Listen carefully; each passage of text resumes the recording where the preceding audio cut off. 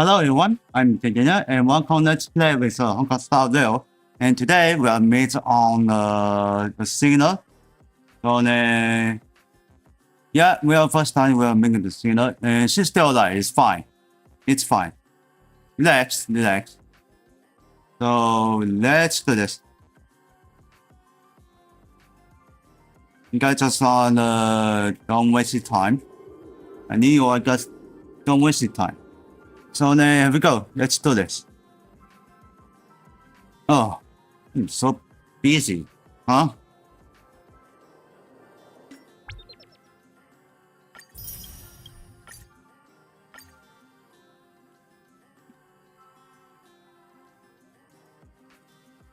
So I change it to the senior guy.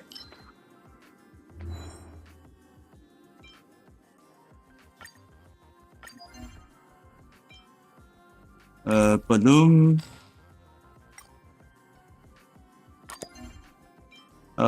Film, I think is can't remember it. Just like this.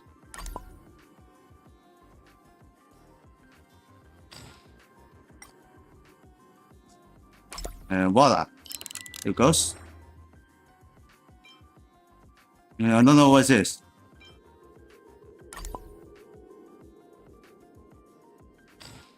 No, don't get the blindness.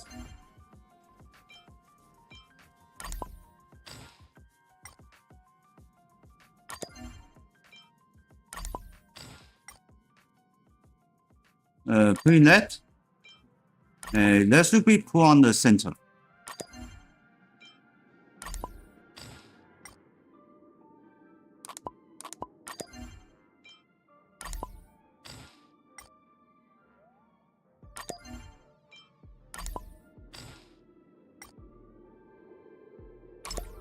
Alright, finish.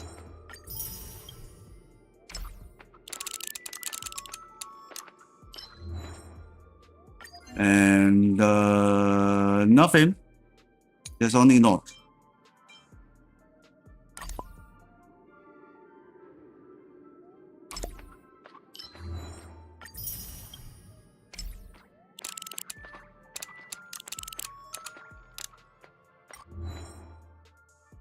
And it's not weird. You need to get a 230. This is pretty long. Okay, nothing news. Oh, that's a new one.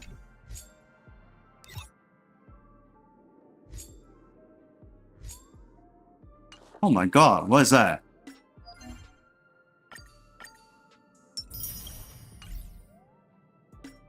Alright, check on the mission.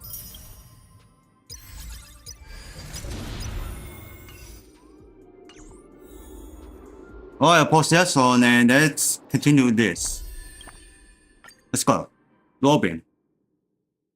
This is Leo Robin or the fuck. People talking about it. This commotion at the theme park definitely made waves. I think it's fuck.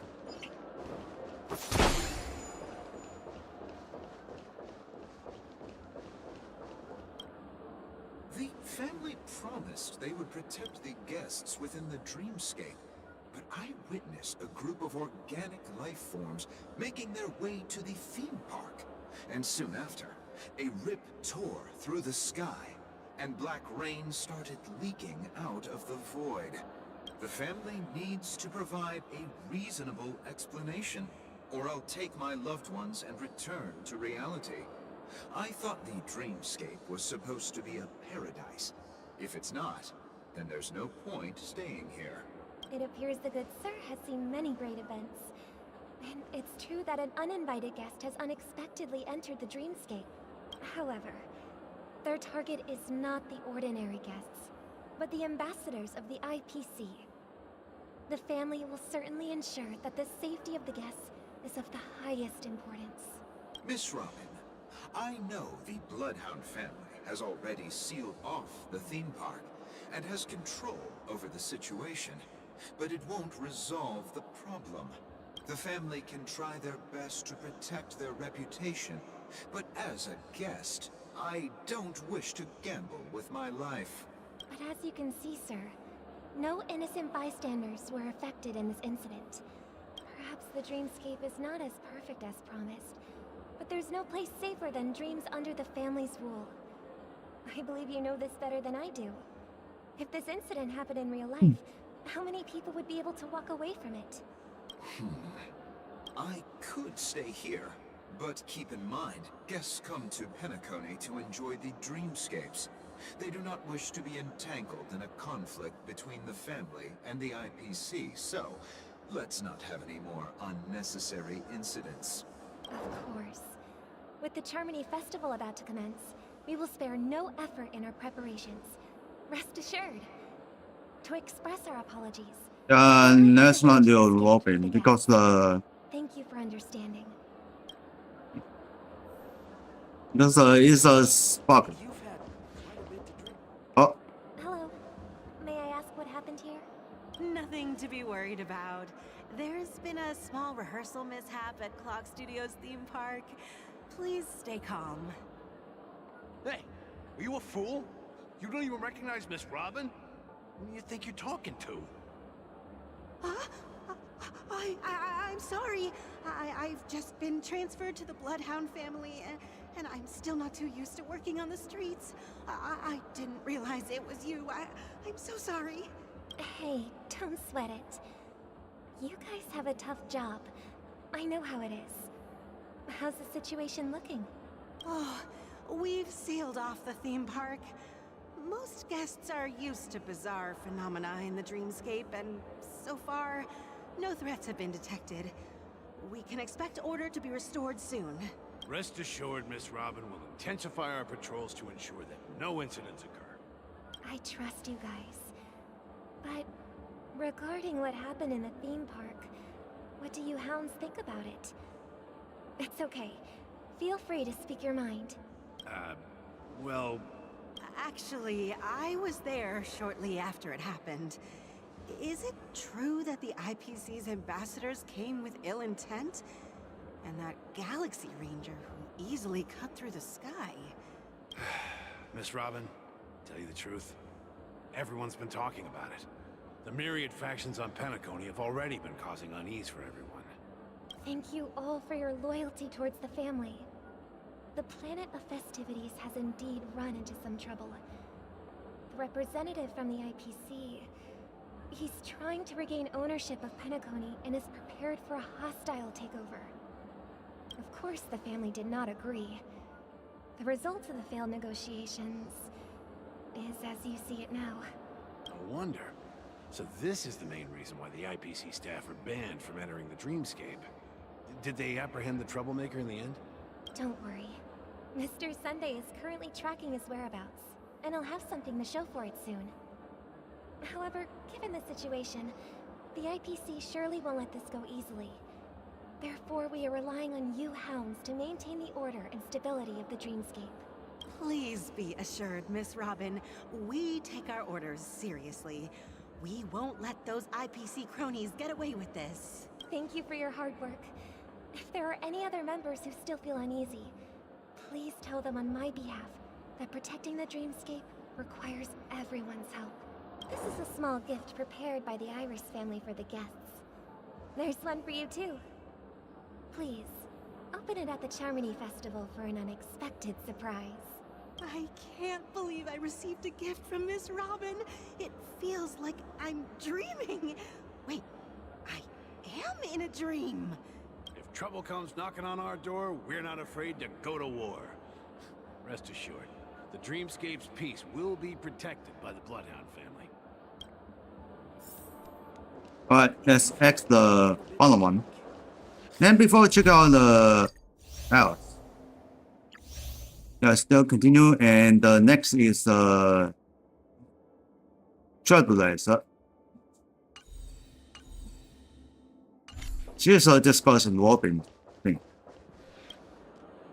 Miss Robin? That's the renowned cosmic superstar, Miss Robin! I didn't expect to meet a fan here. I'm honored. Welcome to Penacony, a world filled with wonderful dreams. I can't believe I'm actually meeting the real Robin. Shouldn't you be preparing for the Charmony Festival? Preparation is important, but the ceremony is fundamentally about sharing the Great One's harmony with everyone. If there's a chance to sing with everyone, I will not refuse. Regarding the recent mishap, I understand it negatively impacted some of our guests. As a member of the family, it's only right for me to come forward and offer my apologies to everyone. But, are you sure it was actually a mishap? Everyone saw those chips descending like rain and the red light tearing through the sky. Claiming it was merely special effects seems a bit far-fetched. Plus, I met that generous gentleman. He looked really out of it and kept talking to himself. Is this also part of the performance? Everyone, please do not panic. I believe that the family will give everyone a satisfactory answer in due time. Even if you say so, Miss Robin, it's hard to believe. Some people just never listen, do they? It's never ending. It just goes on and on. I'm getting really tired of this. Miss Robin? Still, I suppose I should keep on helping everyone. I am the epitome of joy, kindness, and goodness, after all. Huh? What was I just doing? And, who might you be, miss? Here, take this, little guest. Sparkle. This gift has been specially prepared for you by the family. Make sure to take good care of it until the opening of the Charmony Festival. Then, when the show reaches its climax, press the button together with the others around you. You never know. Something very exciting might happen. Yep, back on the Trailblazer. Oh, that was fast. We're back to where it all began. And Firefighter is still alive. Golden hour from this place. And it is also from here where you will enter the true Penacony. It is a pleasure to journey alongside you once more. But it's time I laid bare the entire truth before you. As you might have heard, I also go by another name. Stellaron Hunter Sam. Are you Firefighter Soul? I know you have many questions.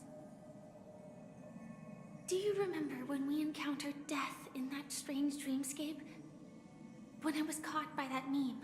In that instant before it killed me? I saw the reflection of another dreamscape in its ghastly pupils. So, following the clues in the script, I came up with some theories about the meme. That's why I instructed Silverwolf to issue invitations, drawing everyone to the Dreams Hotel. I intended to call upon death before you arrived, to solve the riddle using more direct means, and then invite you to join. However, contrary to my wishes, I couldn't defy the script. And I didn't get a chance to explain it to you. It is how you see now. I was impaled by the bladed wings of death. The heavy pressure of concentrated memoria, miasma, exploded in my mind as if it was actually reality. But after the momentary numbness subsided, I found that my body was absolutely unscathed. I was still alive. And it was just as I thought. I had arrived at a place starkly different from this beautiful dream. Beneath the dreamscape of Penacony lies another, more chaotic, more primal memory zone. Its name? Land of the Exiles. And so, then I returned to the hotel in the dreamscape, hoping to tell you of its existence. Yet I could not reveal my own identity. So, I could only divert your party's attention and lure you away from the battlefield. And after all my attempts proved futile, it wasn't until not long ago when a crimson blade of light shattered the high wall of the dream, causing you all to fall far into the abyssal depths of the dreamscape, that I was able to awaken you and your companions one by one. And that's it. That is all that's happened so far. I'm completely confused. I know it's tough to believe all this without reservations. I just want to say, you are very close to the final answer. Just one more thing needs to be done. And then I can prove it to you. Now, let's leave this place. Please close your eyes. Take a deep breath.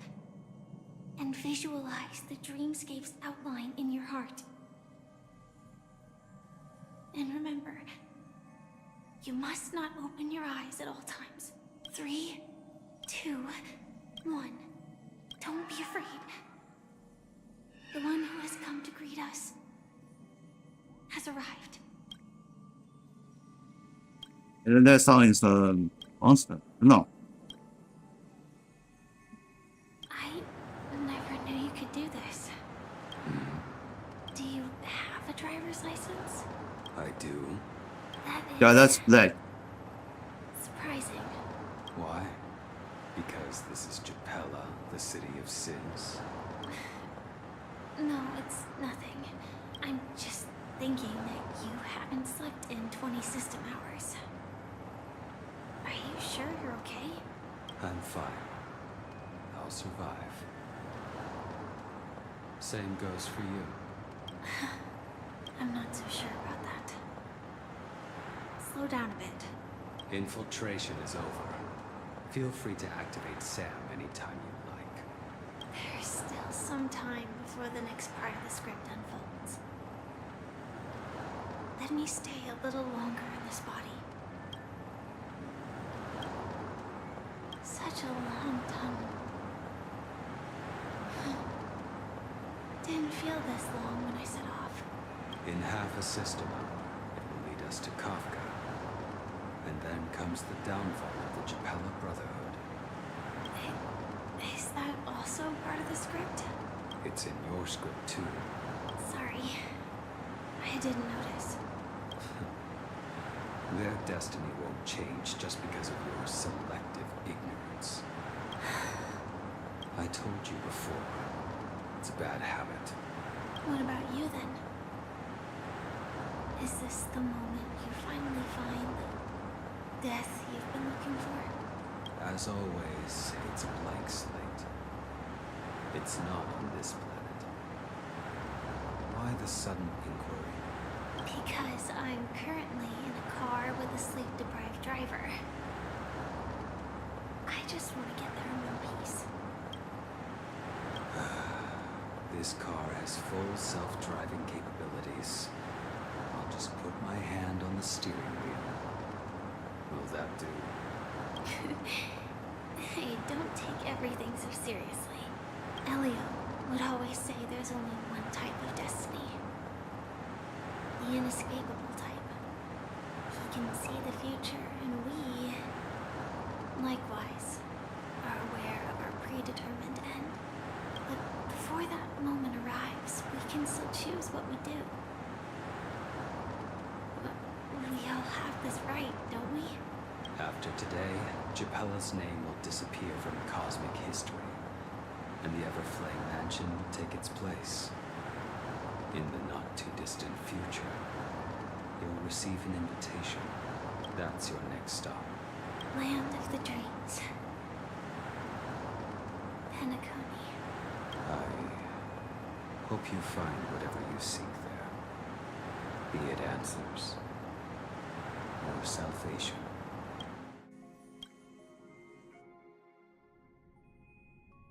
Okay, so then that's how you do So it. you're safe and sound. The voice just now. Close your eyes. This is the answer. Isn't it incredible? The monster that we have always known as death is actually actually the guardian of the land of the exiles.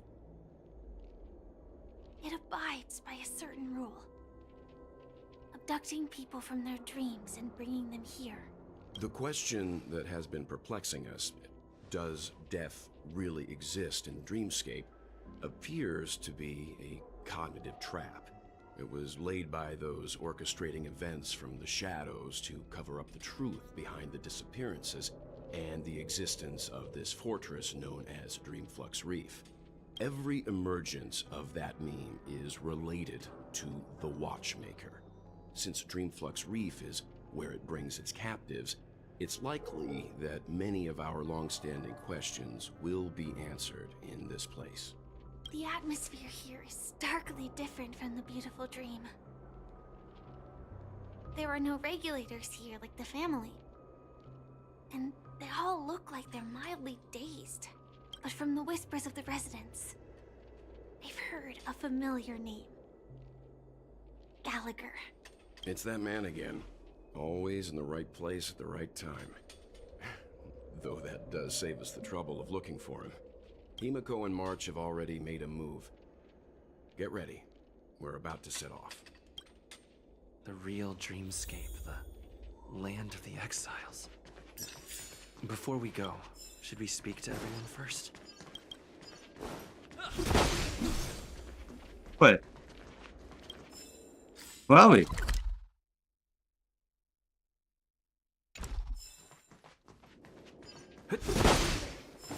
Journey Penacony, huh?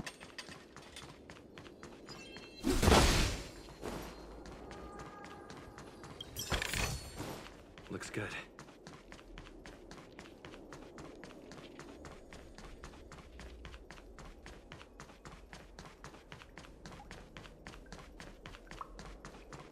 Keep going straight down this alley and it'll lead to an elevator. It'll take us to the center of the land of the exiles. Looks good. Open all of the chests.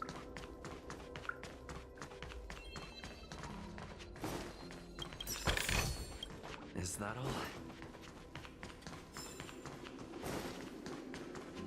What a huge clock heap. Looks like the Watchmaker also left his mark on Dreamflux Reef.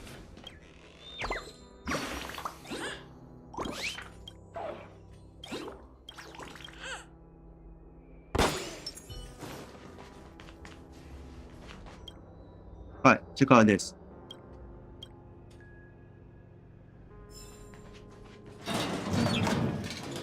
Going to elevator and where?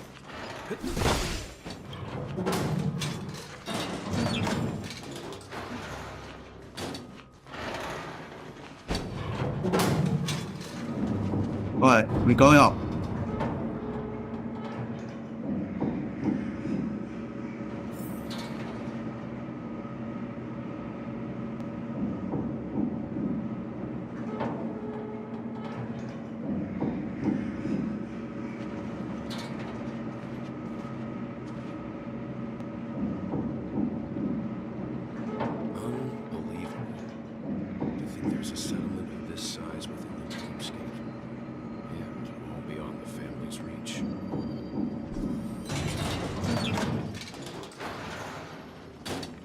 Higher. The atmosphere in this fortress is pretty different from that in the beautiful dream.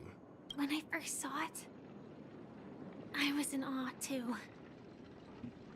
The sky here, it's like a reflection of the 12 dreamscapes. What's even more bizarre is that this place is also separated into trade and residential areas. The layout may be simple, but the facilities are very comprehensive. It seems that there are quite a number of people living here. Though both dreamscapes have distinct styles, the architectural designs are quite similar. Works of the same hand, perhaps. Hard not to speculate on the connection. But there's no point in overthinking things. Let's meet up with Himiko and the others first. Take a right turn at the end of this road and you'll reach the trade district. There are more people there. And perhaps Perhaps someone knows where she is. Not coming with us? The Astral Express likely needs room for some internal deliberation. In the meantime, I'll try and locate Gallagher. Sure. Let's reconnect later. Letting her go was the right decision. Further observations are needed Yeah, before that's we it. decide whether to trust her. But first, there's someone I need to talk to. Let's go. I'm sure you've already noticed him. Yeah, I saw him right away. He's right over there. The Reverie Hotel's bellboy. How did he end up here? And right after Miss Acheron severed the beautiful dream. We'd better check, just to be sure.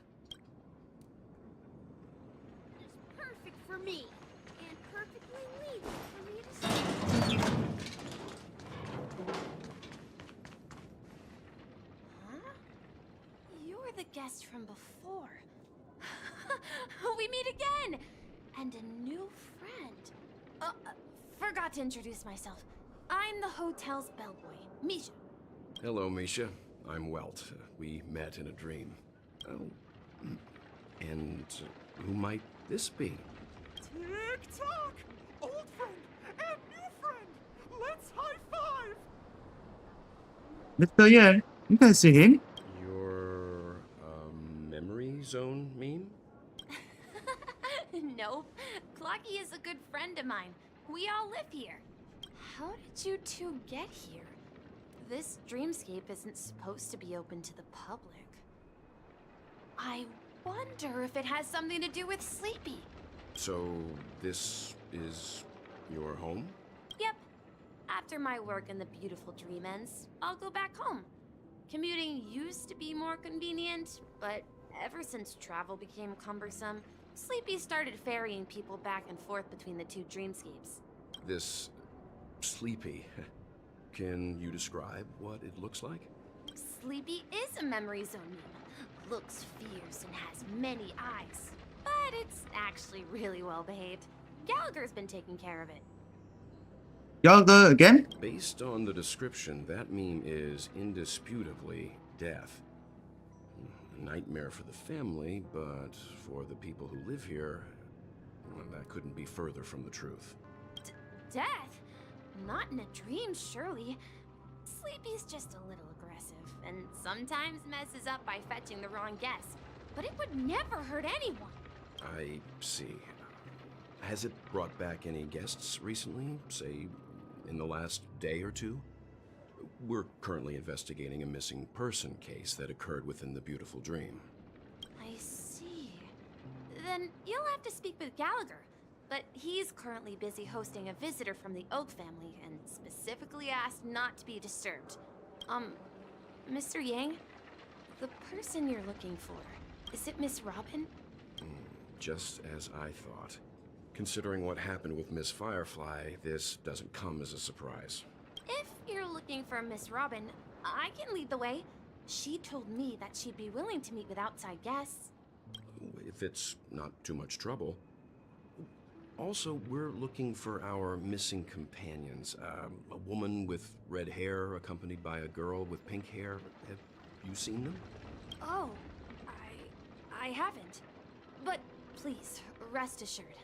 Dreamflux Reef is a small place, and it's not as bustling as the beautiful dream, but its safety is unmatched. How about this? Since it's your first time here in Dreamflux Reef, I'll be your guide and help you find your companions. And then we can all go visit Miss Robin together. She's gone to Mrs. Grace's to visit the children. She won't be leaving anytime soon, so there should be enough time. All right then, we'll follow your plan. Well, we now know the answer to both murder cases that have caused such commotion in Penacony. As for the intentions of the mastermind behind it all, we're still none the wiser. Their vision upon the Arc family is what learning more about. Yes, and I believe their relationship with Gallagher may run deep. Why else would they be so clandestine about their discussion? Regardless, we have to find Gallagher. Say, you mentioned before that you saw a clocky that only you could see, right? Yep, he's right here. I can't shake off this strange feeling. Am I really still so young at heart? Forget it. It's not important. We'd better just follow Misha.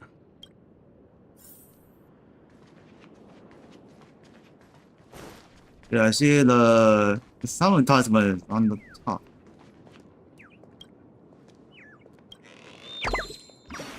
Here we go.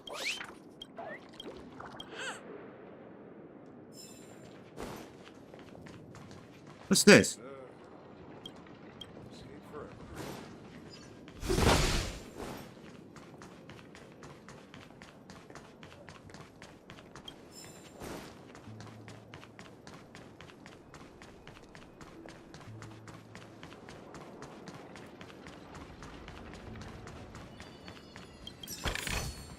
Looks good.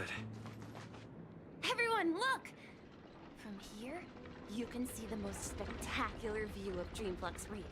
A black hole? No. An accretion disk formed from consolidated memoria? Was Dreamflux Reef built on such unstable memoria? Oh, so Mr. Yang is also versed in Memoria dynamics. I was just trying to figure out how to explain this huge hole to everyone. I bet you guys have a lot in common with Miss Kami. Alright, let's keep going.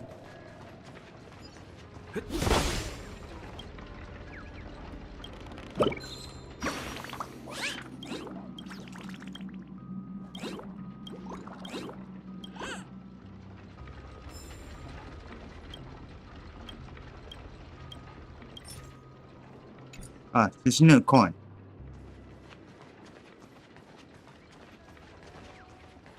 Look! There she is! My calculations are finally done. In another 10 system hours, the above dream will swallow the dream below. My hypothesis was correct. This place will cease to exist as the dream devours everything. Who are you all, and why haven't you left yet? This place is about to disappear.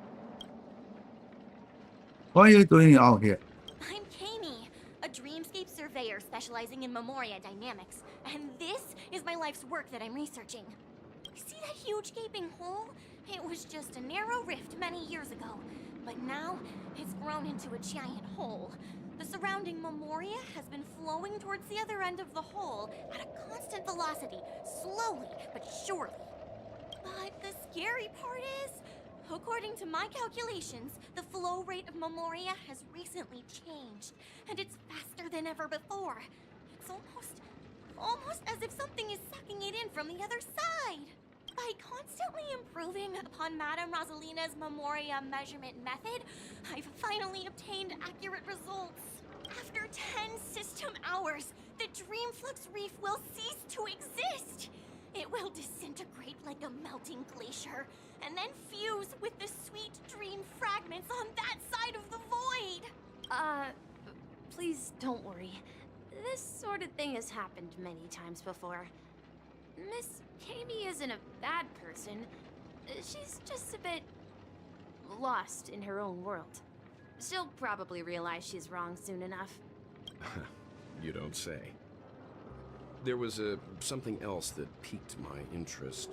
Oh, do you know her too? Or are you also a fan of Memoria dynamics? We're Well, very that might- interested in Madame Rosalina's achievements. Could you tell us a little more about them? Why, of course! She's an excellent scholar of Memoria dynamics, and the first person to apply Memoria rate measurement methodology on interstellar travelers. Regrettably, due to the presence of the Garden of Recollection, ordinary people don't pay much attention to the nature of Memoria. She departed this world without much fame, leaving only a few thin journals behind. I came to Penacony to learn more about my idol, and went to great lengths to seek out Dreamflux Reef, all because this is her final resting place. Prodigies always meet their demise prematurely. If only Madame Rosalina had more time, she would have discovered a way to reverse the flow of Memoria. I felt it. The source is in the golden hour. There is a certain anomalous presence stirring the currents of the memory zone. I must uncover more concrete proof. I must convince everyone. Does the name Madame Rosalina sound familiar to you? It was on the name list when they told me about the calculator. That's right. It seems like she did a great deal of research and calculations in Dreamflux Reef before abruptly passing away. Miss Katie regularly mentions her. I hear Madame Rosalina passed away during the prison war. She could see the Penacony of today. It's people building homes in the memory zone. I bet she'd be really happy. Perhaps. Our destination is the commercial district.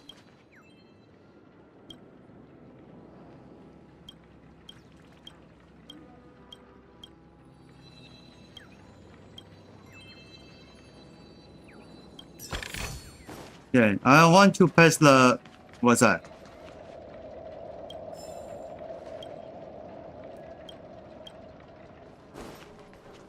What's that? Chest. Then, unfortunately, I passed the other one. Let me go! Ghost! There's a ghost! Don't come near me! Oh my. I'm human and so are you. Can you get a grip? Earthquake report has There been you resulted. are. I've been waiting for you two. Quickly, come help. I bumped into a member of the family on the way here. He was so scared and I just wanted to calm him down. But... Let me go! Let me go! I've only done good in my life. Why can't I rest in peace after death? well, this is how it turned out. You scared him this badly? Ha ha, you're a regular comedian. He Huh. thinks he's dead. What?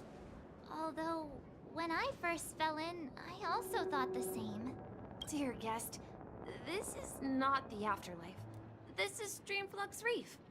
That's right. Did you hear that? Repeat after me. Dream Flux Reef. You're talking to someone invisible.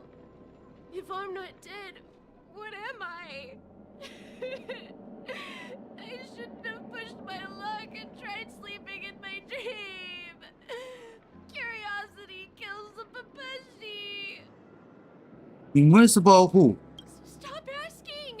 You'll alert the monsters! All the dead are right here. All of them! You're not talking about the memory zone meme, are you? Don't say that name! It's all your fault.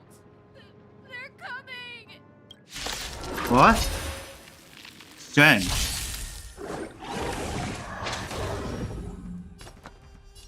Oh my god.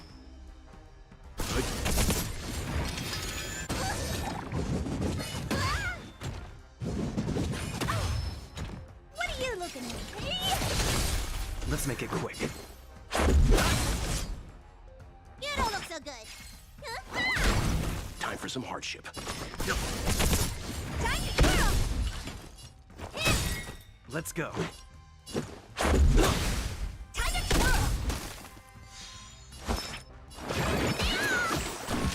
How Leave it to me.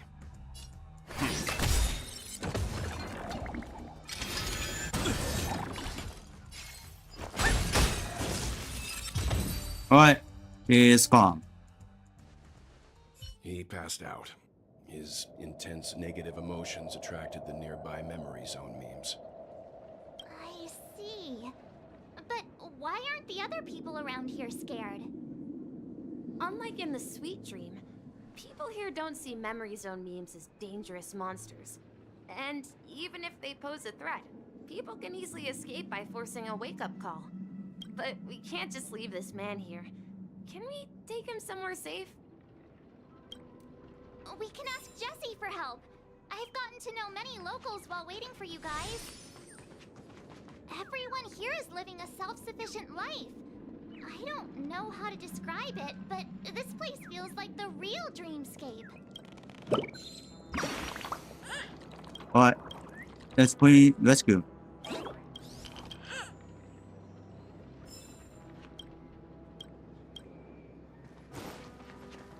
remember when this place was all Wait, that's a book. bustling. No. The family will be done for. Done for.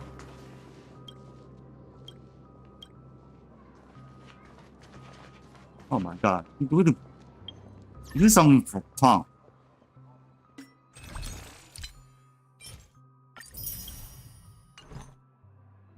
Alright, check on the what. Okay, now I have 8. Wait a minute.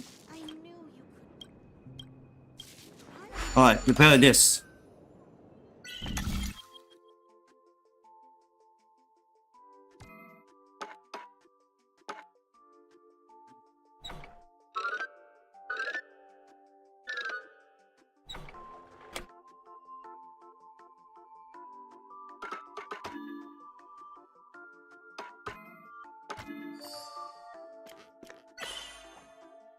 Uh-huh. And here's another one. What?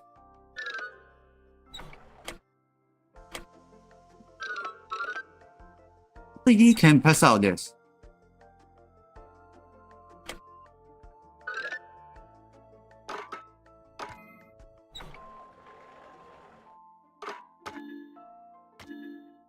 No.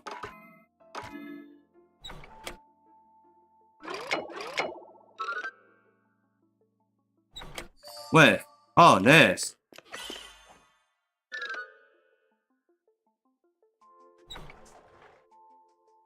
Yeah, here's a problem here.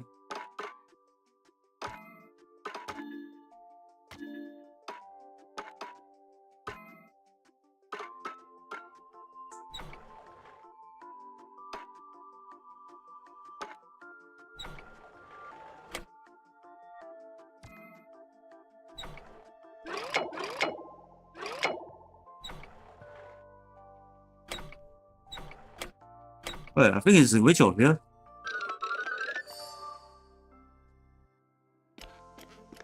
Goes.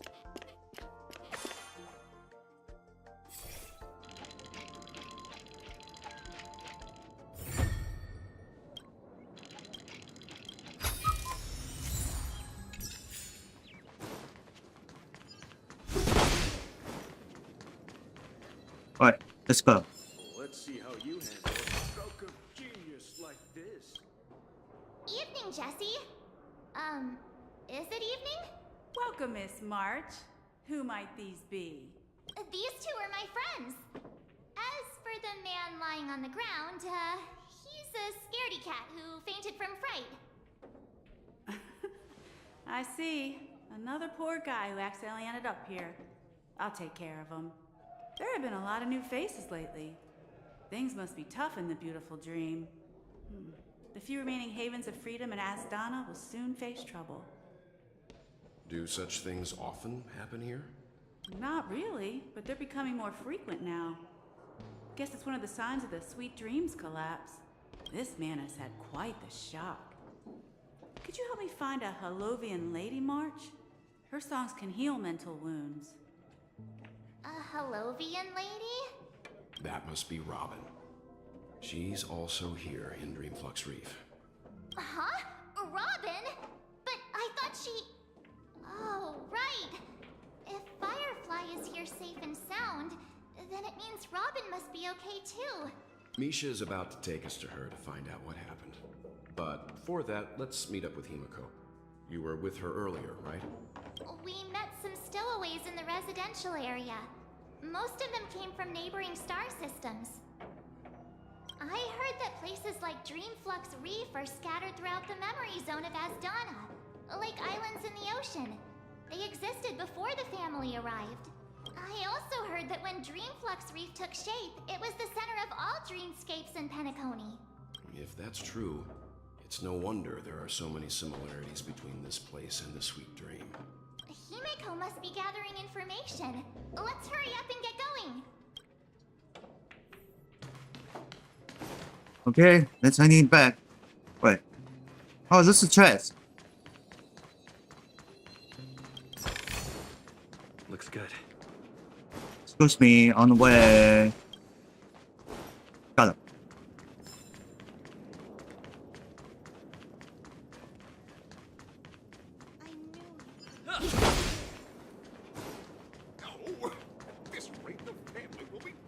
Oh, yes. Yumeko is over there. This is where we split up. She can't be too far away. So that's how it is. I never imagined we'd gather the remaining details here.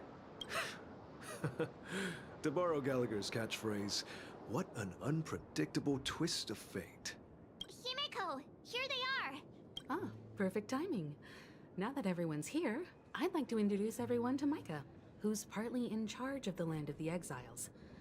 Micah, these are my companions. It's a pleasure to meet the Nameless. You know us? I've been keeping an eye on you since the day you arrived in Penacony. We would have met under more appropriate circumstances if Dreamflux Reef hadn't been isolated from the 12 Dreamscapes. Please, allow me to formally introduce myself. I'm Micah, the Gravekeeper of Dreamflux Reef. Gravekeeper? Life in Dreamflux Reef is pretty liberating. Everyone here mostly keeps to themselves, without meddling in others' affairs. My daily task involves cleaning a few tombstones. You're too modest, Micah. When lost dream chasers stumble upon this place, you're the one who takes care of them, guiding them back to the sweet dream, or showing them how to survive the wild dream chaos. So, guardian of sorts. Were you talking to me, Mr. Yang? On that note, Mr. What? Anika, which tombstones are you referring to? We didn't come across any graveyard when we arrived. They're actually just symbolic stones. But since you're curious, Mr. Yang, I'll take you there. I have a feeling you might find something of interest there. But before that, you have an important guest joining you. Oh, who's that? Guest? Who could it be? This way, please. The roads here to Dreamflux Reef are a bit run Excuse down, me. so watch your step.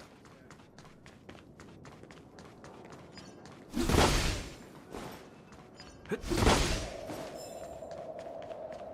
this is the symbol.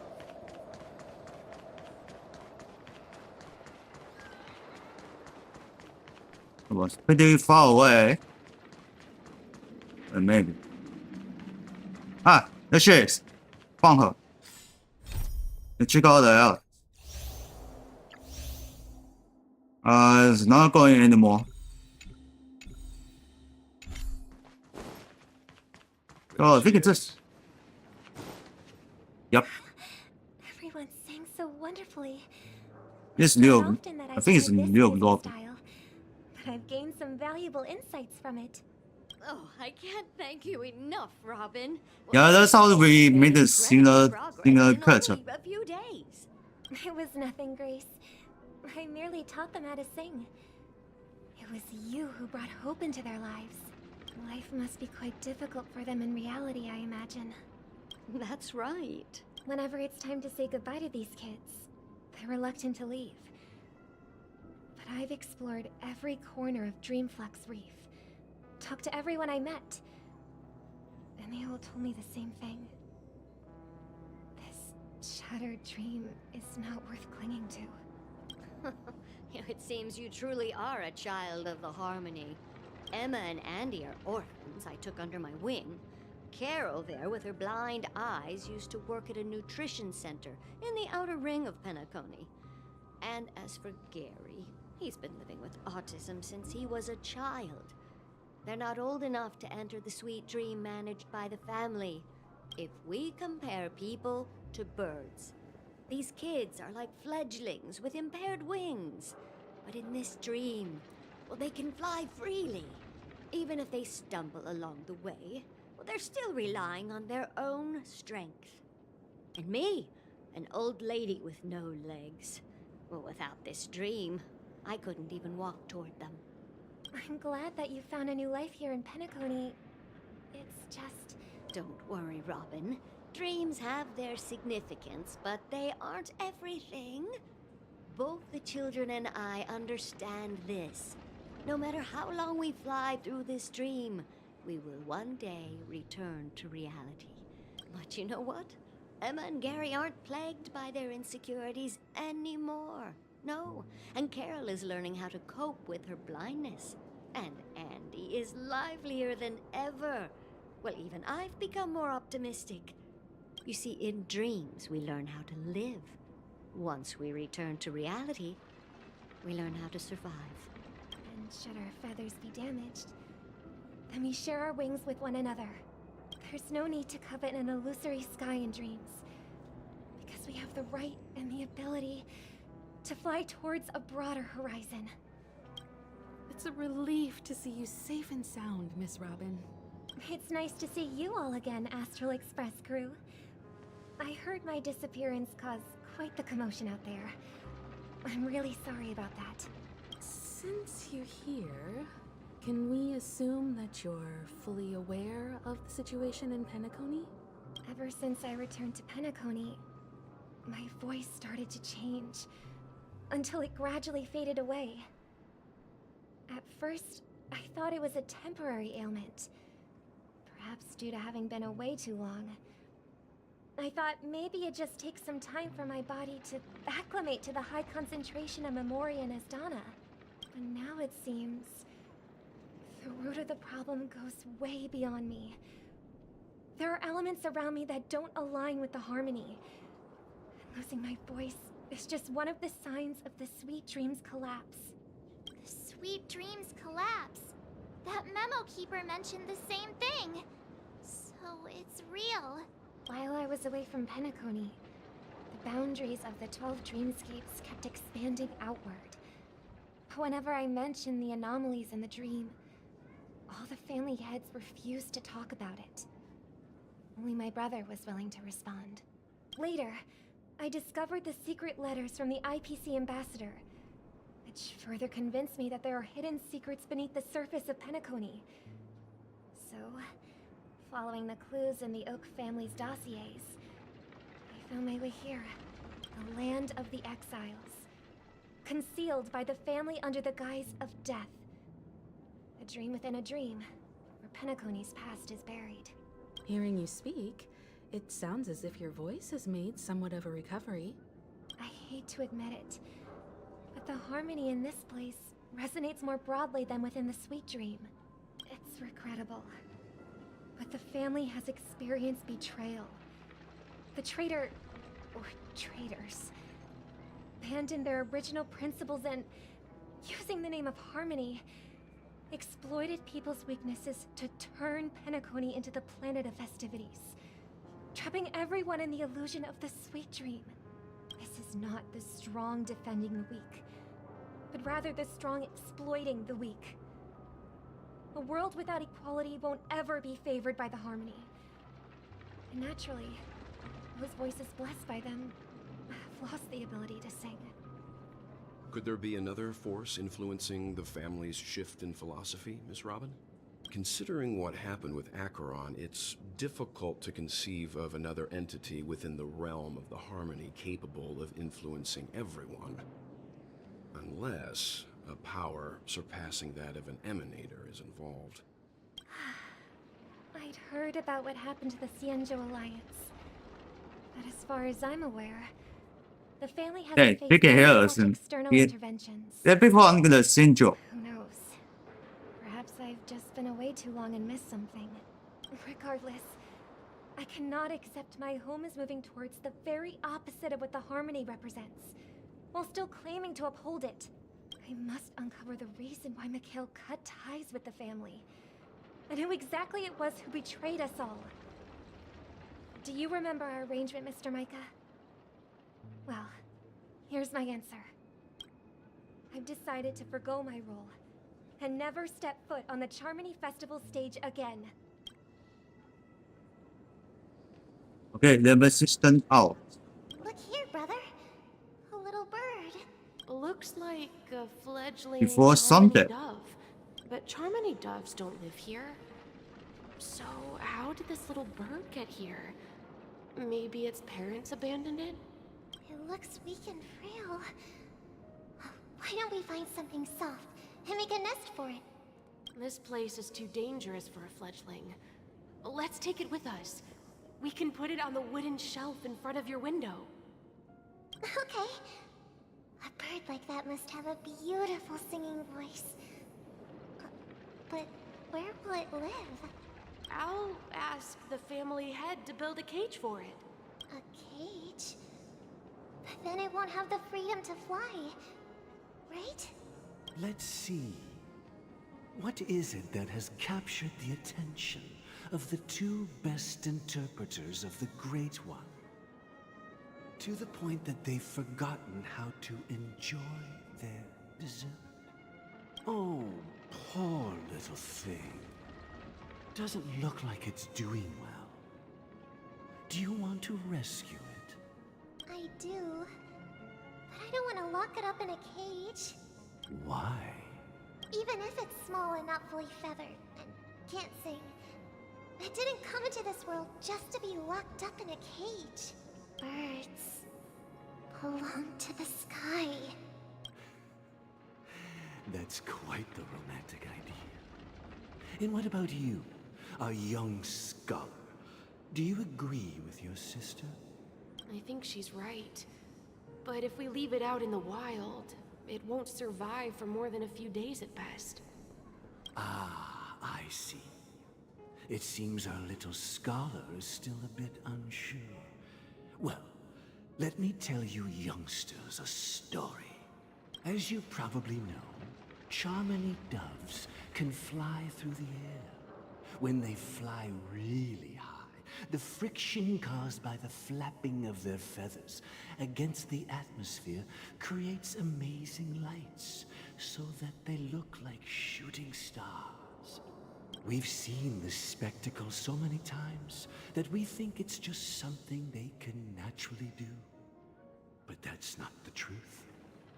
Their radiant display is the result of countless struggles against nature over generations.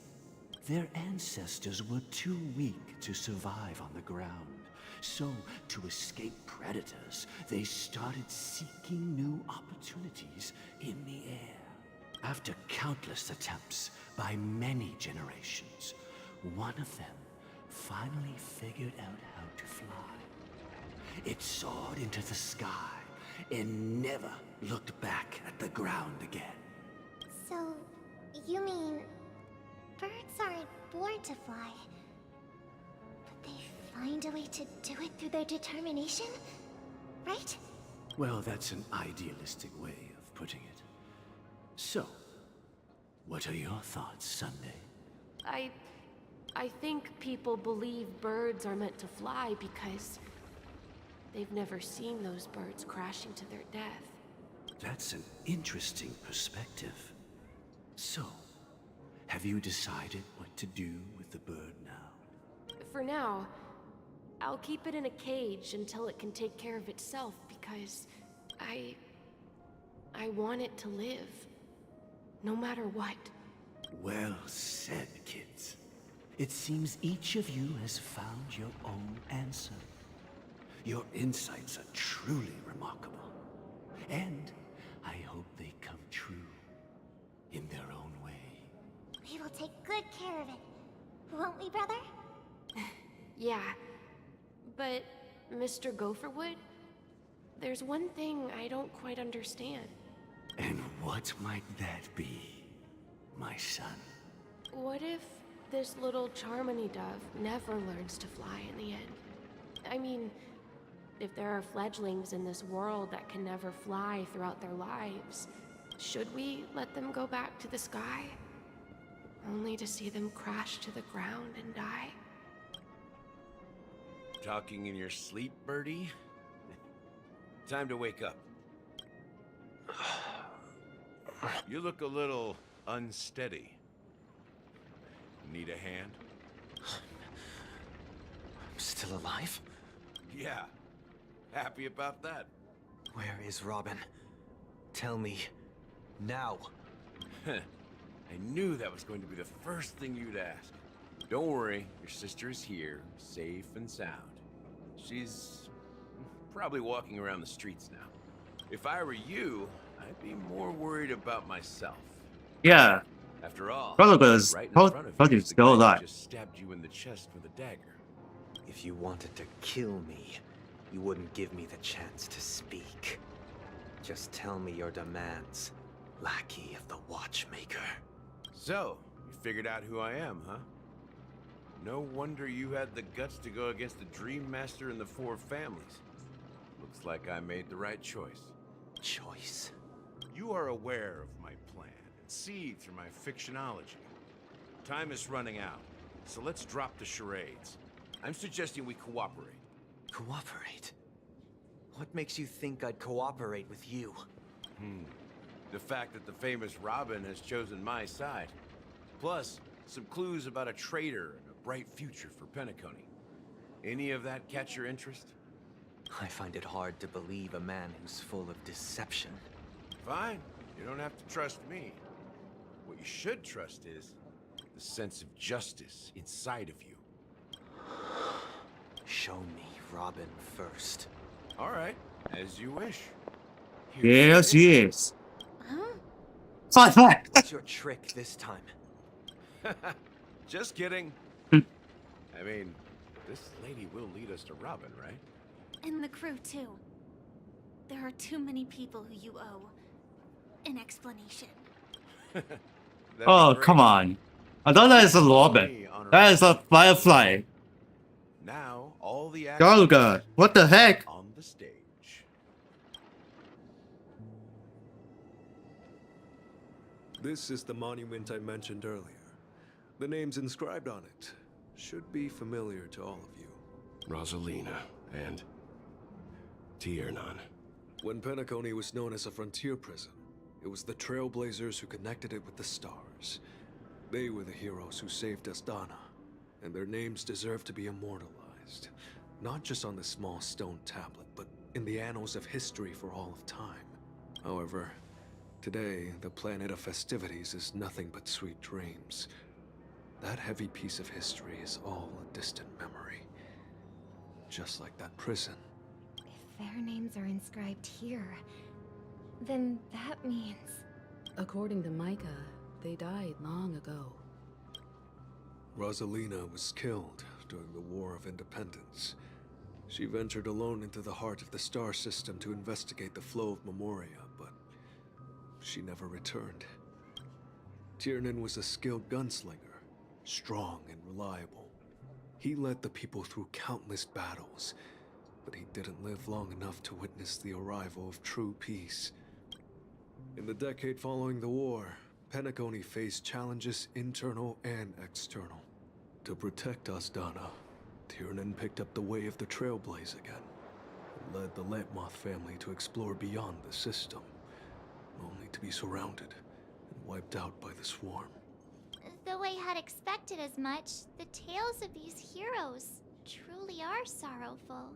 True to the title of Trailblazer, they spent their lives venturing into the unknown. But what about this tablet? There are no names carved on it. When Dreamflux Reef was created, its owner was still alive. However, he insisted on erecting a monument for himself, saying that it will happen someday. Here we meet again. Everyone from the Astral Express. Robin.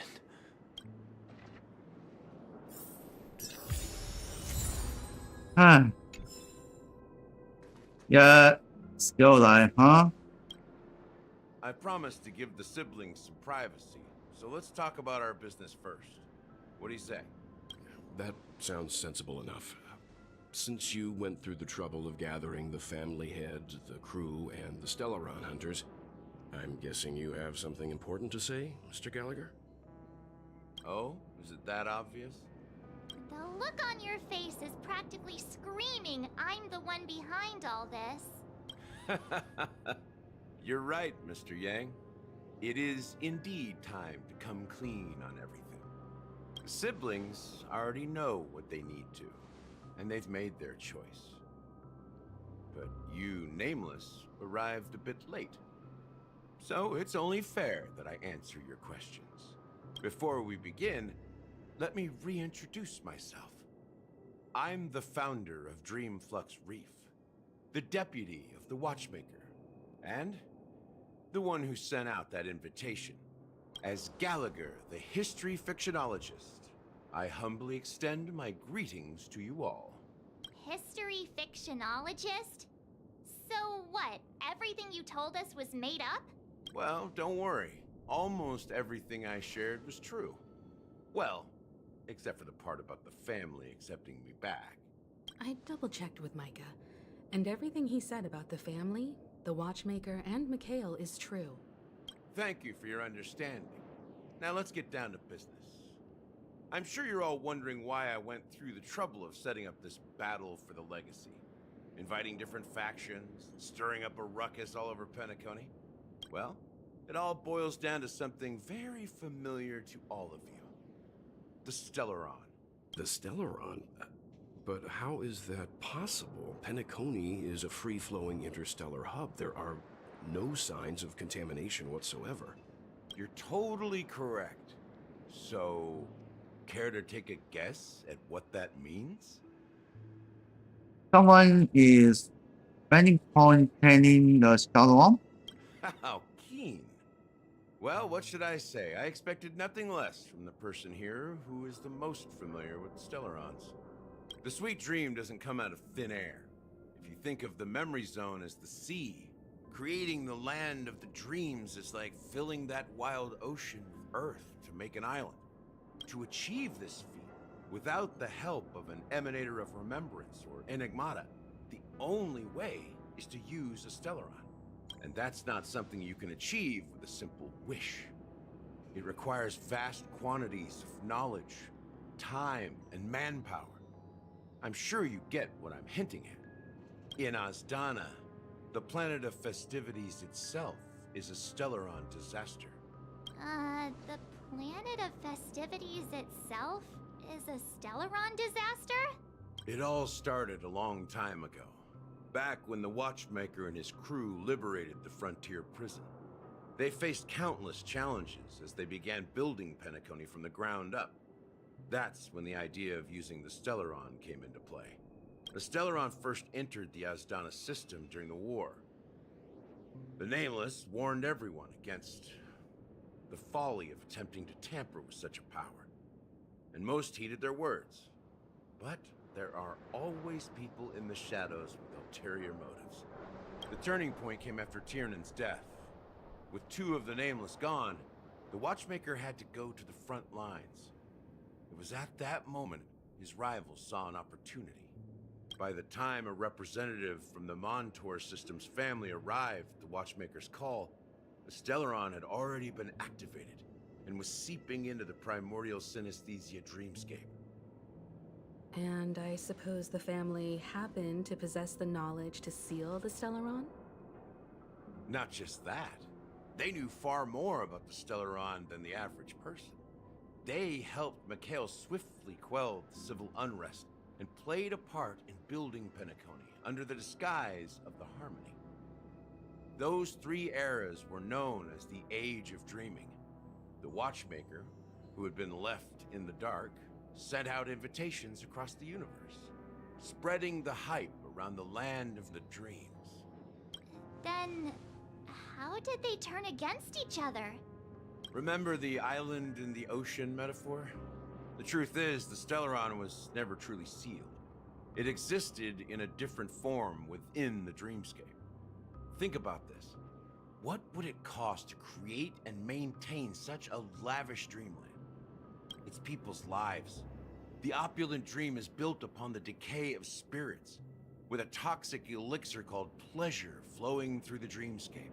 It tempts people to indulge in the dreamscape, and gradually their minds succumb, becoming nourishment for the sweet dream. Confusion, laziness, and cowardice, weaknesses that plague humanity, were magnified and nourished by the family. Penacony became a new kind of prison, even more impenetrable than the previous one. Sadly, we realized this far too late. By then, the family had a firm grip on Penacony, swiftly quelling any opposition that arose. At my wit's end, I had to use the power of the enigmata, and sought refuge in this chaotic memory zone. Over the years, I fabricated a meme within this dream for our use. Dormancy. That's its real name. We exploited a loophole. You see, regular people can't fall asleep again while they are inside the dreamscape. So this is the true meaning of the impossible. You sent out invitations in the Watchmaker's name to find forces capable of resolving the Stellaron disaster and draw them into Penacony to uncover the truth. It's not just that. Above all, I wanted to see what happens when the major factions engage in a struggle for the legacy. Since this is the Watchmaker's first announcement in decades, the traitor within the family is bound to reveal themselves. So, the legacy is just a facade. If you want to consider the Stellaron as the legacy, I'm totally fine with that. If that's the case, where is the Stellaron now? That's a question for Mr. Wings. The Stellaron is still under the family's control, and as the head of the Oak family, I'm sure he holds all the answers. Let's call Robin and Sunday. Are you done talking? So, will you tell us where the Stellaron is? It is the Penacony Grand Theater itself. As I suspected. It's the embodiment of the family. The edifice that first materialized within the Sweet Dream. That's what turned Penacony into its current state. As for the person who employed its power, it is in fact Mr. Gopherwood, the current Dream Master. Well, that was easier than I thought. Did you conduct your own investigation already? Correct. When I was trying to track down the person who murdered my sister, apart from you, Gopherwood was my second suspect. Confronting me first turned out to be a smart move on your part. I didn't have other options. The Dream Master has been elusive, and even the heads of the families can hardly get an audience with him. Moreover, Mr. Gopherwood has been kind to my sister and me. And I didn't want it all to end like this. What do you mean by that? To be honest, my brother and I are also victims of the cancer of all worlds. We grew up as orphans, and were adopted by the family when they came to help. Mr. Gopherwood recognized our potential and brought us to Penacony. But I can't just stand by and watch Mr. Gopherwood become an enemy of the Harmony. I won't use my voice to support an evil cause. I won't step on that stage and sing, no matter who the traitor is, or what orders they give me. I won't let the Charmony Festival become an event that destroys Harmony itself, or the paradise in our dreams. Indeed. For the paradise in our dreams. As the head of the Oak family, I'm responsible for ensuring Penacony's promising future. Robin and I will head into the Sweet Dream and confront the Dream Master. And if it turns out that the family has truly strayed from the Harmony, I'll fight alongside you. We'll put the Charmony Festival on hold and make sure Mr. Gopherwood pays for his blood debt. The enemies you are about to face aren't like this old dog here, who can barely even bark. Since our interests are aligned, why don't we team up? Maybe, just maybe, we'll have a shot at success. We have always been following in the footsteps of our nameless predecessors, and there's no reason to stop now. Yeah, we Nameless won't back down from a challenge. Isn't that right, Mr. Trailblazer? And nothing to fear no more. That line actually makes me a bit nervous. Rest assured, sitting on the sidelines isn't in our nature. Mr. Sunday, Miss Robin, I'm willing to accompany you on behalf of the Astral Express. Having a third party present should help with negotiations, and could make all the difference if things get ugly. Thank you, Mr. Yang. Thank you all very much. The Charmony Festival is about to start, and time is against us. We must hasten. Everyone, let's gather over here. We still need to make some preparations. I found the chest over there. It's on the stairs. On the Motherboard. What did I miss? There you go. There it goes.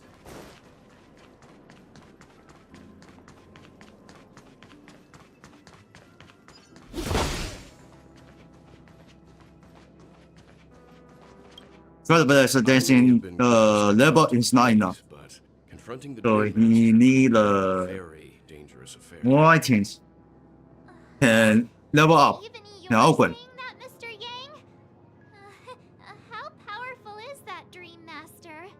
He's the leader of the families of Penacony, and he has the entire power of the Harmony behind him.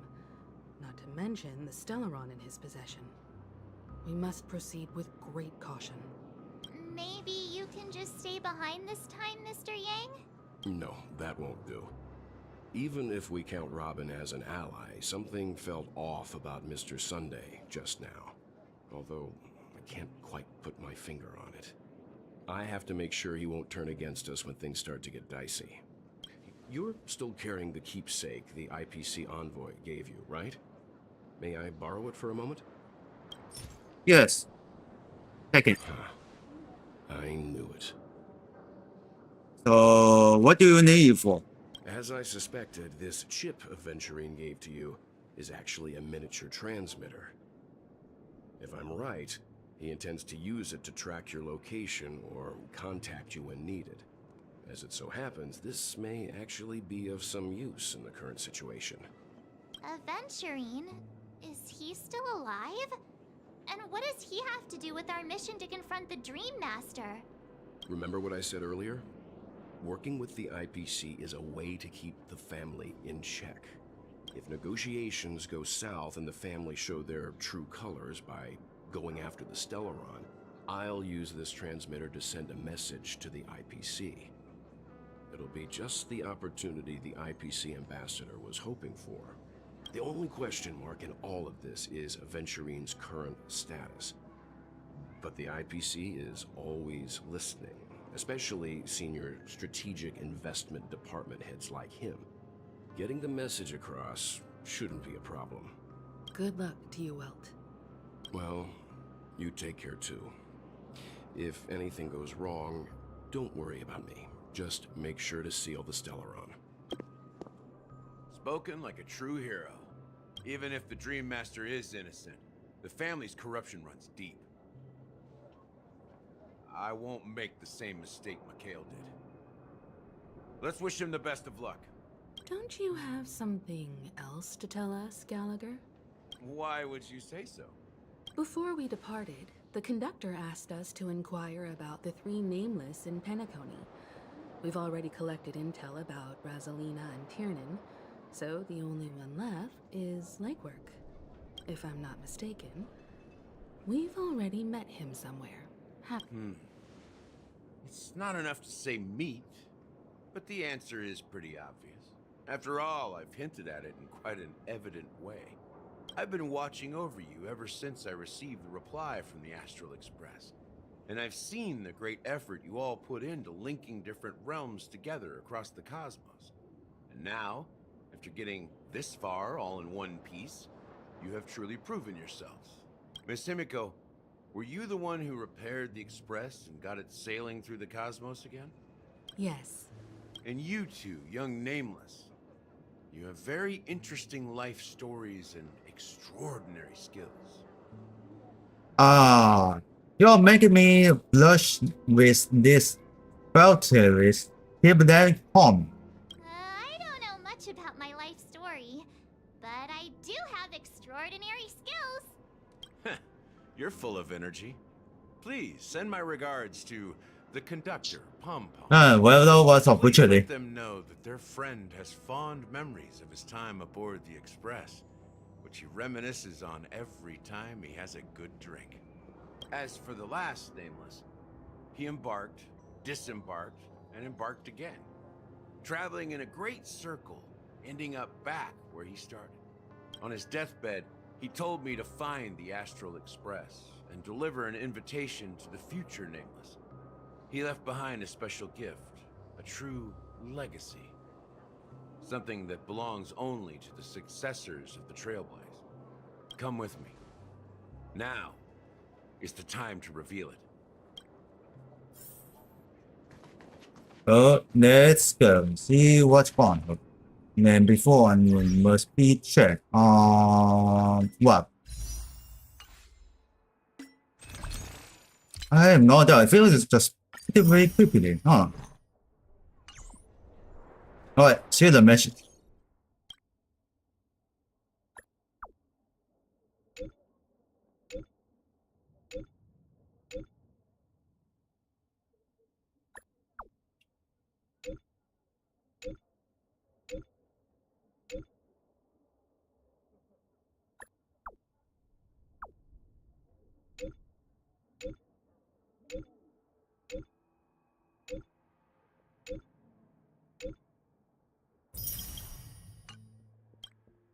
We got it for the mission here. And let's go. Back here again. Sometimes I feel like you're still alive, old friend. Like you've still got so much to say and do. I've kept my promise. Brought the future Trailblazers you've waited so long for. I don't know why you were so obsessed with that train. But I remember your last words. Don't let us down, old man. What is... What's happening?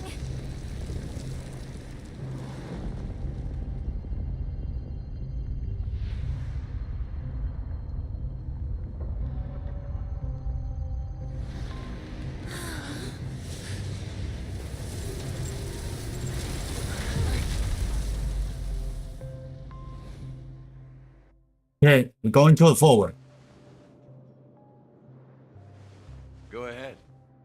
His resting place lies in the garden up ahead. The first and last nameless of Penacony. Mikhail Char Legward, the watchmaker.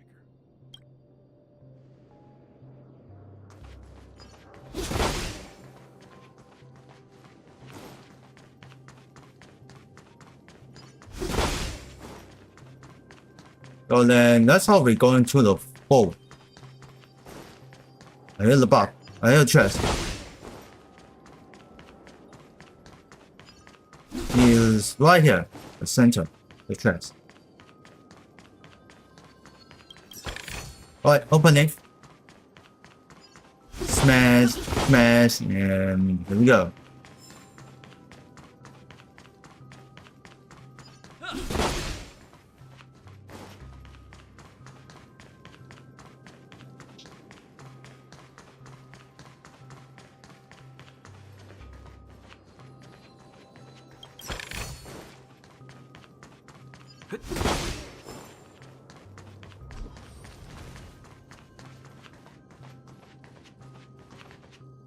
Alright, here's nothing.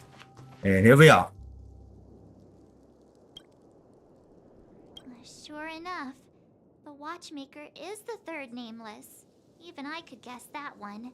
The legacy he left behind was a dream bubble. I believe inside that bubble, there's something that holds meaning only for the nameless. After all, when I checked its contents, I found nothing inside. Maybe some Trailblaze runes? Even more enigmatic than me. Well, let's have a look. Alright, let's pass the thing.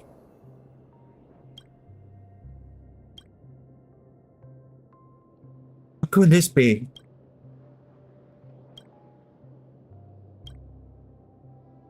Wait, what's going on? Seriously? There's nothing inside this dream bubble? How could a dream bubble be empty? Just as I suspected. That old man always had this strange belief in the nameless and the Trailblaze. And I never understood where he got that confidence from. Especially since he never managed to get in touch with the Express while he was alive. I could never figure out what was going on in that old man's head. But this empty dream bubble is so typical of him. He was always full of weird fantasies and incomprehensible romanticism. That mischievous old man. Well, I didn't expect him to leave anything concrete behind anyway. Don't think that's the case, Gallagher. I'm sure Mikhail has left us the most precious thing of all. Don't start getting all philosophical on me, all right? Just as Mikhail believes in the nameless of the future, we unconditionally believe in the nameless of the past. How could they leave with regrets for the future when they were ready to dedicate their lives to the land they loved? There must be something contained in this dream bubble. It's just we haven't figured it out yet. You also have faith in the Watchmaker, don't you, Gallagher? Well, I'm a follower of the Enigmata. My philosophy forbids me to have faith in anything. That's why I understand what faith means in the path of Trailblaze. And I also want to know what he left behind. I'll leave it to you guys then. Can I borrow your pet? I need to make a trip back to Golden Hour and check something at the Dreamscape sales store. It's for Mikhail, and for the future of Penacony. Oh. Go team. Welcome to the Reverie Hotel. How may I help you? Greetings. We're the Nameless from the Astral Express, and we'd like to check in. The Astral Express? But I thought... Yes, my companion's already checked in. My name is Dan Ha, and I believe my personal information is... Dan Ho's finally going to the Penacony. I see, but your companion said you wouldn't be coming due to a change of plans. Now the plans have changed again. And you are... Me? I'm Pom Pom, a new Nameless who's also with the Astral Express. He's my fellow Trailblazer. Oh my god. Before he boarded the Express, so he wasn't registered in your system. Is it possible to accommodate him as well? Oh, I see. Another one of the Nameless had a similar situation. Seems like a lot of people are joining the Trailblaze these days. Since there's a precedent, it shouldn't be a problem. Just give me a second to contact your companions. I'm sorry, dear. No, guest, single. It seems I'm unable to reach the other members of the Astral Express. What do you mean by unable to reach them? My apologies. This is the first time I've encountered a situation like this. However, the system indicates that those guests are still in the Dreamscape. How about this? Give me their room number, and we'll go check on them ourselves. I'm afraid that's not possible. I need to verify both of your identities before I can share any guest information. How about you just wake up someone? Let's say, Wilt? I'm sorry, but there are strict rules regarding forced awakening. It cannot be done without the proper clearance. So nothing works, huh? What's your solution then? Are you saying we sleep here? At the reception? Please be patient. We need to contact your companions in order to confirm your identities. And now it seems you need to confirm our identities before you can contact our companions. It seems so. Oh, fudge. Look, nothing personal, but if you can't handle this, go find someone else who can, okay? Please calm down, dear guests. I do recall that Mr. Sunday, the Oak family head, personally handled this issue earlier. Oh, please wait a moment while I contact him. I don't think she's trying to give us a hard time. She really just doesn't know what to do. I have a bad feeling about this. You tried to contact them on the Express earlier, but they didn't respond. Something doesn't seem right. I need to leave for a moment. You can stay here with the receptionist. Sure thing. Just don't keep me waiting forever. Don Home seems pretty worried about his companions. I should give him some space. Stressing out about it won't help anything. Oh boy, it's got something problem. We need meet the... He want to meet us. Yeah. So here's nothing more to do. And who's the next character? And I have no idea. But next one, I guess is back on the Trailblazer. If I think so.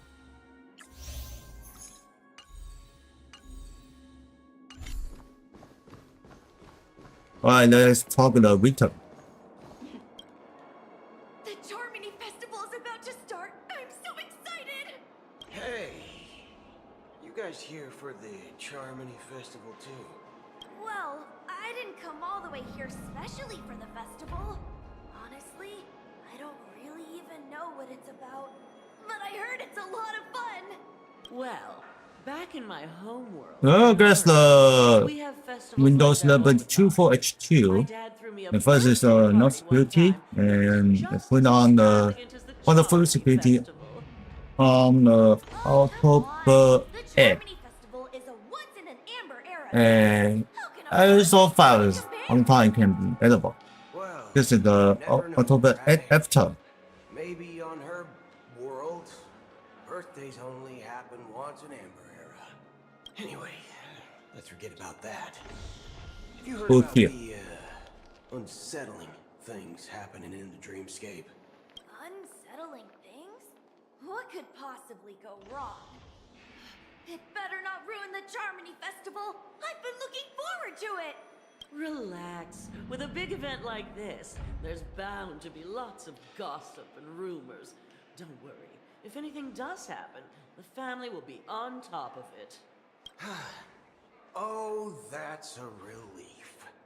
I didn't come all this way to see the festival go down the drain. Well, looks like I won't get any fudging clues out of these two.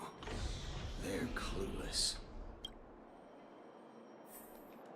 Alright, let's talk the other one. And before I want to check out the settings. Before I make sure the two-way to enable is on this. Oh wait. Here we go. KB504 145.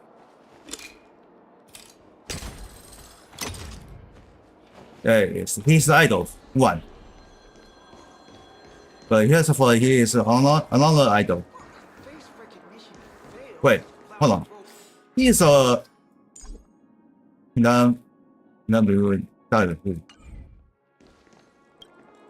Greetings. I'm Cody of the Bloodhound family, head of security for the hotel. How may I assist you? Hello. So, there's something I wanted to ask about. I've been hearing some unsettling rumors about certain incidents that might affect the Charmony Festival. Do you think there's anything to be worried about? I've traveled all the way from the Hawaii Federation, and I don't want my trip to be ruined. What do you mean? What? Wait, you haven't heard? I'm not sure where you heard those rumors, but they're completely baseless. I can assure you, as a representative of the Bloodhound family, that everything is going smoothly for the Charmony Festival. At present, all of the families are focused on making sure the festival starts on time.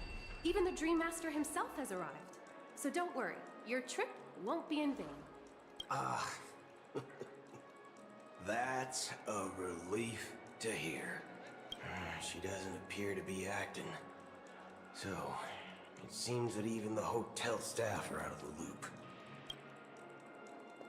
Back already? Hasn't she returned yet? Nope.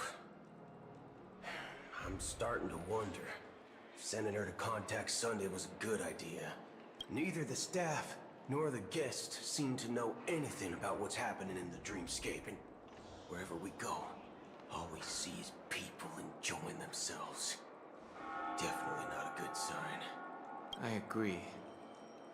Another unusual thing is that the Oak family is supposed to be in charge of organizing the council and managing everything inside and outside the dreamscape.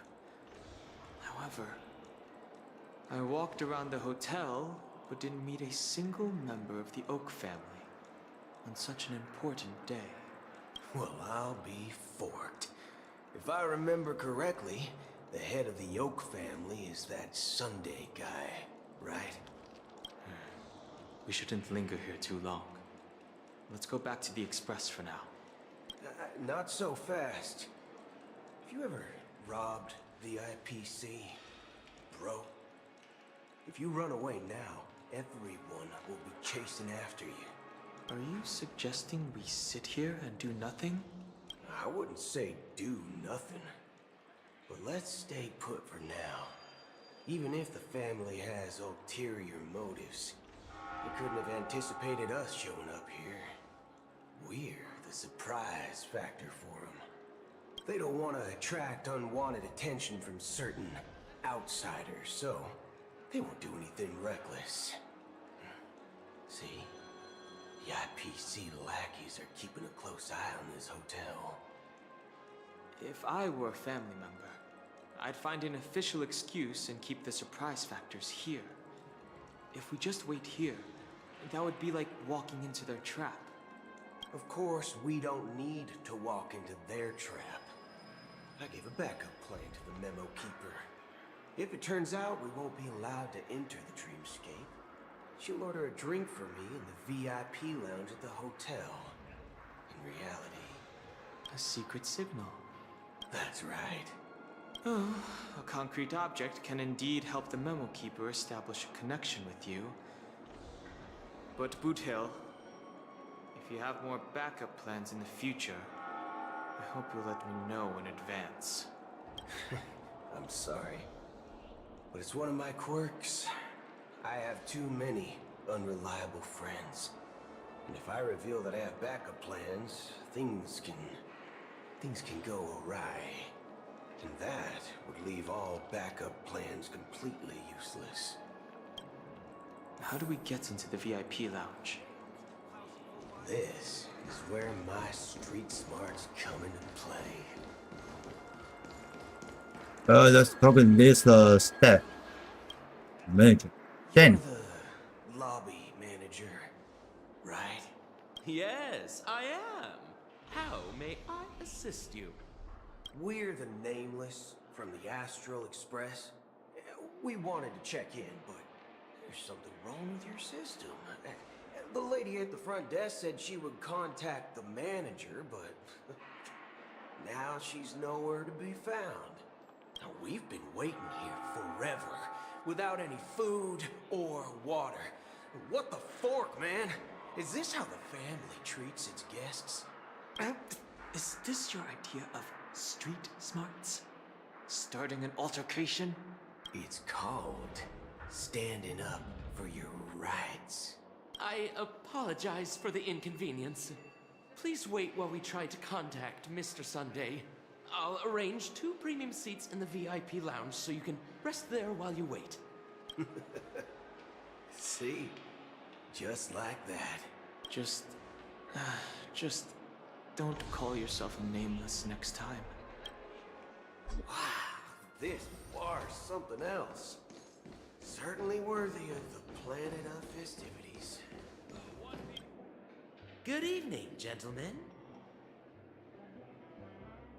Hey, Evening. I have an order for a bottle of Hasdana's White Oak. Can you help us find it? Hasdana's White Oak? I think there might be a misunderstanding. We don't serve that here. Ah. No way. Are you sure you're not mistaken? If someone had reserved such a beverage, I would definitely remember it. It sells for hundreds of thousands of credits per bottle, after all. I couldn't afford to cover for such an item if it were broken or lost. That's strange. Well, could it be that the memo keeper couldn't afford it? Then what should we do now? Oh, no need to rush. Let's grab some drinks first. Maybe I arrived too early and she hasn't come yet. Now, let's see what kind of juice malts you all have here. Well, give me a glass of Heenum Valley, 40 years. I'll have it neat. No ice. Well, that's the most expensive one on the list. You have a taste for the finer things. It's on the house, anyway. What can I get for you? Anything you recommend is Fine. Then I would recommend today's special, Glass Village. It's classic Wait. Soul Glad mixed with Laboon juice. It's refreshing and suits your cool demeanor. Just 1 minute. And that was fast. Flavor. Dynamite barbecue with rocket fuel. Ooh, really hits the spot.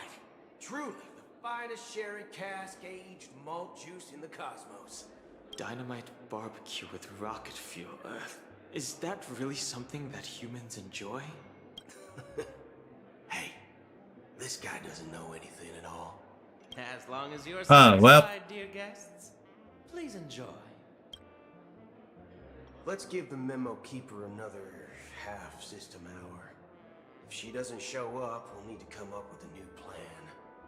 In the meantime, let's take stock of the situation. What do you think? The situation is unclear. Something must have happened on the planet of festivities, but the public is unaware of it. Someone in a position of power within the family must be covering it up. It's unusual for the followers of the Harmony to invite other factions, let alone the IPC and the Masked Fools. If what you said about the Emanator of the Nihility is true, the situation in Penacony is a little complicated, to say the least. Actually, there's something else I'm concerned about. Regarding Acheron, as you know, the faction that follows the path of the Hunt are some of the most dangerous folks in the cosmos to mess with.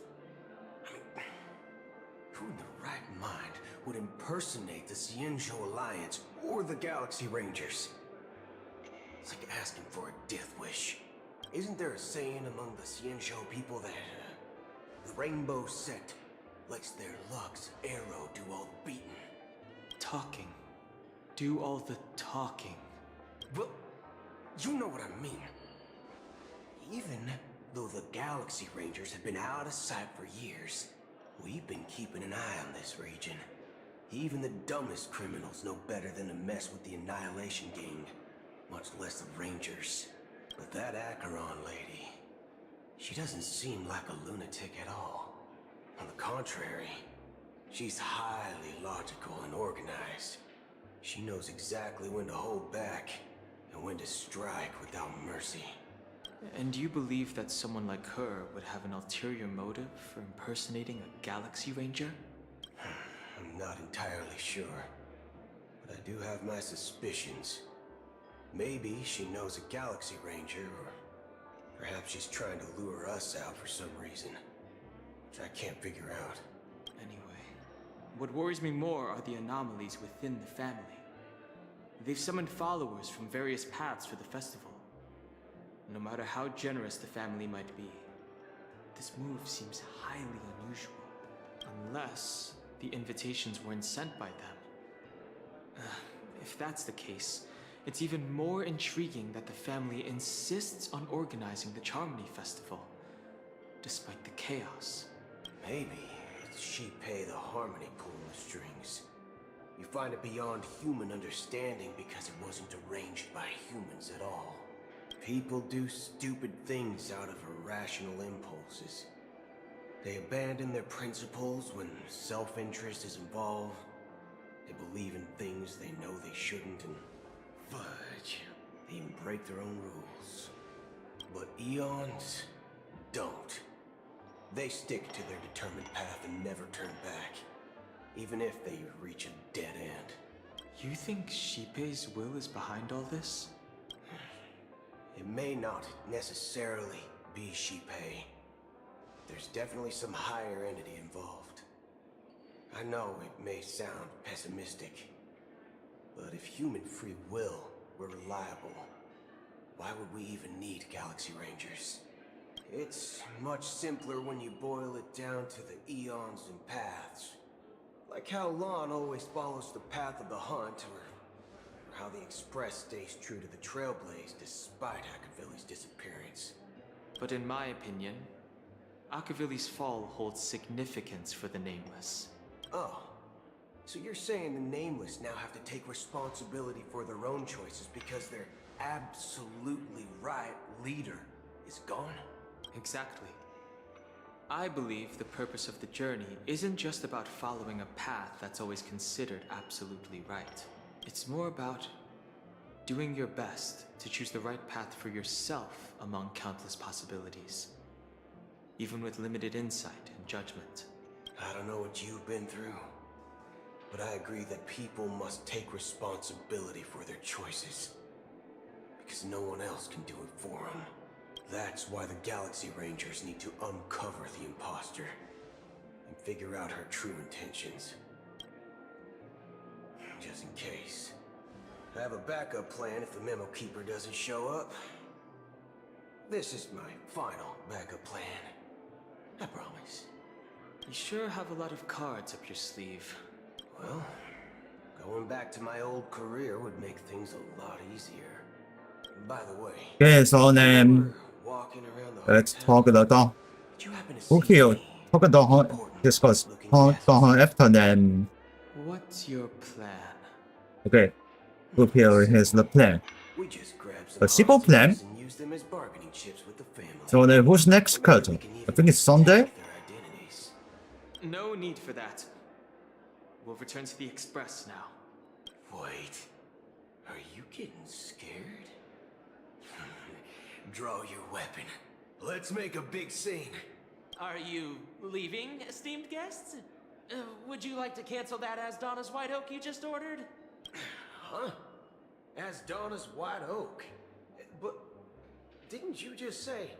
Ha ha. Looks like you are a bit intoxicated, esteemed guests. You ordered a bottle of Asdana's White Oak just a moment ago. Looks like your Memo Keeper friend has finally arrived. Oh, right. Sorry, my memory's not the best. You know, too many modifications and all. Anyway, let me check. Well, fork me. It says Donna's White Oak, all right. And there's a note. I'll be waiting for you on the Astral Express. No mistake. That's her message to you. She knew the hotel wasn't safe, so she suggested we find another place. Well, looks like we took a detour, but now it's back to the Astral Express. So, what are we waiting for? Let's go. You're back? Back on the Astral Express. Guests just boarded saying they were looking for Boot Hill, so I told them to wait in the parlor car. Oh, just in time. 2 guests? She's one of them. Look, we welcome all passengers on the Astral Express, but sneaking in... Use the cowboy. You have no regard for etiquette. My apologies, conductor. It was an oversight on my part. I assumed you were already acquainted with the garden. Given the chaotic situation in Penacony, the Nameless are the only ones we can truly trust right now. You are the Memo Keeper. Pleased to meet Yes, you. she is the Memo Keeper. I've seen you in others' memories. And as for Boot Hill, this is our first face-to-face meeting. I hope you enjoyed that bottle of Asdana's White Oak. You sure have a refined taste. Finally, Memo Keeper. Well, let's cut to the chase. Spill everything you know. That's precisely what I intend to do. But before that, please allow me to introduce myself. My name is Black Swan. Huh? And I serve I was on the Astral Express as too. a Memo Keeper. As for Acheron's story, I'm sure she knows it better than I do. Greetings. I'm Acheron. What? You Garden of Recollection shirtbag! You betrayed me! I apologize, but she did that at my request. Due to certain reasons, I have been exiled by the family. Thankfully, this Memo Keeper came to my aid and helped me escape their surveillance unnoticed. To be honest, it was more like stalking than helping. And the process was far from unnoticed. But we did escape. I asked her to guide me to a place beyond the family's reach and to contact a few trustworthy individuals. Namely, all of you. Trustworthy? Son of a nice lady. You think I'm dumb or something? How about this? I'll put a few bullet holes in your head and see what secrets spill out.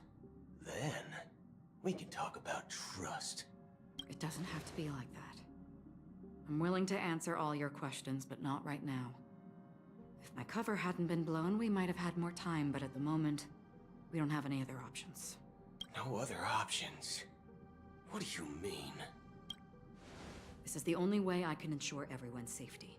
I kindly request an immediate warp jump out of the Astana star system. This passenger is requesting? As far as I can tell, she's not a threat, and seems to be telling the truth. I've briefly traveled with your companions and know their whereabouts, Dan Heng. Please rest assured, your nameless companions are safe, but they need our help. As for Boot Hill, you may have guessed, I've been waiting for you. Galaxy Rangers are known for their elusive nature and limited contact with each other, so this was the only way I could reach out to you. Only by doing this can I find a true Galaxy Ranger and fulfill a long-standing promise. To return his relics to their rightful owner.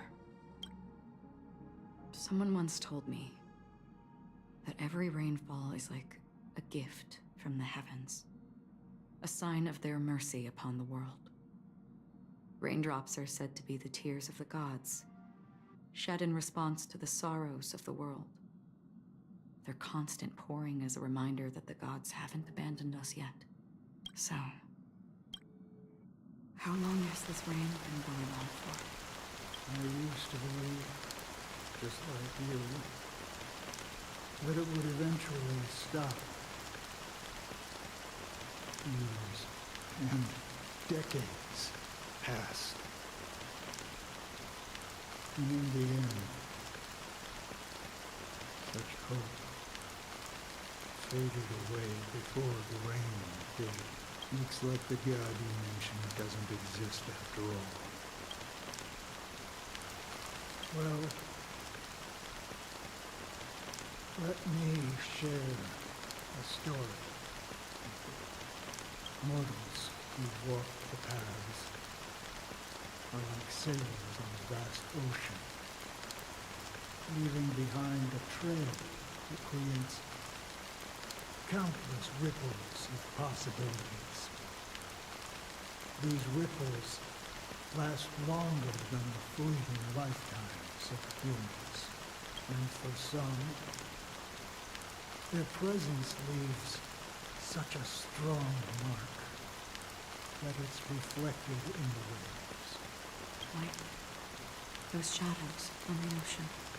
Sinthirsters, the obsessions of the Pathstriders, they emerge from the depths of IX, seeing themselves as masters of their own destiny, unknowingly repeated the actions of their past lives. They emerge from the nihility and head toward it, leading purposeless lives. However, these hollow phantoms who once my dear companions, a group of Galaxy Rangers. Are you watching over them? Watching over them? No.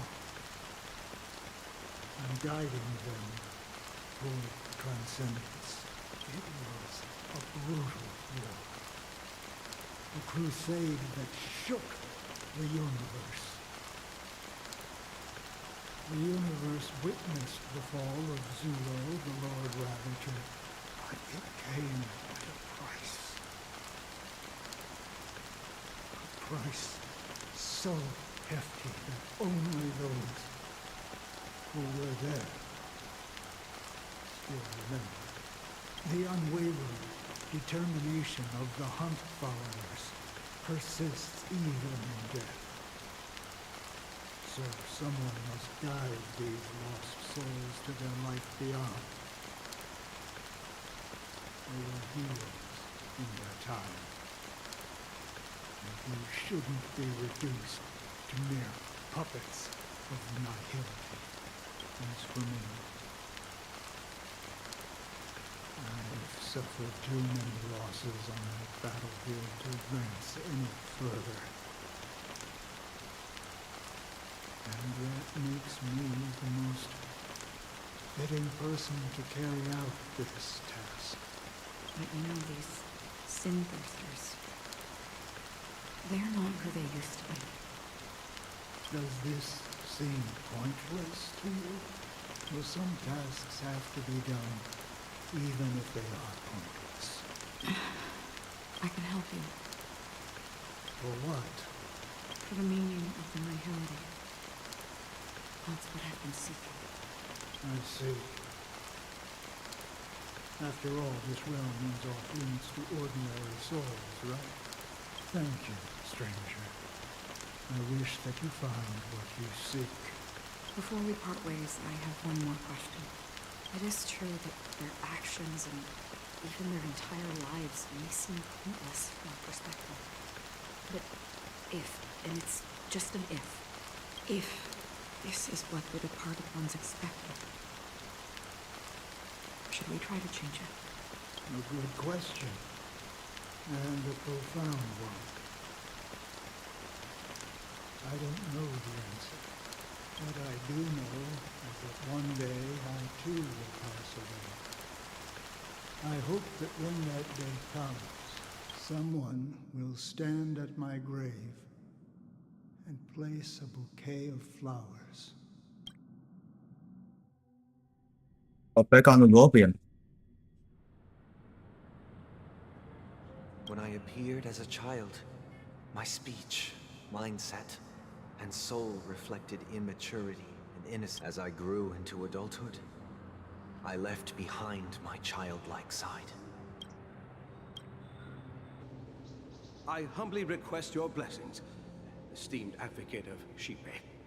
Come to me, my kinship. I have sought their presence with us. As you wish. I have faithfully served the Alfalfa family for nearly a decade, promoting the path of the harmony to the best of my ability. However, I made a mistake yesterday. While I was preparing dinner for the family head, I accidentally dropped a prepared dish on the floor. Out of laziness, I lied and claimed that everything was ready.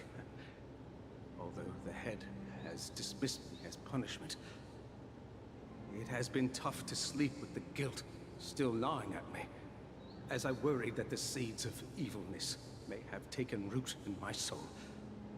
So, I confess to you now, to seek atonement for my sins. Do you sincerely repent and vow to change your ways? Yes. Have you examined your soul and confessed all your sins? Oh, yes. Are you willing to accept the process of atonement? Yes. Very well. Show your dedication and goodwill to the family, and you shall be reinstated among them. Now, please, leave in peace.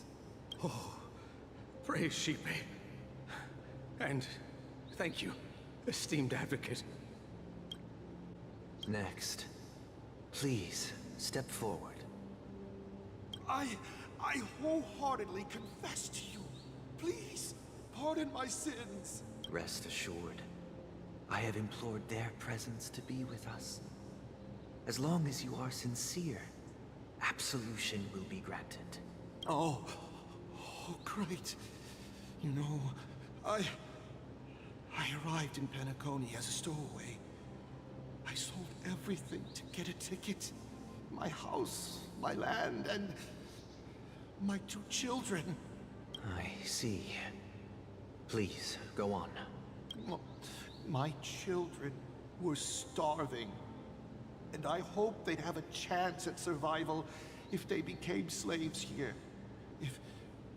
If I can strike it rich here, I'll lift them out of that situation and give them the life they deserve. But the Bloodhound family got wind of it. They're on my tail, hunting me down. I thought I could bring my kids here. It was all my fault.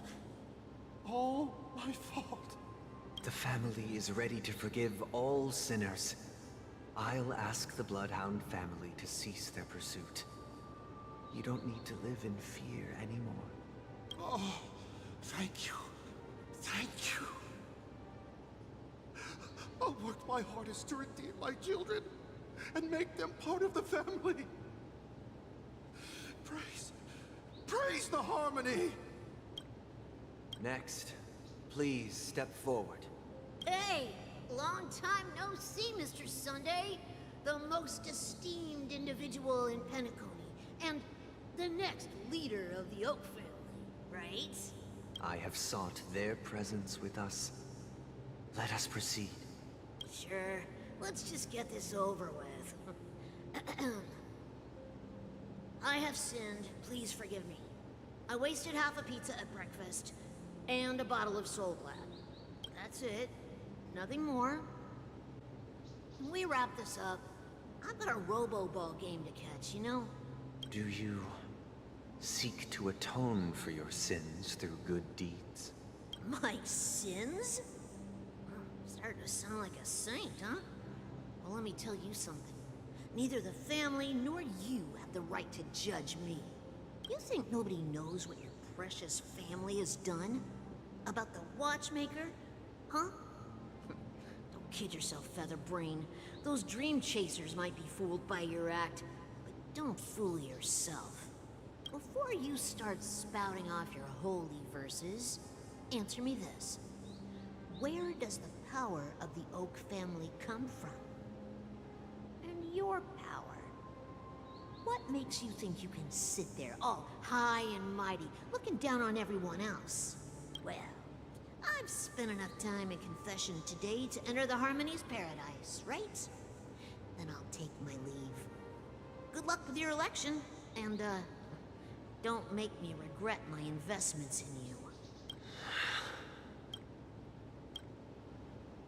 Oh, revered triple-faced soul, hear my doubts. Who can judge the strong when their power hides their crimes? Who can vouch for the weak when they will pay any price to survive? Who can comfort the purest souls when even they get led astray? If the strong defending the weak is truly the foundation of paradise, then who is responsible for the suffering and anguish in this wretched world? Brother? Turn to the open. Brother, are you alright? I'm fine. I've been working long hours, and I just made a trip to Dreamflux Reef and back. So, I'm a bit out of sorts. But it'll all be over before we know it. You've been working non-stop on the Charmony Festival, Mr. Sunday, and no one could have predicted this incident. Even if the Stellaron does pose a grave threat, I still feel sorry for all the trouble we've caused you. No need to worry about troubling anyone. The Charmony Festival was meant to spread joy and harmony across the cosmos. But now that we know the truth, I'm afraid we'll have to cancel it. It has always been our wish to make everyone happy, so... we'll do our best to explain everything to the Dream Master. I'm sure he'll understand. Even if the negotiation does not go smoothly. I'll refuse to go on stage. Without the Chord Master, the Harmonious Choir would not arrive. And the Charmony Festival would be just a grand performance, and nothing more. I'm relieved to see your determination. You know, since arriving in Penacony, we haven't had any contact with this Dream Master himself. I'd heard of the heads of the 5 major lineages, but the Dream Master is a mystery to me. The Dream Master rarely grants an audience, even for us. But, given the urgency of the situation, he's agreed to meet us in person. Perhaps you'll be the first guest to meet the Dream Master in years, Mr. Yang. Let's hope we can reach a consensus that satisfies everyone. Indeed. Let us hope so. It's about time. We'll have to get ready for the meeting. I apologize for any inconvenience caused by the urgency. Don't worry. I'll be waiting here. Okay, it's time for the well. It's Mr. Sunday! Hey, come over here! Looks... Yeah, it's him. This is the kid. So then let's continue going and play to the one. There is what's that? The sparkling, and there's a new one. like someone needs help. Let's go check it out. Hmm? Oh, a pistol number. Okay. Mr. Sunday. Hey there! Okay, see the moon in the sky? It's about the size of the cap on my Soul Glad bottle. If I just reached out my hand, I could grab the moon, couldn't I? The moon? You mean the Grand Theater? Yeah. Look at me. I've been away from home for too long. I must be missing that moon. But it's no big deal. The Grand Theater here looks much better than the moon back home. It's just magnificent. They told me not to sell everything I had just to come to Penacony. How short-sighted. Selling everything you had? Why would you go to such lengths? Why? Can't you see? Life back home is miserable. It's not really living at all. It's better to be here at Penacony. No pain, no worries about tomorrow, just sweet dreams. You can do whatever you want. That's what I call living. Yeah, now this is the life. Is this truly living? Huh? What did you say, young lady? I didn't quite catch that. Oh, it's nothing, sir. You see, the traffic on Glock's Avenue can be dangerous. How about I ask a Bloodhound family member to escort you to Ideen Park over there, so you can continue enjoying your sweet dream? Oh, yeah, that's a great idea.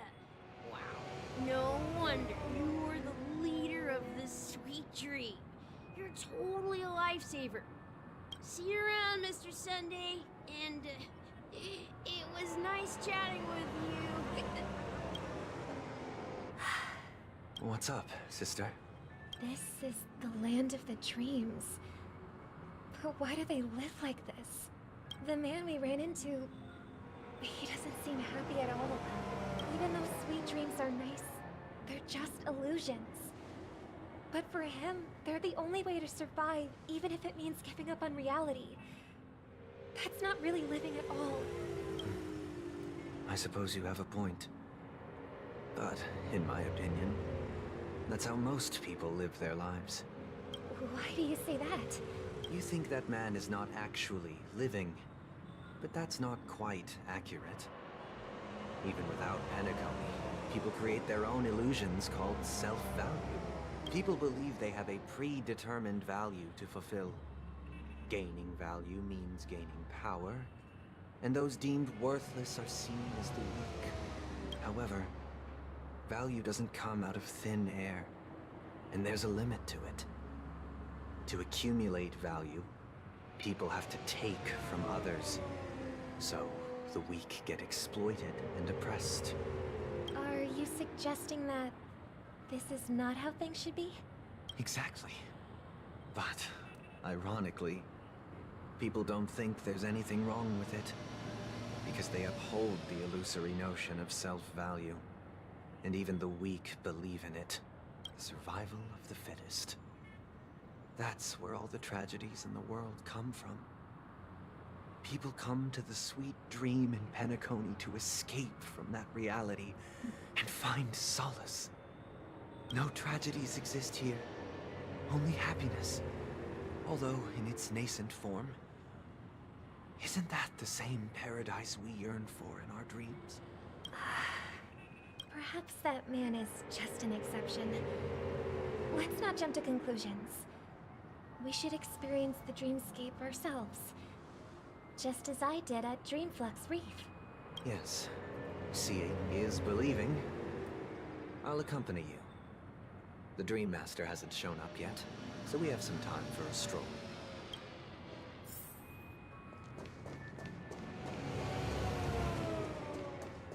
Okay, let's go. See what's going on.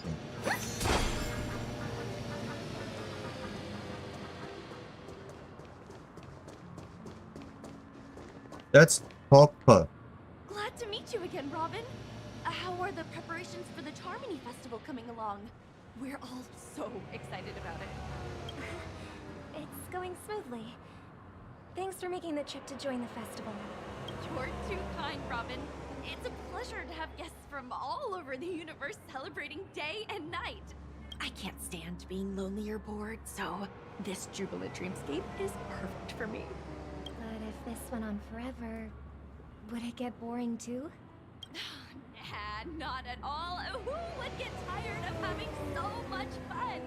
Every day, you get to wear fancy clothes, explore all sorts of dream bubbles, indulge in delicious food without gaining weight, and you never get old or sick. As long as you can afford a room, this place is the ultimate paradise. But you know that only a few things can be brought back from the dreamscape to reality, right? That's exactly why I don't plan on bringing anything back. Just enjoying the dream itself is good enough for me. I mean, I'm not one of those long-living species. I only have around 60 or 70 years in this lifetime, and there's so much to worry about. Being happy here is pure bliss. Only in this sweet dream can I truly feel like I'm in control of my life and fate.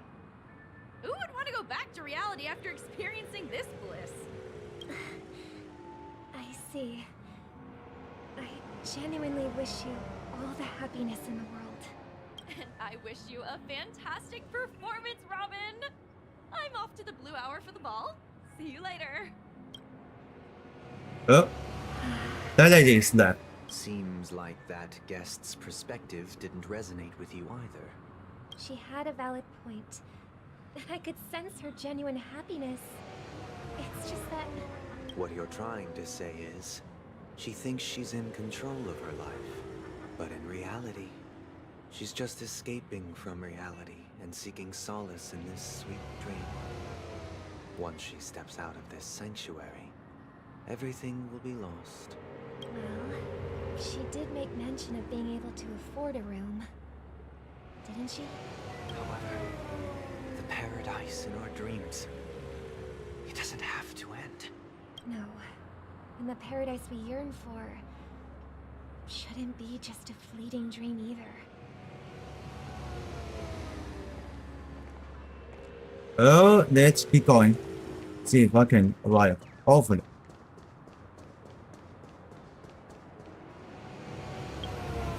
Wait a second.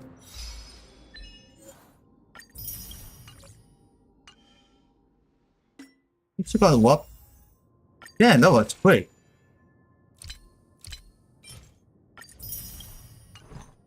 Alright, that's what. Not this guy. Up next. No, nothing. Oh. What the? Hello.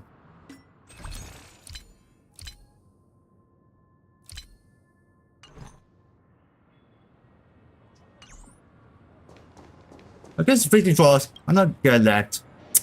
You're not good at that. The scenery in this dreamscape is truly breathtaking. Robin, can't believe I'm meeting you in person here. What an honor. You're right. Even though time stands still in this dreamscape, it always feels fresh. I find something new every time. Philosophical mind. I hope I'm not intruding. Oh, not at all. No. With little time left, I yearn for meaningful conversations, especially with someone as esteemed as you. Do you mind if we chat? It's my pleasure. No need to be formal. Just speak your mind. You said, with little time left. Please, forgive me for being blunt. But is that why you came to Penacony? Yeah. I was part of a war, and while escaping from the Sarkosian mothership, I got exposed to some radioactive materials. And then, all my comrades died, and my hometown was wiped out by neutron bombardments.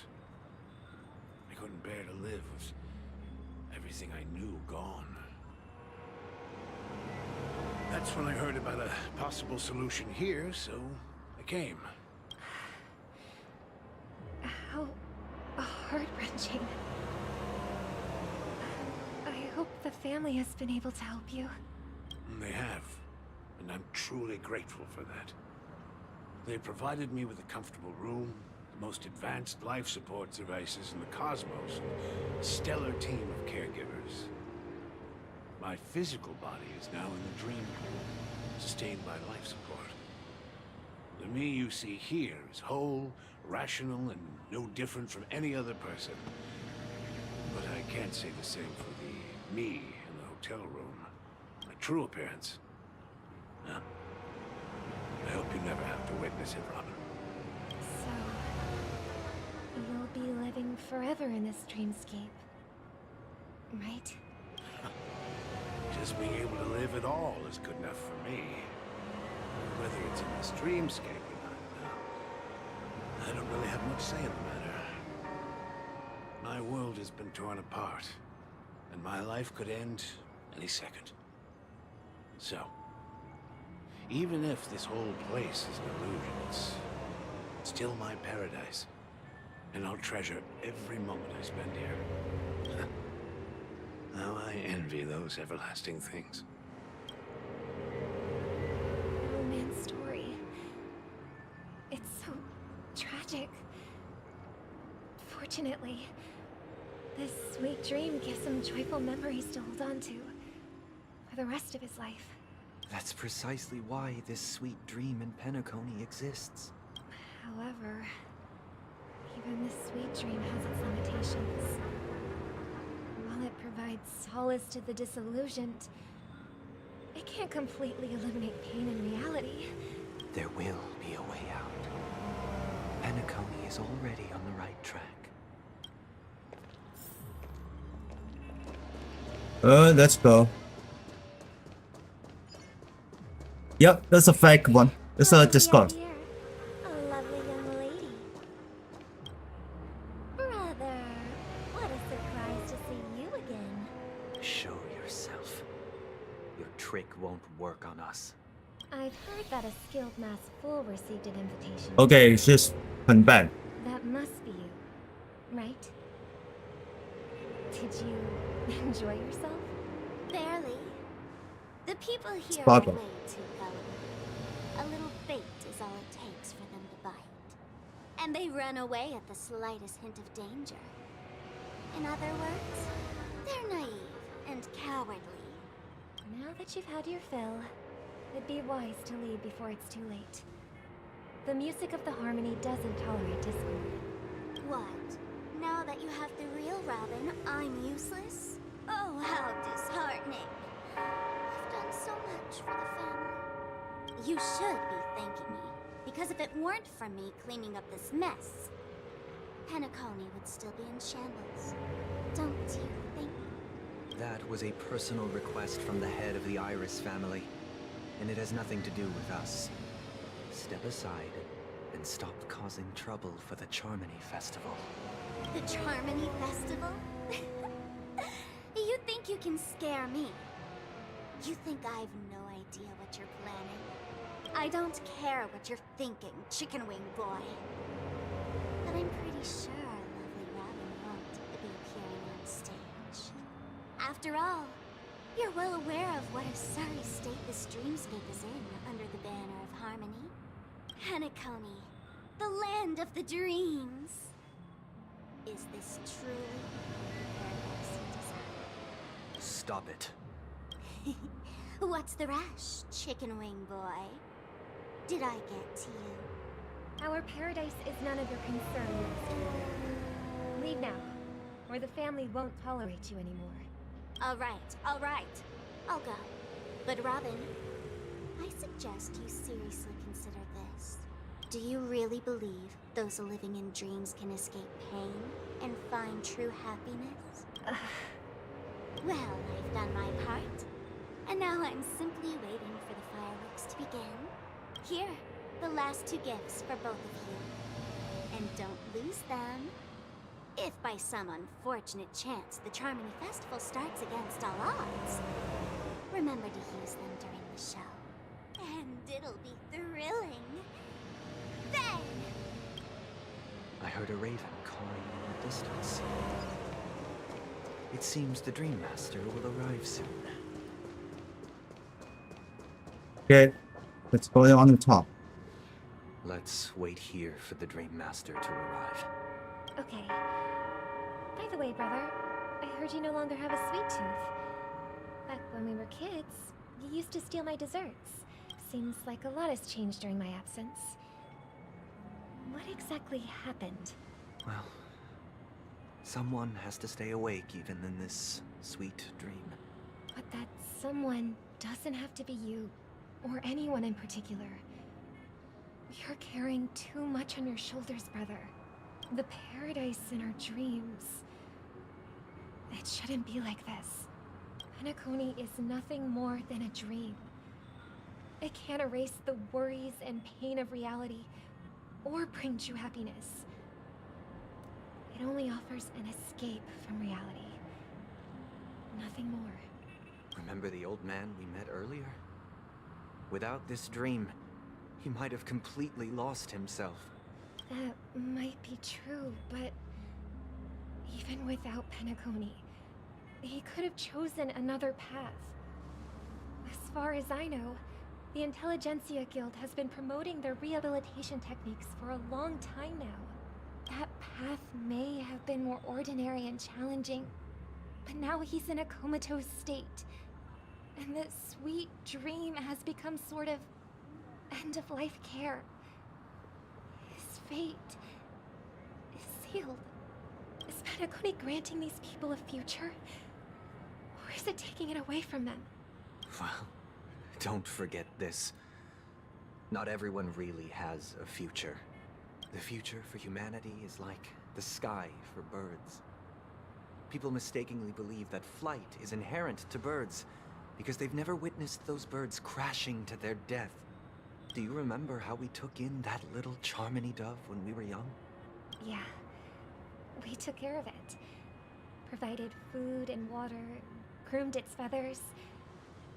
And later, when I decided to leave Penacony, I opened the cage and set it free. Well, I didn't mention what happened to it in my letters because I didn't want to upset you. Shortly after you left, it crashed to its death right in front of your window. I had surmised as much. I knew you wouldn't have avoided mentioning the bird for no reason. Despite that unfortunate outcome, I still believe it was the right decision. Birds aren't meant to spend their lives in cages. They belong in the sky, even if they can't fly. But here's the thing. If there are birds in this world that can never fly, can we really assert that they belong in the sky? Are you implying that the same goes for humans too? Let's take the Astral Express as an example.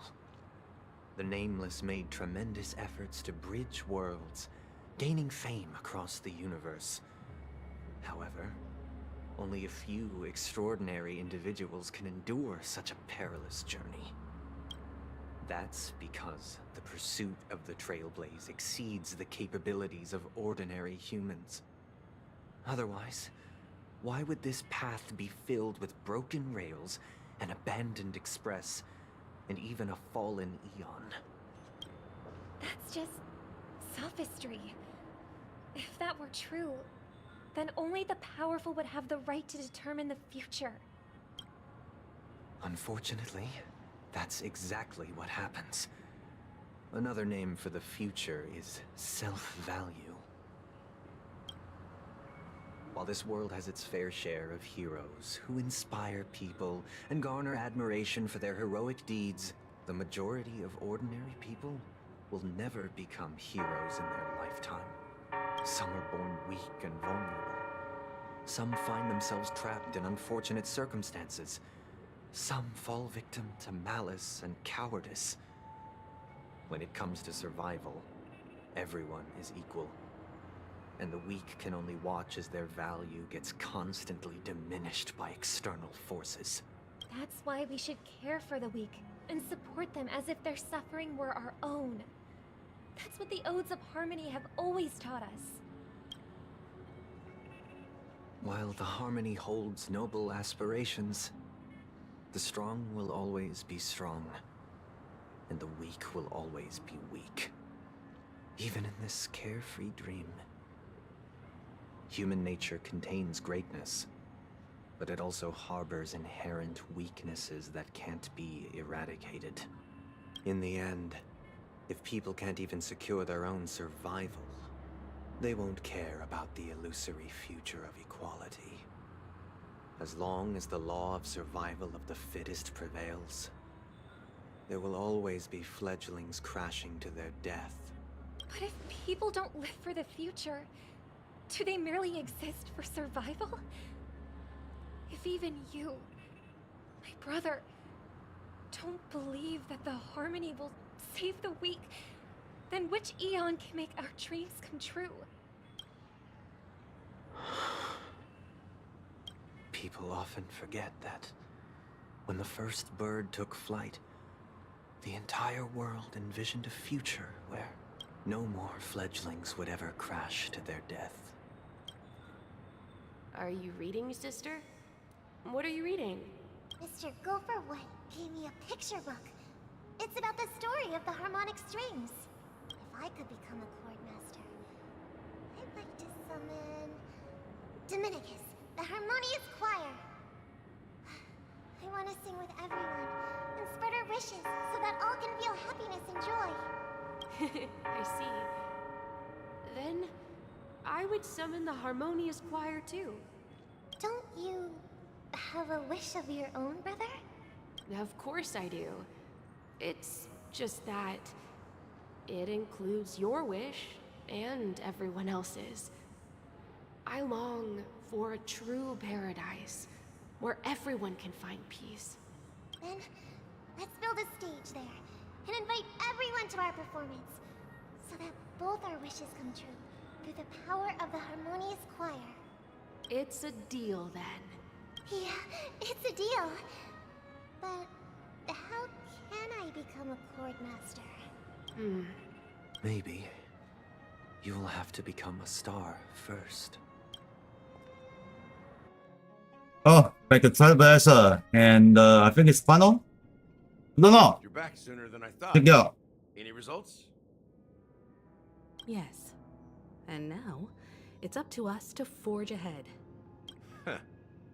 Since his last will has now been conveyed, my final mission is complete. But pardon me if I sound curt. It's good to have determination. The path Mikhail left for you is not an easy one to tread. Why else would he have chosen to sleep in solitude, staking everything on some nameless in the future? But you have the numbers, and in numbers comes strength. So that might just delay your inevitable a little more. Got any more encouraging words? As I see it, relying on Welt's negotiations alone is far from enough. Regardless of whether the other party will be compliant, negotiating simply allows us to meet them as equals and won't grant us an upper hand. Penacony is our rival's home turf, and we already have very few chips left to play with. Rather than idly sit around while the family's got us blocked off, an offensive approach might be a wiser course of action. We're more familiar with the Stellaron's properties than most, and since it's the key to stabilizing the sweet dream, it's vital to the family's interests. By attacking their core interests, they're bound to retaliate hastily. And as the saying goes, haste makes waste. That's right.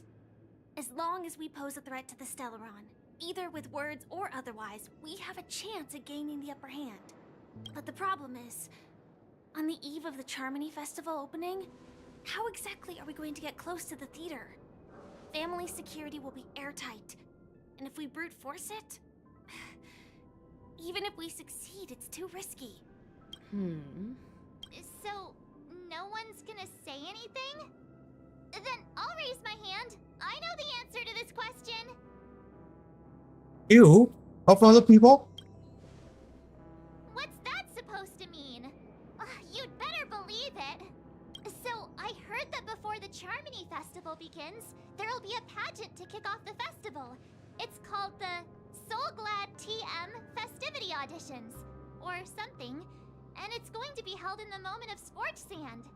As long as we clinch the top spot, we'll be able to attain the title of Festive Superstar, and be able to personally bask in the graces of Miss Robin.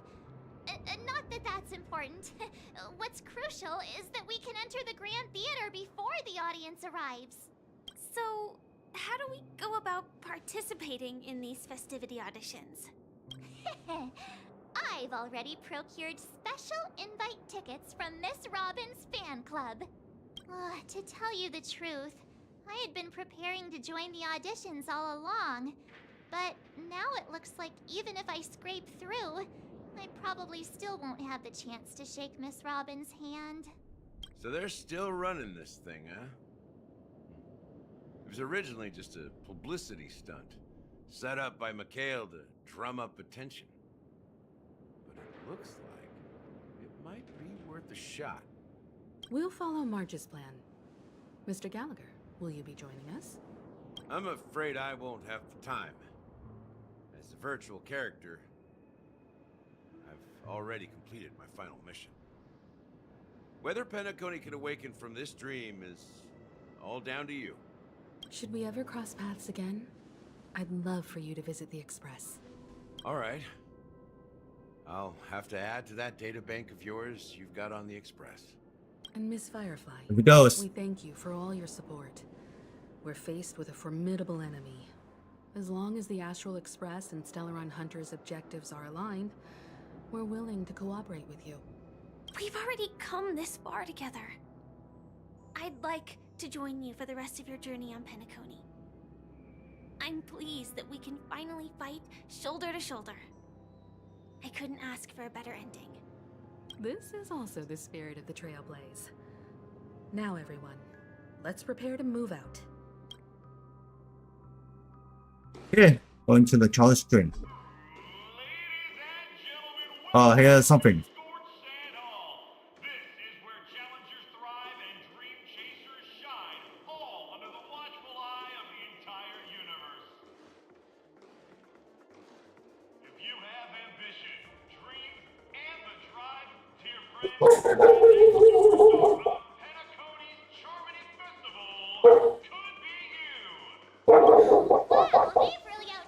Yeah, this is a club student.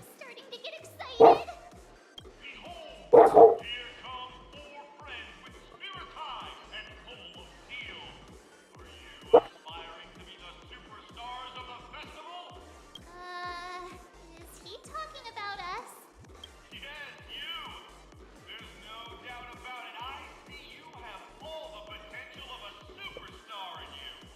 Excuse me, you four. What are you hoping to get out of all this? As the last group of contestants, how confident are you in overcoming all of the challenges? Would you be open to a brief exclusive interview with us? It'll be quick. your journey is long and fraught with peril, yet under a sky blanketed by banners, you vie for the crown. The sword and rose! I think so, that's him. A knight's head is hard as steel.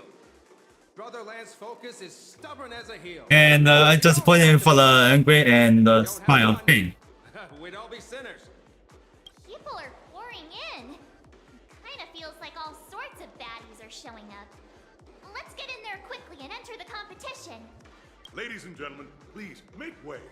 Make way. Coming towards us now is one of Penacony's top 10 wealthiest tycoons and the soul-glad business empire's founder, Mr. Dean. Allow me to introduce myself. I'm the director of Soulglad's factory. Yeah, he's all.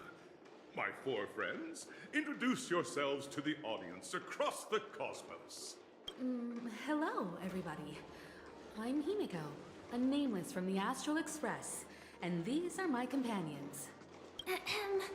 Don't you guys need to hide your identities? I can't hide it anyways. Penacony is plastered with our posters. And because the Astral Express is so well known, the family won't dare to make any rash moves. Hello everyone, I'm Trailblazer and she is a much better. Hello everyone, I'm March 7th. I'm an ordinary girl who loves adventures. Hello everyone, I'm Firefly. I am also an ordinary girl who enjoys adventures. So it's a bunch of nameless guests. This final face-off is bound to be spectacular. Time is precious. My four friends, come with me. Grab a bottle of Soul Glad and make your dreams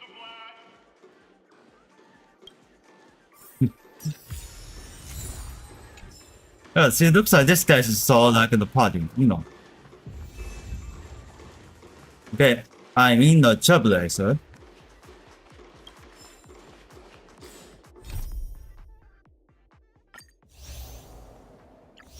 Alright, let's see how it goes. Oh, that's not another one. I thought it was all, but haha. This place is buzzing. That's right. This venue is a miniature representation of that time known as the era filled with bounds.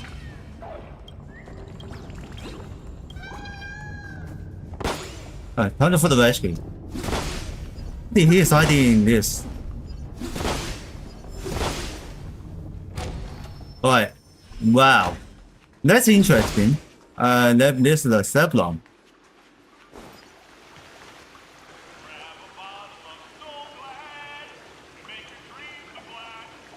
Nameless, your arrival reminds me of the grand occasion when Penacony was first established.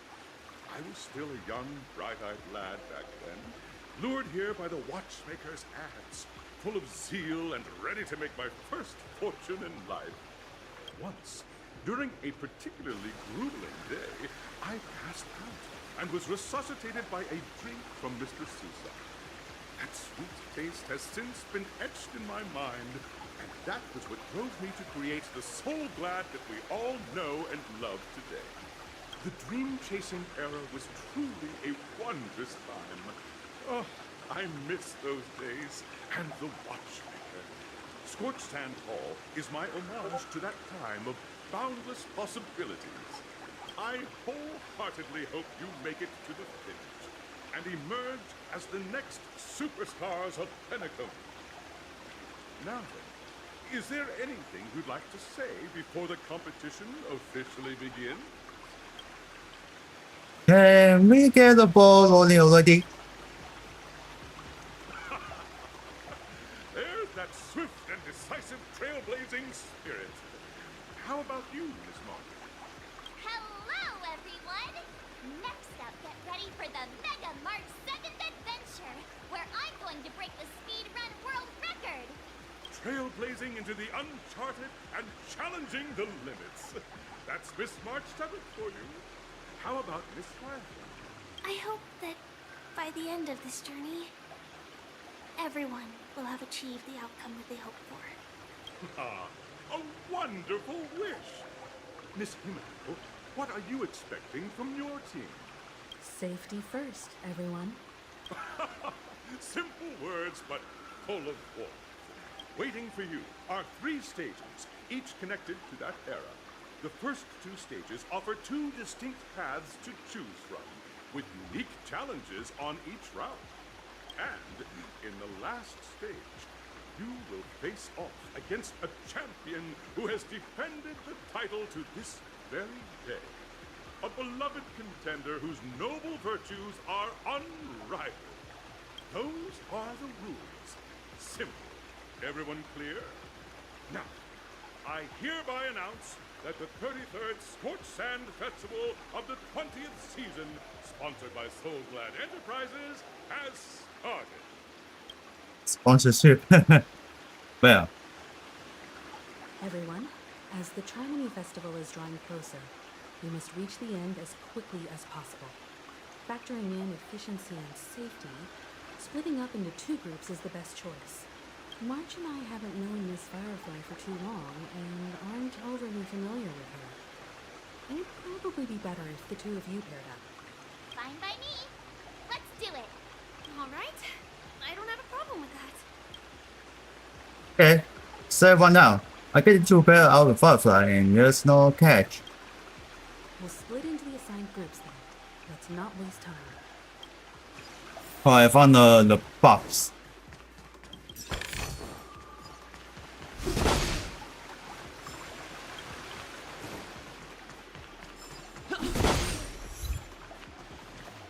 Okay, here we go.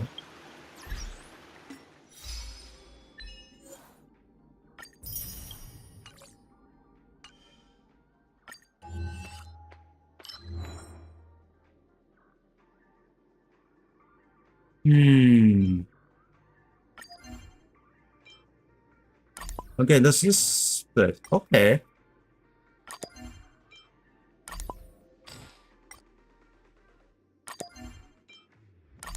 Wow.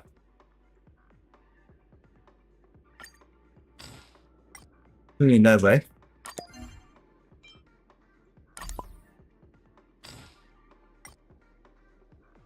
Okay, finished. It's a knot.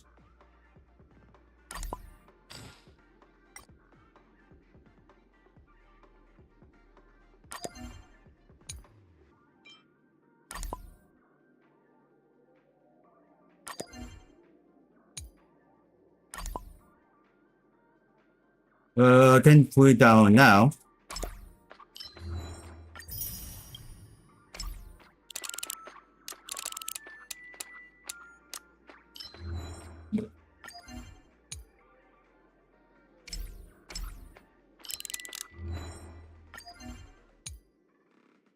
That's all of a note. I'm not found it yet. There's 2, not found it. Oh fuck. Yeah, not found it for not.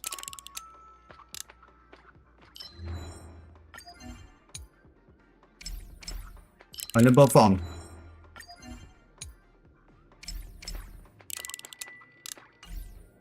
Yep, that's all.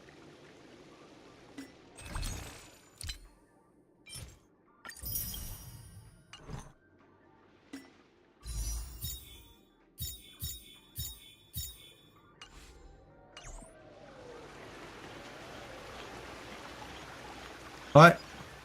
Let's mean the step. Welcome to the first stage of Soulglad Enterprises' 33rd Scorch Sand Festival of the 20th season. Dream play 20 season. Yeah, that was pretty very long. So it looks like about a 1 year's 10 month, I guess. In the School of Acting Challenge, you have to Oh, one year's 10 months. the panel judges. In the School of Action Challenge, you have to defeat 3 groups of enemies convincingly and reach the end. Now, make your choice. Okay. Let's get in there.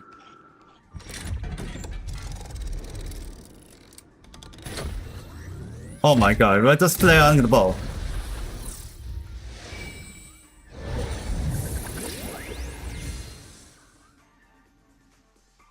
Okay, what should I play?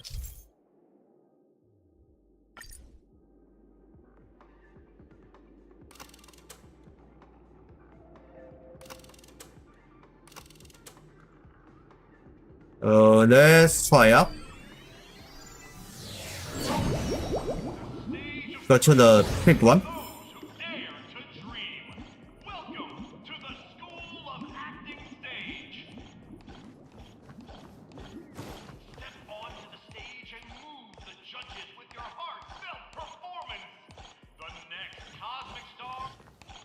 Competitors, allow me to introduce the rules of this challenge to you. There are 3 stages up ahead. Okay, this is 2 stages. Find an outline of a script.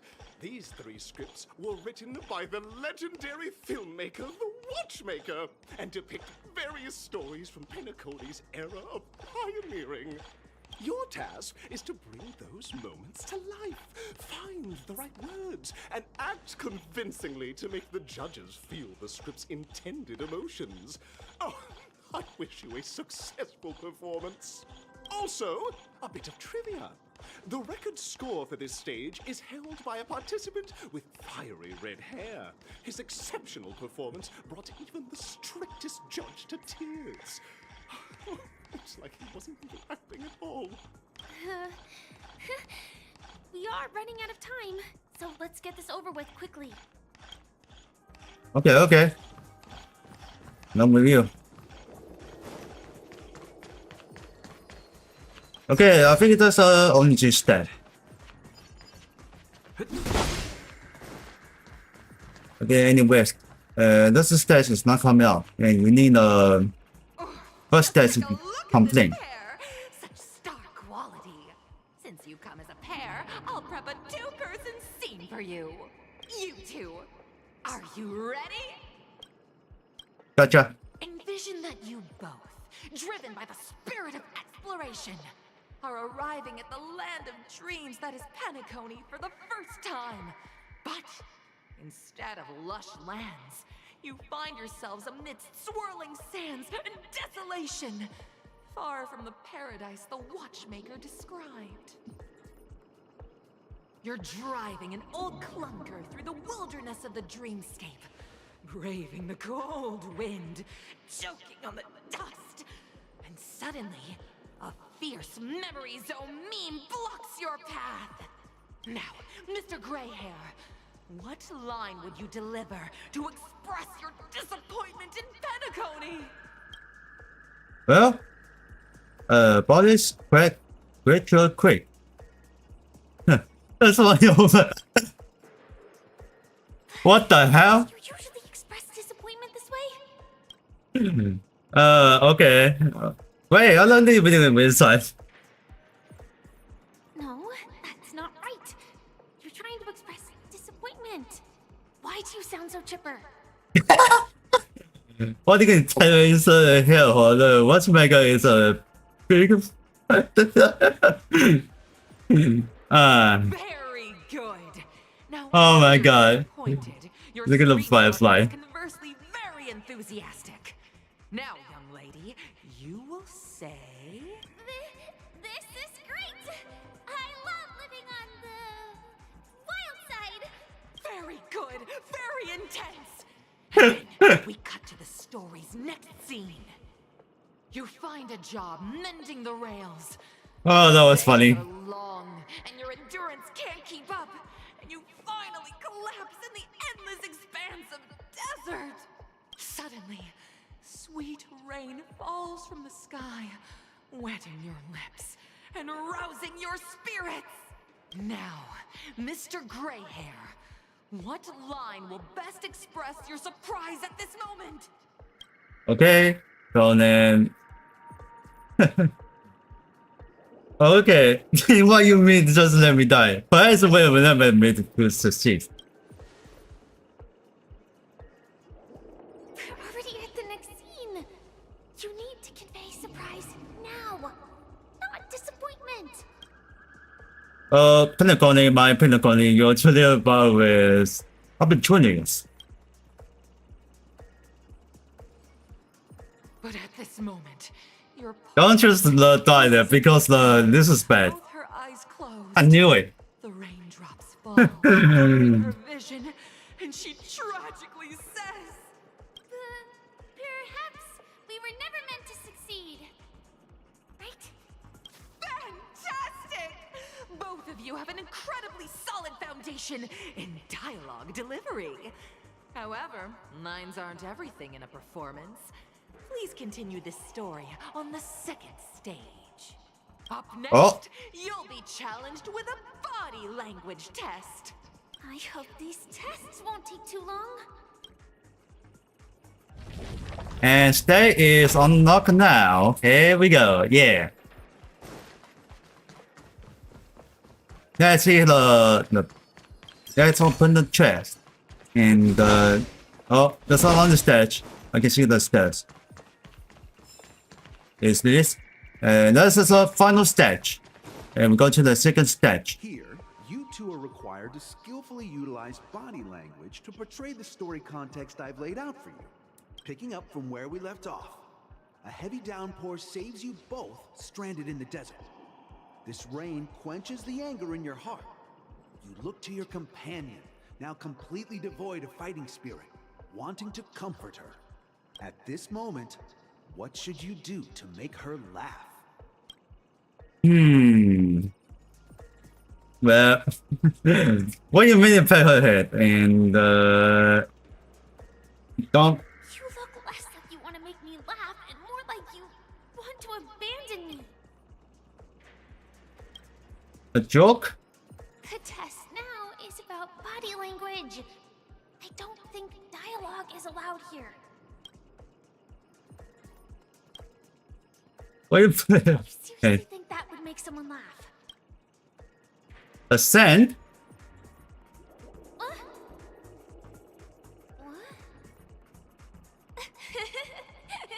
Right answer. Your companion sees you rolling about in the sand and thinks about the arduous obstacles along this journey. She can't help but let loose a laugh, rekindling hope in her heart. And so this girl... I'm gonna get back on my feet and keep moving forward. A tug at the heartstrings! The story continues to develop. The heavy rain leads you both to sense a business opportunity. So you start venturing into the umbrella industry. But just as the business begins to pick up, competitors start flooding the market with low-priced goods, squeezing your market share. You have no choice. The goods you stockpiled at high prices have to be sold at a loss. This is a pretty self-destructive move, which drives your business to the brink of bankruptcy. At this moment, what would you, who refuses to admit defeat, decide to do?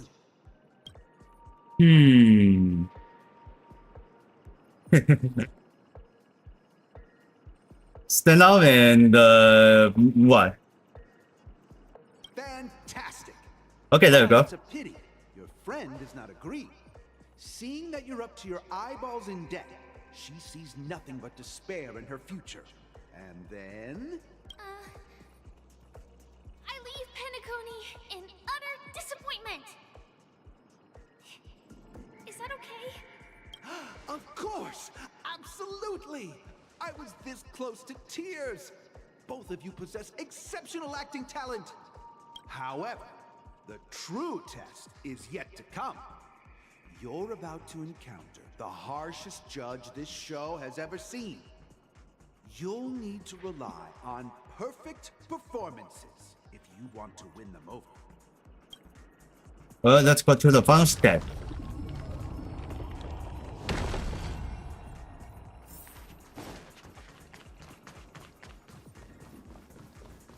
Okay, let's see the figure out.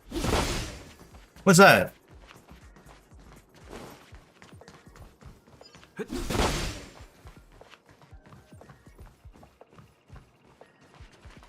Welcome to the final stage. Actually, all the scenarios that you previously encountered were all from the film Once Upon a Time in Dreams. Two companions arrive on Penacony with nothing but a dream. Their desire for achievement is met with continuous setbacks. Ultimately, one continues on, despite spiraling into debt, while the other concedes defeat and leaves. Many years later, their paths cross once more in the thriving Penacony. Yet, they refuse to acknowledge each other because...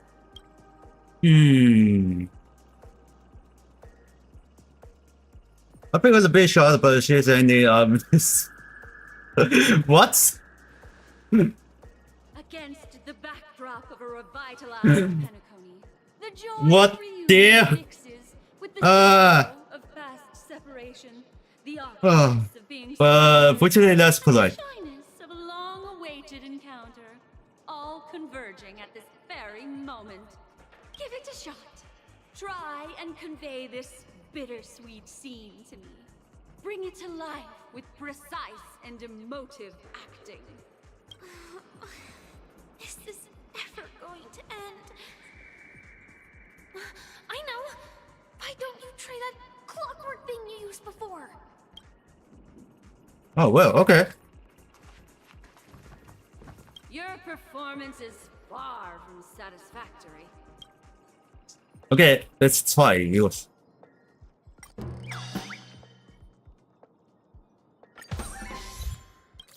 I know you're dark.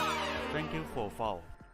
Perfect timing for the Think About Magic channel is then Poseo. By you two in such a joyful and heartwarming way. Two people share Hello. a long It's gone. cherished friendship, as if time and status meant nothing to them. Huh? But we haven't even done anything! Is his imagination running wild again? Brilliant! Your portrayal outdoes the original. It's simply. It's Penacony on the stat. We have passed the test. We ought to What? Someone is at stake. Alright, let's show you we are in our time. So it's in the Penacony. Damn! I chose this because I know it's easy. There is a habit here. Let's repair this.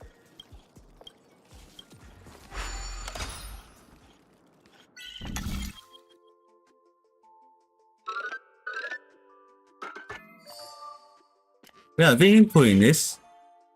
And next.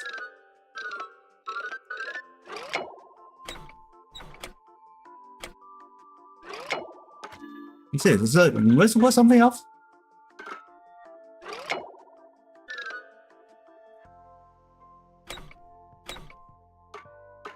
I can go this way. Oh, there it is. Final one is.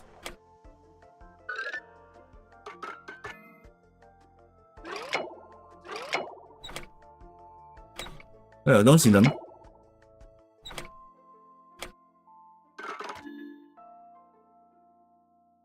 There might be something wrong.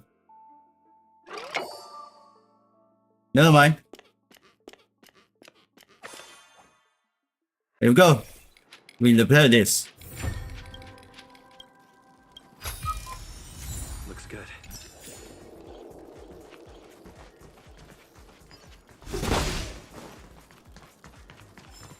Okay, they're looking on somewhere. So then let's skip that. Don't hear the red baggers. On the chest. Here we go. We go to the next stage.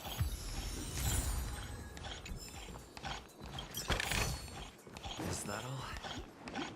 Congrats to both of you for clearing the stage, but more importantly, are you having fun? Fun is more important than success. Look at the time. Yeah, that was funny. You finished much faster than that red-haired Oh my days. That red-haired contestant. Who is that exactly? You'll find out eventually, but only if you clear the next test first. Welcome to the second stage of the 33rd Scorched Sand Festival in the 20th season, sponsored by Soul Glad Enterprises. Gunfire time! You have the option to choose Gunfire and undergo Brother Hanu's trial, or Time, where you'll face Clucky's trial. Now, make your choice! Alright, let's get into this ball.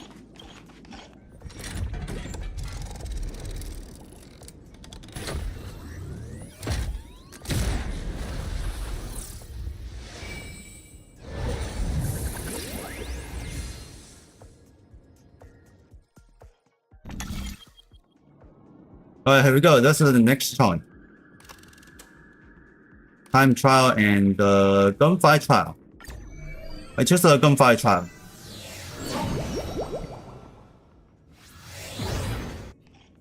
Well, Friends, welcome to the enchanting universe created by the Watchmaker. Awaiting you is the morally dubious yet ever charming character from the animated Clocky series, Hanu.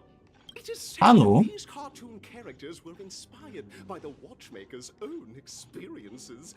According to research by Clocky scholars, the original Hanu of reality shared a deep friendship with the Watchmaker, akin to comrades in arms. Enter into the world of Hanu via the TV by the entrance and partake in an enchanting and suspenseful story with him. Good luck in there. If it's a gunfire trial, we should be able to settle this with a fight, right? I hope this won't waste too much of our time. I love a gunfire because I can only play with first person shooter. Yeah. Okay, it's not over yet. There's still a long time.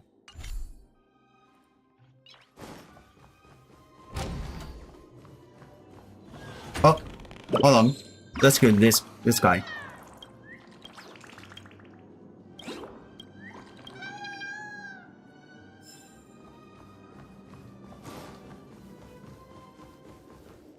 Aha. 1, 2, 3. I let the fire go down. Are we both in control of this Hanu character? Very good. Looks like you've got the hang of it. In this Hanu's Adventure episode, Boss Stone has gathered his battleships for an assault on Dreamville. All Buzzfly, Cousin Wolf, and Bombhead are all raring to go. The brave Hanu must thwart their advance and protect his home. Alas, Hanu presently is ill-equipped to fend off the malevolent mischief makers, which is why he is preparing to seek out the Puzzle Gentleman's aid. Go forth and speak to him. Alright, so then he can use the RPG. Right, right into this. Oh, brave Hanu, you look like you could really use some help. That's the problem is you need to find a weapon. You look pretty stressed out. How about an intense and thrilling game of Dream Jigsaw to blow off some steam? Is Dream Jigsaw really like intense and thrilling? Well, there's one. Actually, the part details that you directly prohibited into us. That's not the lyrical song. Oh my! Are you telling me that Boss Stone has rallied the villains to seize Dream? Guys, this is not good. Because the Full twist of fate. Listen closely, Hanu. I'm aware you're in need of a suitable weapon, and I also know there's one just upstairs. But you know what? You'll have to play an exhilarating round of Dream Jigsaw first. No Jigsaw, no moving forward. okay, that's not really. Oh, wait, that's not really cool song. Now scurry And if I can see the film. So then let's keep going. Jigsaw pieces. Either outsmart them with the quick knockout, or ensure they don't catch you in the act. I can't wait to see you finish the dream jigsaw. Best of luck, Hanu. Let's stay alert and make sure those monsters don't spot us. It appears we can't climb the stairs in our current state. That's too big for the stage. You fuck it.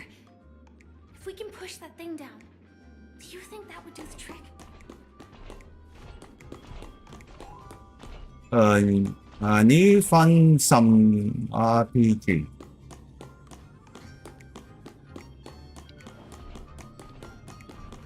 If Firefly said like idea, let's help with it. Here it goes. Oh, let's push it down. And we destroy this. Push. Ah.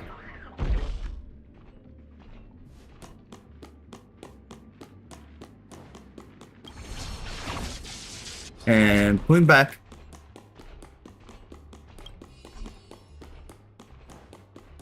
Okay, his turn.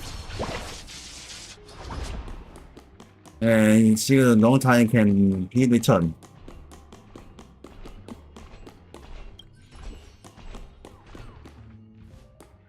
Wait, let's rescue.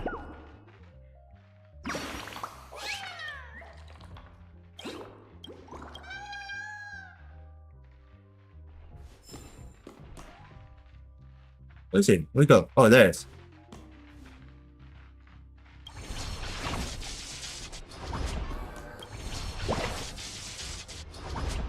Yup, it's nothing. And waiting for it to disappear. Waiting for the key sleep.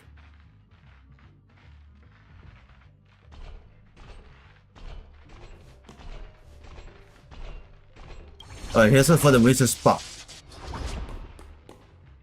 Finally, that's all the jigsaw pieces. Let's hurry back.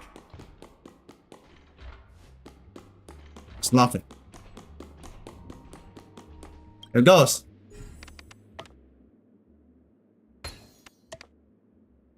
Let's copy this.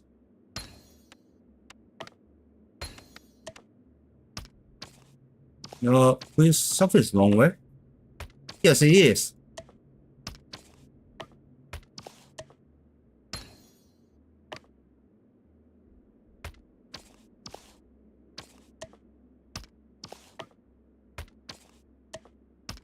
Oh, wait a minute. Oh, there it is. Oh my! The exquisite sensation of perfect alignment. My organizational itch has been quite thoroughly scratched. Hurry now, Hanu. Touch that TV set and transform back into your old self. Then head upstairs. Your weapon awaits you there. Are such haphazard instructions really okay? Let's turn it back for the human. Disconnecting from that thing so suddenly has left me feeling slightly disoriented.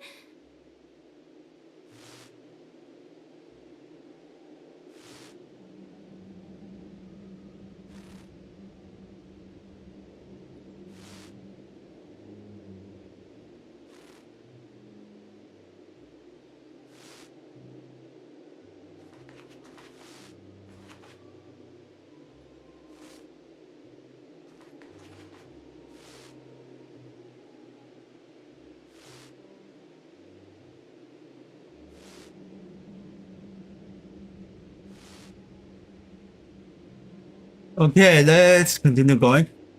Turn it back to the normal and this does you need to figure out. Slip. Alright, doors need to open. Must begin. What's this? Oh, the elevator. Never mind, that's going to be the children ones.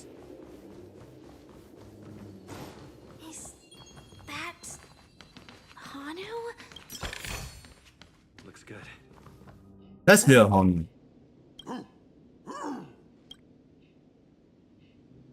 Ah, I think that's for this one. What exactly is he talking about? Tick-tock! It's time for me to make an appearance!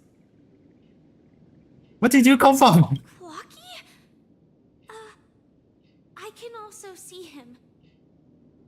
Is this character part of the show? In Dreamville, Clocky is everywhere and can do anything! Like right now! I can be your translator! Tick-tock! Hanu says, battle! We must do battle! The enemy is at our doorstep, and we have no path of retreat for the future of Dreamville! Touch that suspicious-looking TV right now! Alright. So they just jumped inside that TV. Sheesh. Logic in this plot and dialogue is really being pushed to its limits. Let's finish on the gunshots thing. Well, here we go again.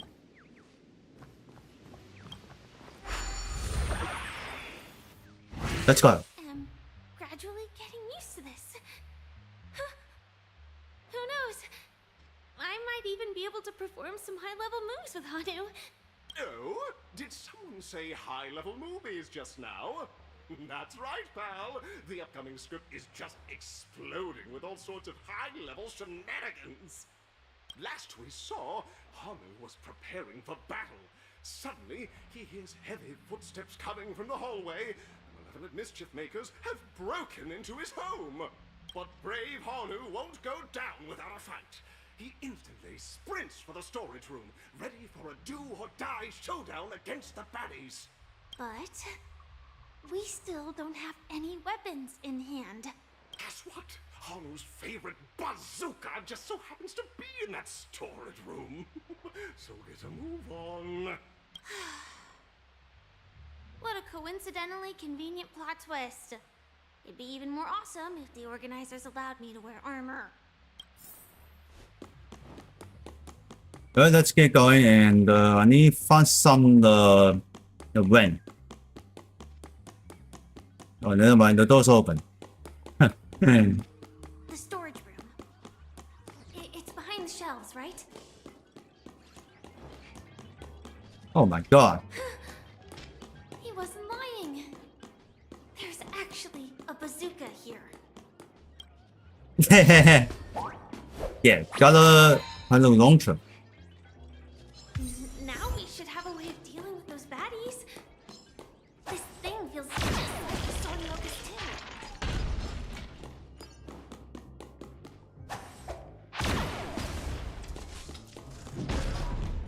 Alright, let's spend the rocket.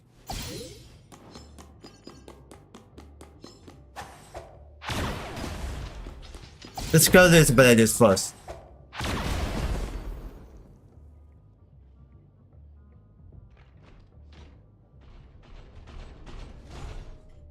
Careful.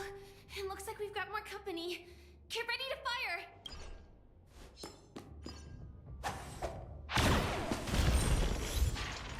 Here we go.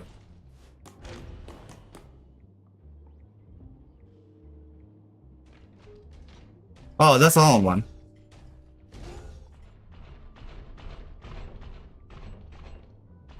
Here we go again. But no big deal. We're pretty handy with this bazooka now.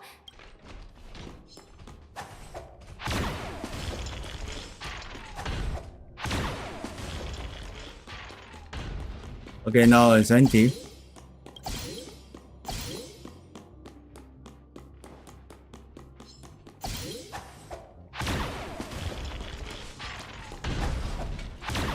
Oh, I missed. Okay, splash. That should be all of them, right? Oh my! Hanu is on the street! Everyone! The stage is complete! Quickly! Head through the TV to the next stage!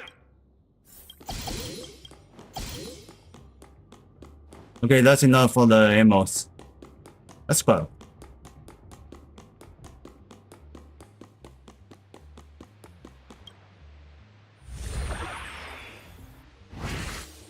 Well, that's that. But it is gonna be hard to let go of this bazooka. Never mind. Let's hurry over to the next stage.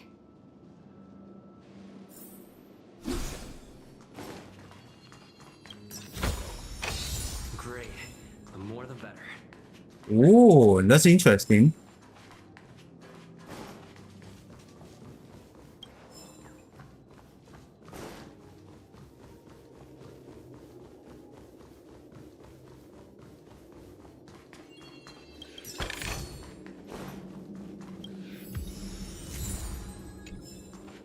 Okay, got it for the disc.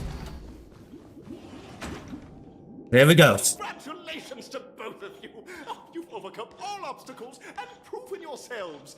But, unfortunately, there is only one who can be Penacony's festive superstar. In the final stage, you will face the defending champion.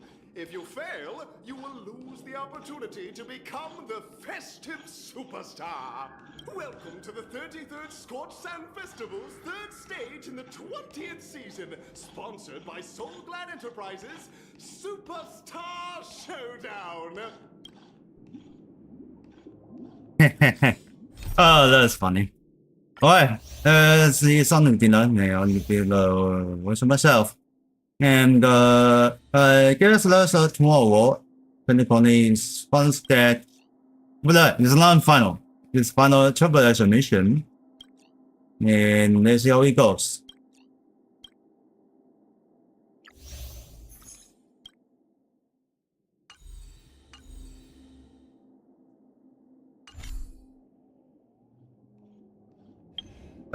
Whoop.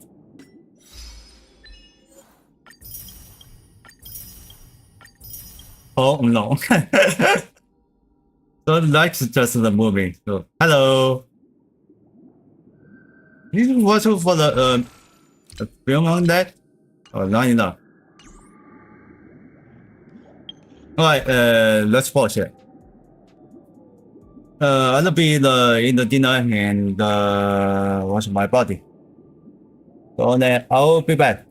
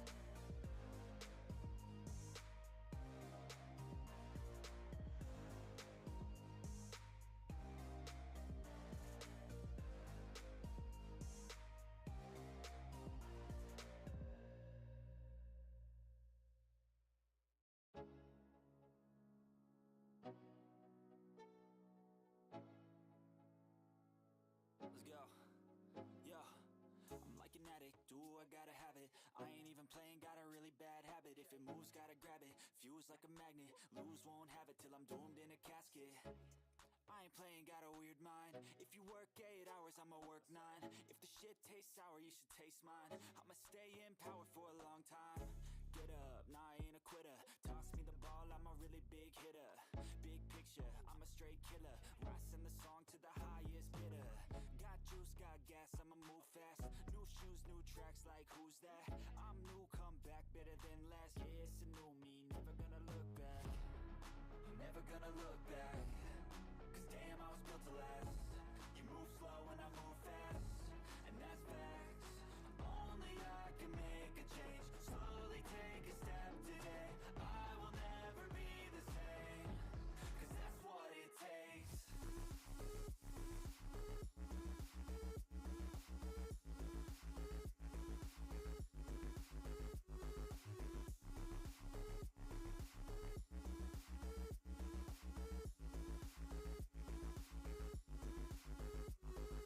I take shots to the top, I'll get it. I got one life, I'ma do all to win it. I do what's right, push until I fall. I'm slipping to get back up, always stand tall, I'm grinning. I got cuts real deep, big bruises scarred. I had to learn how to think with my head not hard. I've been chewed up, spit out, torn apart. But picking up all the pieces is a form of art. I'm never gonna look back. Cause damn, I was built to last. You move slow and I move fast, and that's facts. Only I can make a change. Slowly take a step today. I will never be the same. Cause that's what it takes.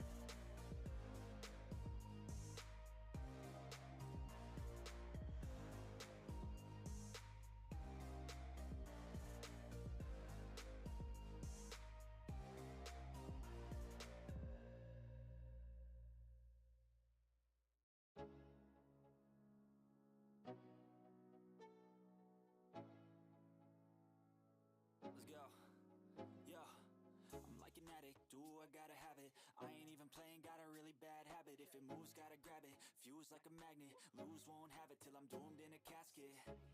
I ain't playing, got a weird mind. If you work 8 hours, I'ma work 9. If the shit tastes sour, you should taste mine. I'ma stay in power for a long time.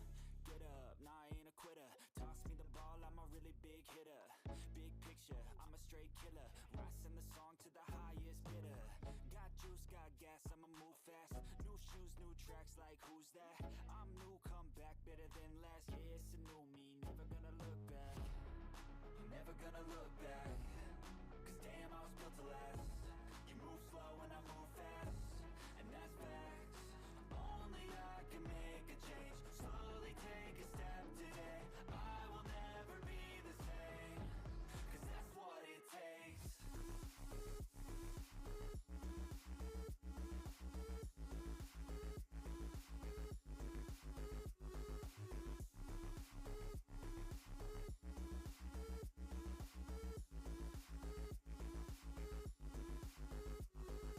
I take shots to the top, I'll get it. I got one life, I'ma do all to win it. I do what's right, push until I fall. I'm slipping to get back up, always stand tall, I'm grinning.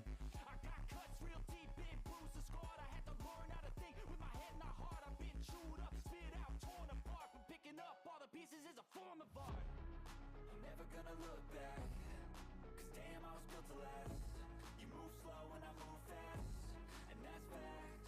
Only I can make a change. Slowly take a step today.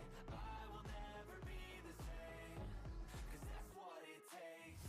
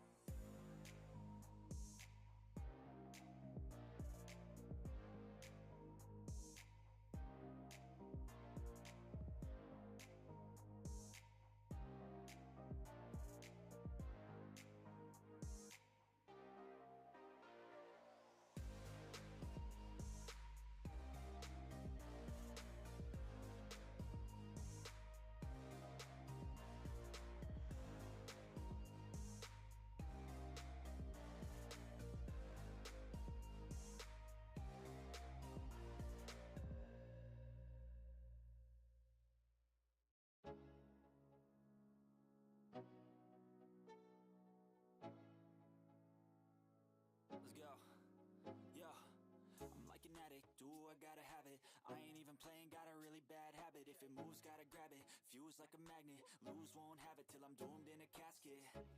I ain't playing, got a weird mind. If you work 8 hours, I'ma work 9. If the shit tastes sour, you should taste mine. I'ma stay in power for a long time. Get up, nah, I ain't a quitter. Toss me the ball, I'm a really big hitter. Big picture, I'm a straight killer. Rising the song to the highest bidder. Got juice, got gas, I'ma move fast. New shoes, new tracks, like who's that? I'm new, come back, better than last. Yeah, it's a new me, never gonna look back. Never gonna look back. Cause damn, I was built to last. You move slow and I move fast, and that's facts. Only I can make a change. Slowly take a step today. I will never be the same, cause that's what it takes.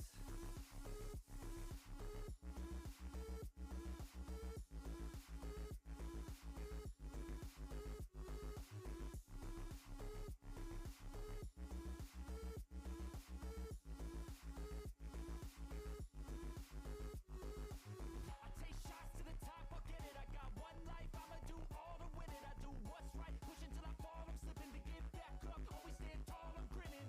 I got cuts real deep, big bruises scarred. I had to learn how to think with my head not hard. I've been chewed up, spit out, torn apart. But picking up all the pieces is a form of art. I'm never gonna look back, cause damn, I was built to last. You move slow and I move fast, and that's facts. Only I can make a change. Slowly take a step today. I will never be the same, cause that's what it takes.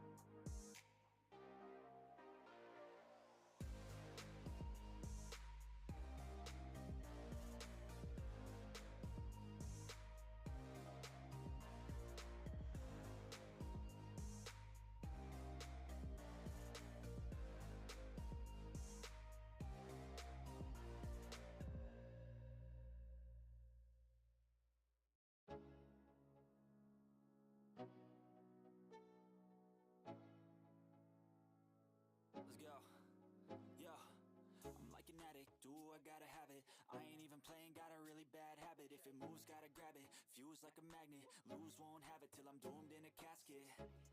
I ain't playing, got a weird mind. If you work 8 hours, I'ma work 9. If the shit tastes sour, you should taste mine. I'ma stay in power for a long time. Get up, nah, I ain't a quitter. Toss me the ball, I'm a really big hitter. Big picture, I'm a straight killer. Rising the song to the highest bidder. Got juice, got gas, I'ma move fast. New shoes, new tracks, like who's that? I'm new, come back, better than last. Yeah, it's a new me, never gonna look back. Never gonna look back. Cause damn, I was built to last. You move slow and I move fast, and that's facts. Only I can make a change. Slowly take a step today. I will never be the same. Cause that's what it takes.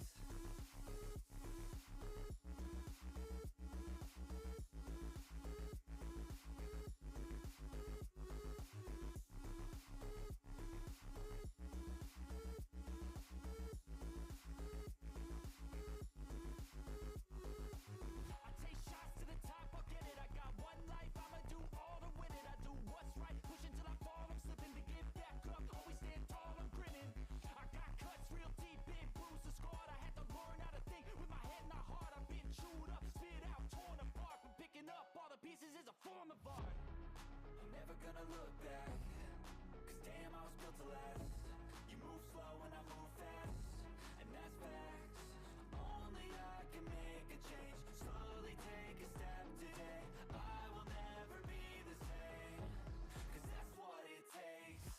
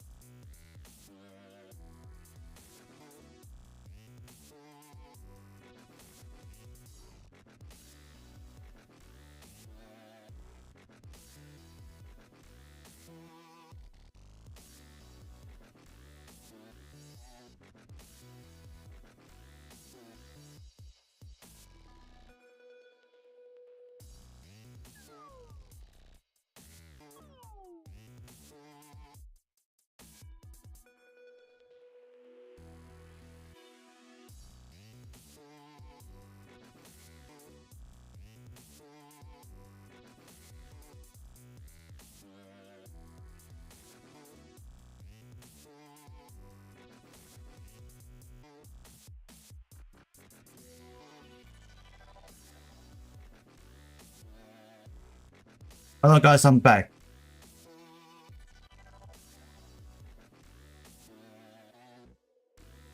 Oh my god.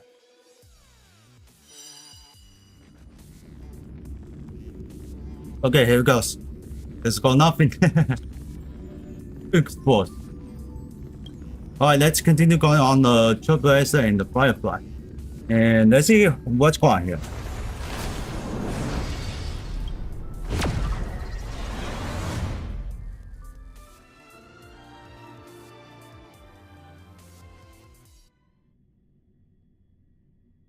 Alright, let's keep going.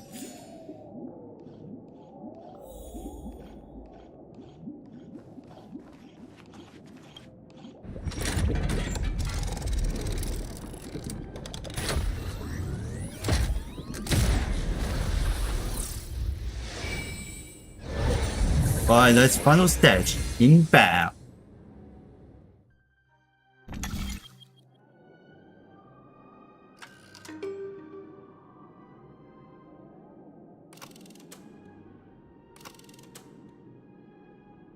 Let's go to the round 1.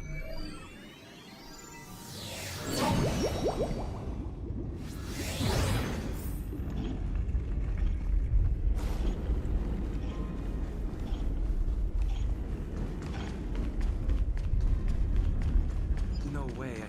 I think I just saw someone. Someone extraordinary. Right, that's him.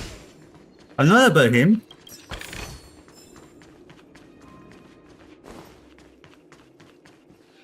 Please wait! Handsome gentleman, beautiful miss. By the glorious light of beauty! I never thought I would see you again. In such turbulent times, your kind faces are as spring's gentle breeze, bringing solace to my scorched heart. Are you a knight of beauty? So the contest was you all alone. You've already heard of my humble title elsewhere? I am deeply honored. Upon hearing of the impending festivities, I commanded the one and only to bring me to Penacony with full haste. Oh, he's in the Penacony. The cosmos unguarded by the beauty. Disorder prevails. Thus my passage was delayed by tending to the sick and injured. Fortunately, the mini-rabbit mech pilot, stray cat duelist, galactic ninja, and quad-drive Intellitron, along with 32 other souls in distress, all emerged from their predicaments safe and sound. I then led them all here to revel in the harmony with the countless other splendid beings. Is this the beauty? It's dancing. I do not deserve such praise. Unfortunately, that dashing IPC ambassador, whose radiance matches that of a beautiful peacock, remains in a woeful state. Ugh, how I wish he too could partake in this splendid occasion. Okay, let's get back to business. Since fate has brought us together, it stands to reason that you both seek the accolade of the audition's victor, correct? Though upon arrival, I was once mistaken for a towering silver-armored fugitive with fiery red flames due to my lack of eloquence. It matters not, for all these trials stem from the land of the dream's beauty. What matters is that I now stand before you. Our paths have crossed. I, Argenti of the Knights of Beauty, am humbly requesting a battle with you both, in the name of the Code of Chivalry. If I am fortunate enough to emerge victorious, kindly grant me passage to the Crown of Victory, and recognize that Idrilla, the beauty, is the most peerless beauty of them all. Huh? Dear friends, bear with. Please ready yourselves for this trial set forth by the beauty. Are you kidding me? No. That's not possible. Set a challenge. Okay, let me see. It's the ice, goes in the fire. For the change. What do you mean the fight? Alright. No way. I think I just saw someone. Someone. Please wait! by the glory. Are you... Yeah, just a little repeat. You've already heard of my... Upon hearing of the... Fortunately, the mini-rabbit mech pilot... I do not deserve... Okay, let's go. Upon arrival, what matters is that if I am fortunate, a driller. Here we go. Dear friend, behold, please ready yourself for this trial transformed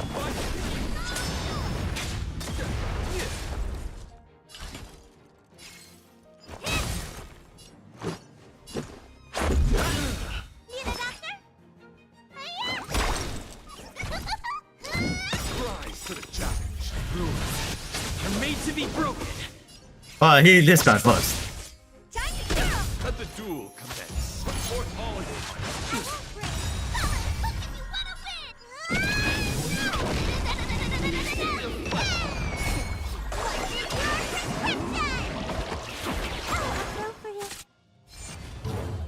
Oh, sure, anyway.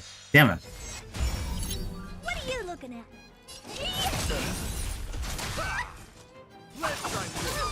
Let's go.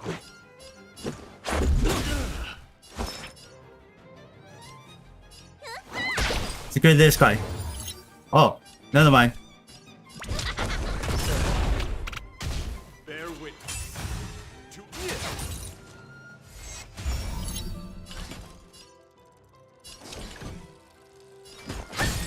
Let's make it quick. flesh wound. Do you know who I... This big diamond! It's all yours!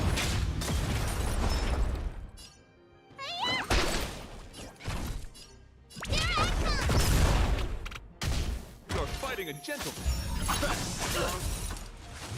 It's more than that.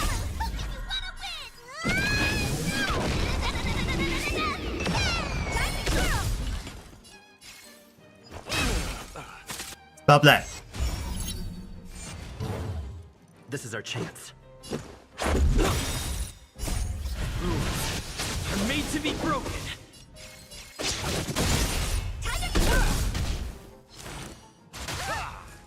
Forth all of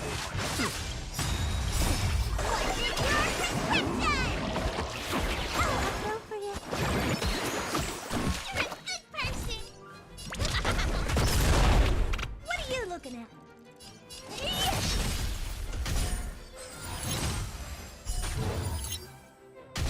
Behold, this symbol of pure. Do you know who I... This big diamond! It's all yours!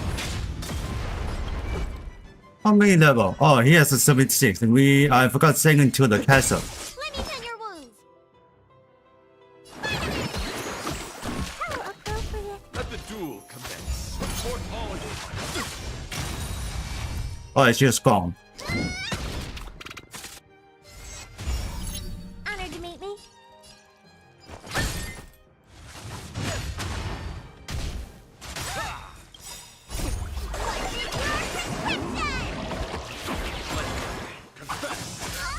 Let's go. flesh wound. Need a doctor?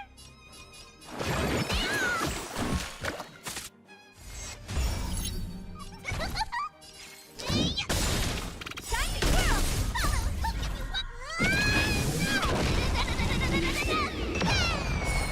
Rise to the challenge. Bear witness to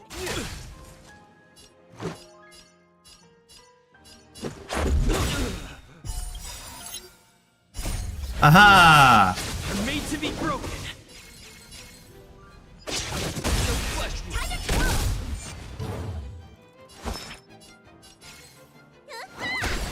You're fighting a gentleman. Let's try.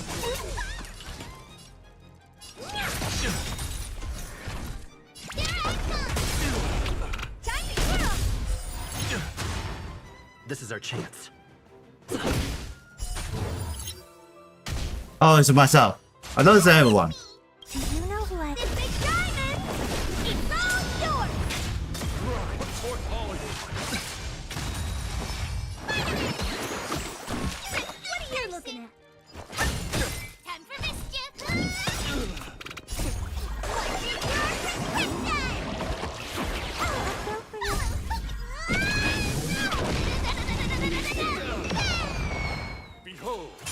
symbol of pure. Let's make it quick. Grab the 2, perhaps.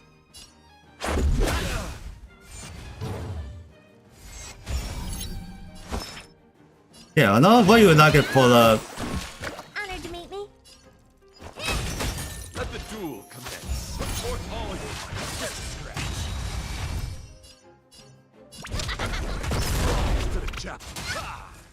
Confess.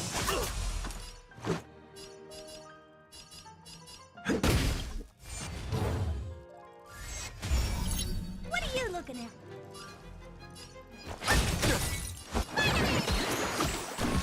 Bear witness. I won't break. Do you know who this big diamond? It's all yours.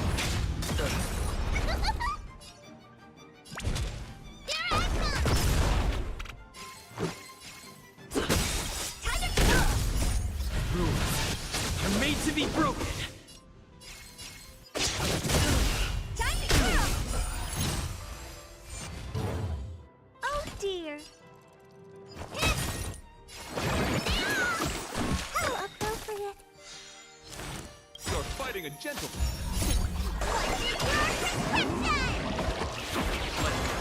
Let's sign for it.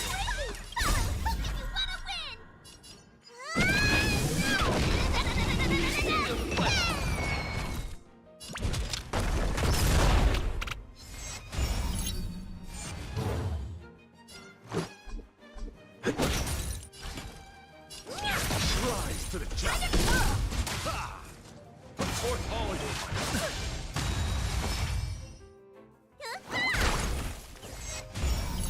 Behold, this symbol of pure. Oh, no, it's he. The making this guy. Honored to meet me. Do you know who this big diamond? It's all yours. Time to go.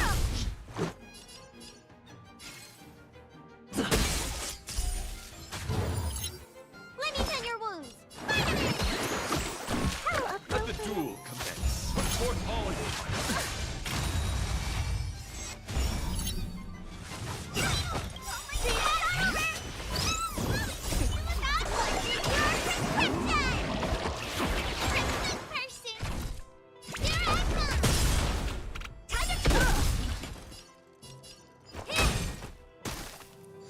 Let's go.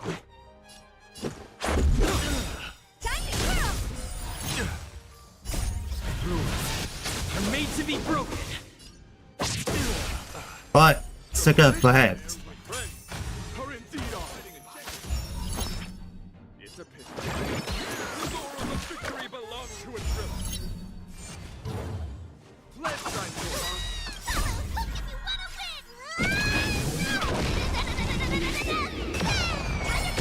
Support all of you. What are you looking at? Do you know who this big diamond? It's all yours. Let's make it quick. Let the duel commence. Support all of you.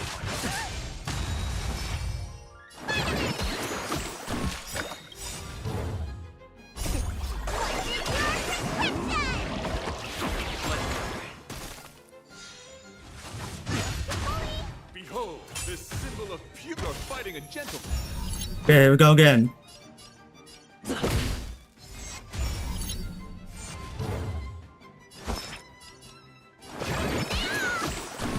Confess. Support all of you.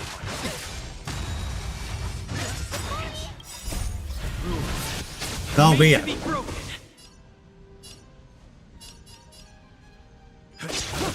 Flesh wound. Let's go. Let the duel commence. Support all of you. Need a doctor?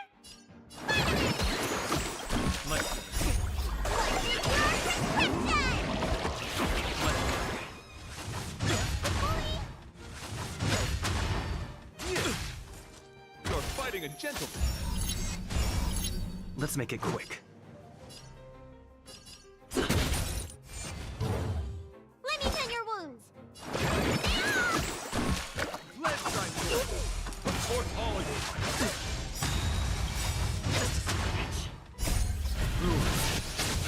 be broken.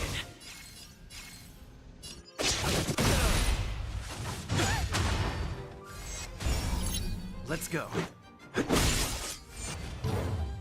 Let the duel commence. Forth all of you. Oh, holy crap.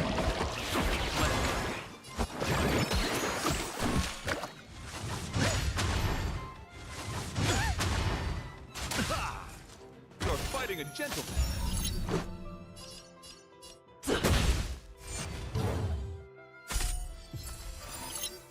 Ooh. Much better. It'll take more than that. Rules are made to be broken.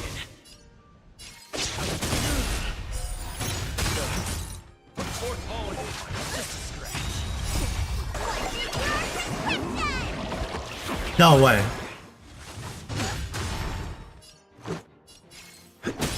Let the duel commence. Forth all of you.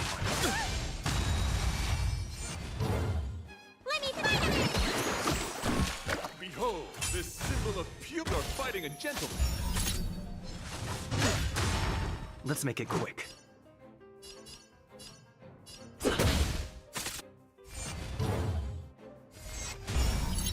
Let's try forth all of you.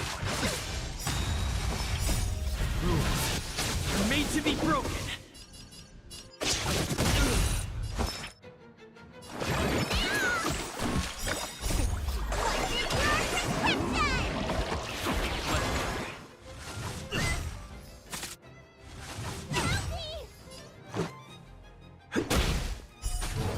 Okay, got sure. Duel commence. Forth all of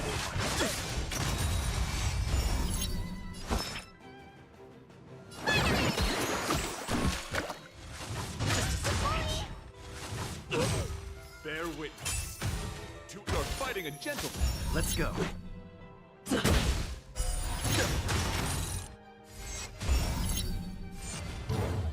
Confess. Rules are made to be broken. Forth all of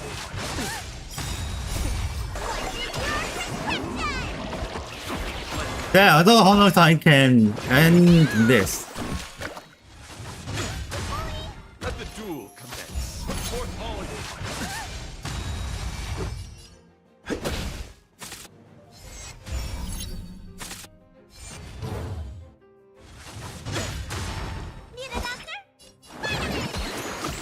Much better. Behold, this symbol of pure fighting a gentleman.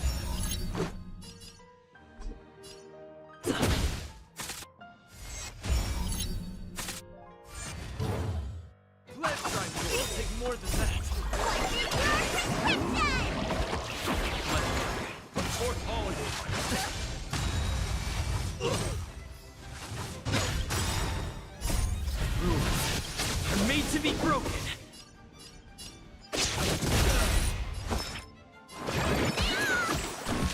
Let the duel commence. Forth all of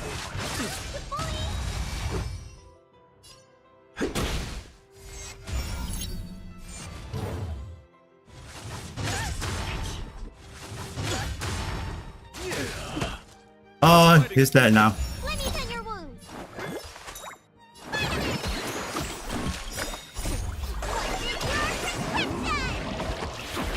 Let's battle.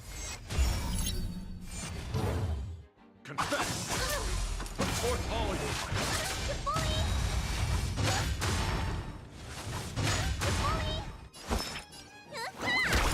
Let the duel commence. Forth all of And here we go. We castle. Dear friends, please ready.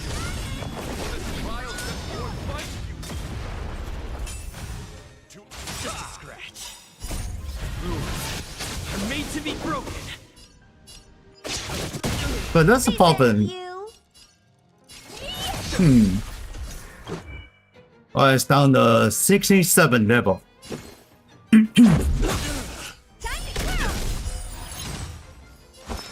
Oh, no, fast.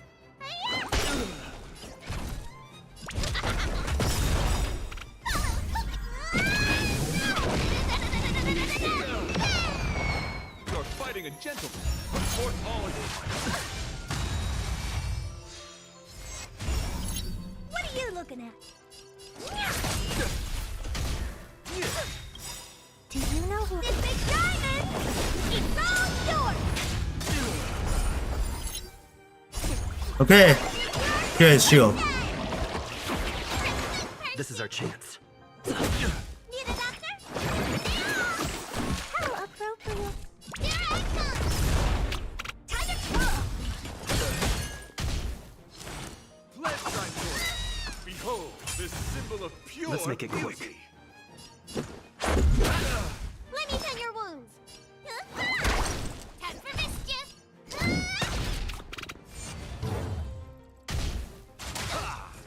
Let the duel commence. What are you looking at?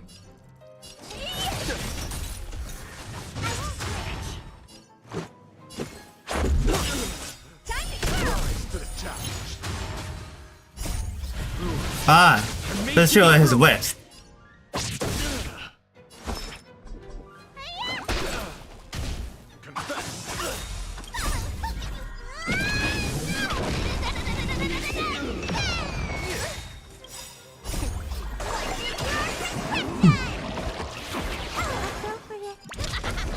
Rise to the challenge. Honored me. For all of you. Bear witness. To Let's make it quick. Your predictions, friends, are indeed on. Victory belongs to a trip.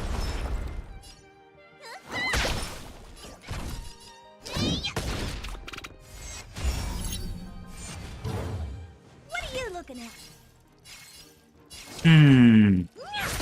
Let's break it out. For all of you. I won't break.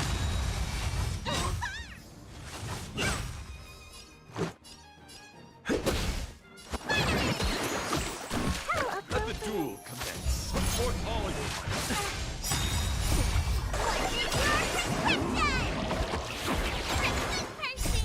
Rules are made to be broken. Rise to the challenge.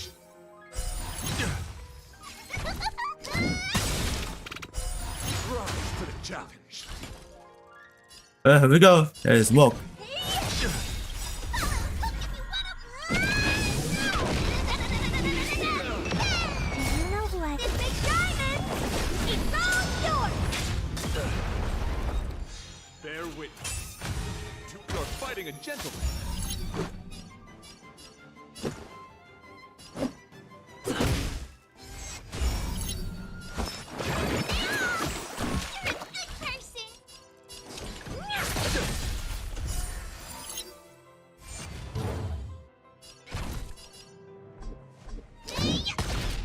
Ah, that's not enough. For all of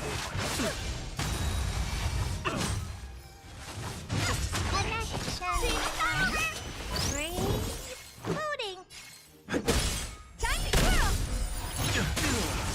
You don't look so good. Okay, he can't make him. How appropriate. How appropriate.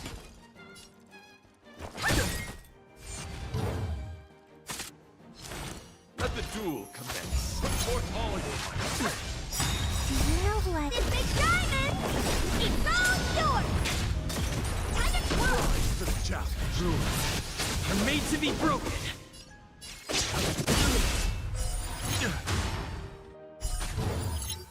Let's make it quick. Behold, this symbol of pure fighting a gentleman. Need a doctor? How appropriate.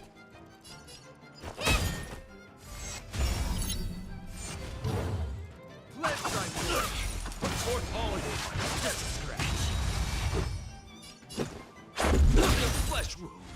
I'm breaking! Rules are made to be broken. Time to twirl! Honored to meet me.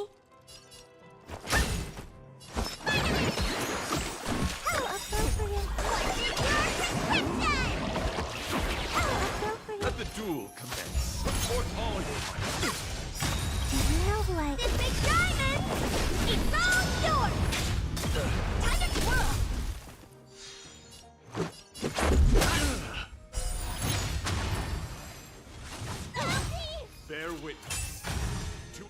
fighting a gentleman.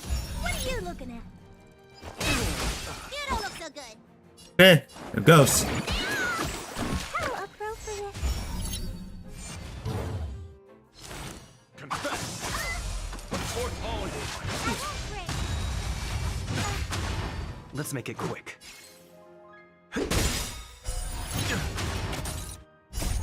Rules are made to be broken. Time to grow. Honored to meet me. Let me take it. How appropriate. What's your prescription? Let the duel commence. Report all you. Do you know who I... This big diamond! It's all yours! Let's go. Yeah, we have a shield. Symbol of pure fighting a gentleman.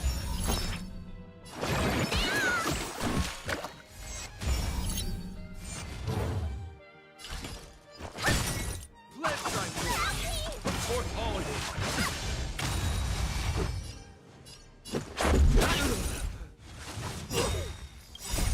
Rules are made to be broken. The flesh will...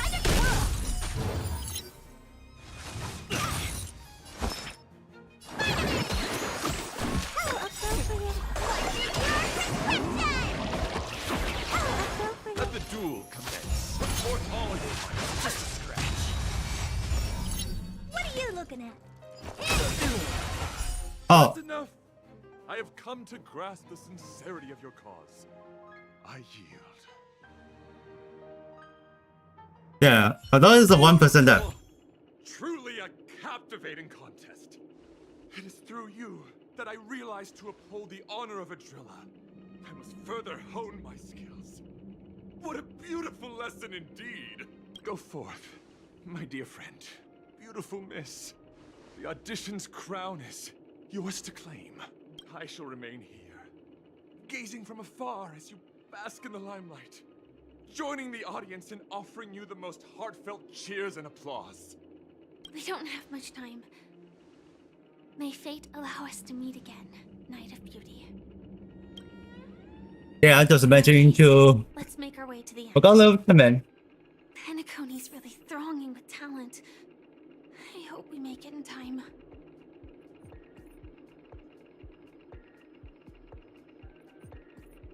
Alright, let's get the fully holding. Alright, going to the final step.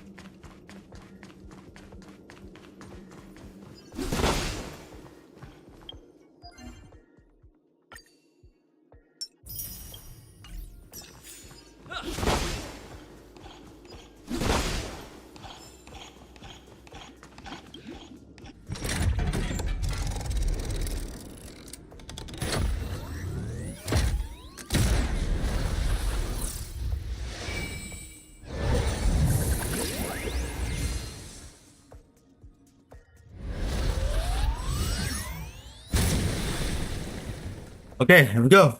It's bingo.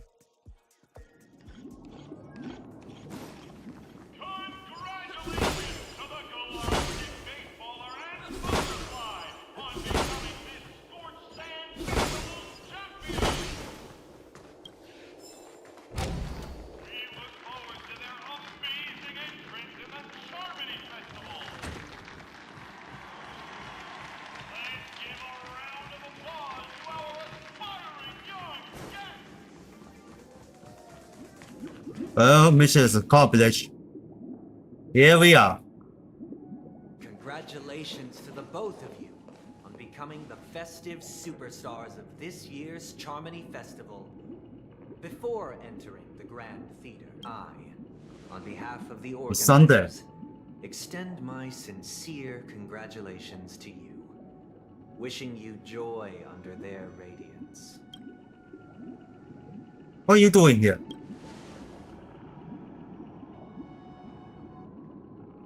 As previously promised, my sister, Mr. Yang, and I have met with the Dream Master. We delved into the truth about Penacony and its Stellaron, and have come to a consensus. Both I and the Oak family cannot acquiesce to your request. Just as expected. We acknowledge the perspective of you, Nameless. Penacony does require change, but not as you propose. The planet of festivities cannot and will not revert to a place characterized by chaos, disorder, or anarchy. Through your journey of overcoming obstacles, you must have glimpsed the essence of that era. The vulnerable ruthlessly eliminated, equality non-existent, common folk living precarious lives, eking out a dreary existence. Ultimately, only heroes like yourselves manage to achieve success. But I would dare ask, if you did not possess the special status of having a Stellaron, and you were but an anonymous and frail member among the masses, which Penacony would you prefer? A dystopia for the survival of the fittest, or a sweet dream paradise for all? Dreams Paradise. That sounds too bad. This sounds too bad. That's not the point! Don't let him mislead you! Mr. Sunday, even if the members of the Oak family can't fully agree on what to do about the Stellaron, now's not exactly the time to be holding an extensive discourse about Penacony's past and future, is it? The Stellaron issue concerns the life and death of everyone on Penacony. If anyone has a better suggestion, the crew is more than willing to listen. Also, it'd be best to tell us the ins and outs of that meeting. This way, we'll at least know what Welt and Miss Robin are dealing with, and the reason why they failed to make our appointment. Ah, Navigator. That is precisely my intention. With all present, let's begin by discussing the details of that meeting. Let's talk about our tribulations and choices, our ideals and beliefs, and our final course of action. The only path to take.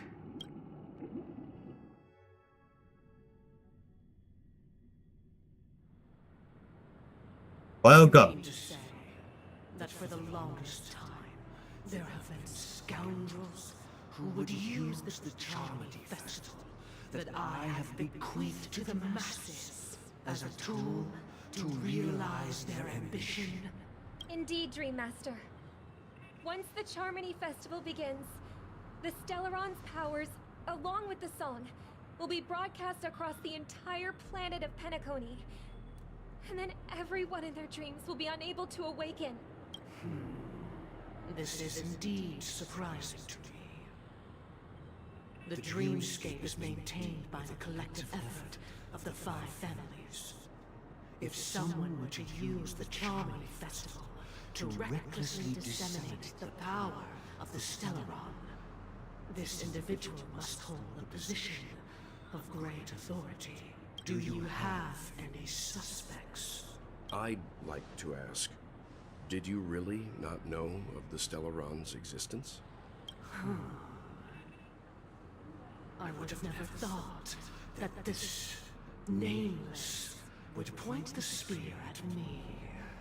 Quite astonishing indeed. If I have offended, the Astral Express extends its sincere apologies. But the current circumstances are dire and leave no room for meticulous inquiry. We're doing this out of concern for the Dreamscape's safety. So, if you could, please alleviate our concerns. Dream Master, it's just to prove that the Charmony Festival has nothing to do with the Stellaron. If we're being overly cautious, I will return to the stage to offer tribute in song. Sunday, Robin, I've watched you two grow up and know your dispositions like the back of my hand. Both of you, right now, can surely be lauded as their most devout advocates. I already know your resolve. The magnitude of this matter is enormous and cannot be taken lightly. Since Mr. Yang has asked with such earnestness, I will personally respond in kind. If there is a need, the entire Oak family will be mobilized to heed your call. Someday, might I ask you to beseech them to cast their light unto me, and question me in their stead, so that no lies may be concealed? I will do as you command. Robin, could I entrust you to be present as a witness, to document the truth, and to proclaim my innocence, so that all slander may be utterly dispelled? I will do as you command. May thy will be carried out on earth, just as it is in the heavens. Oh, triple-faced soul, please sear his tongue and palms with a hot iron, so that he will not be able to fabricate lies and make false vows. Let us begin. Damn. There is nothing else to prepare. They messed the POV. Understood? Question. Have you devoted your life to your god, never worshipping other gods? Naturally. Do you love your god as you do yourself, always heeding their admonishments? Naturally. Have you strayed from the path expected by your god, betraying their name? Never.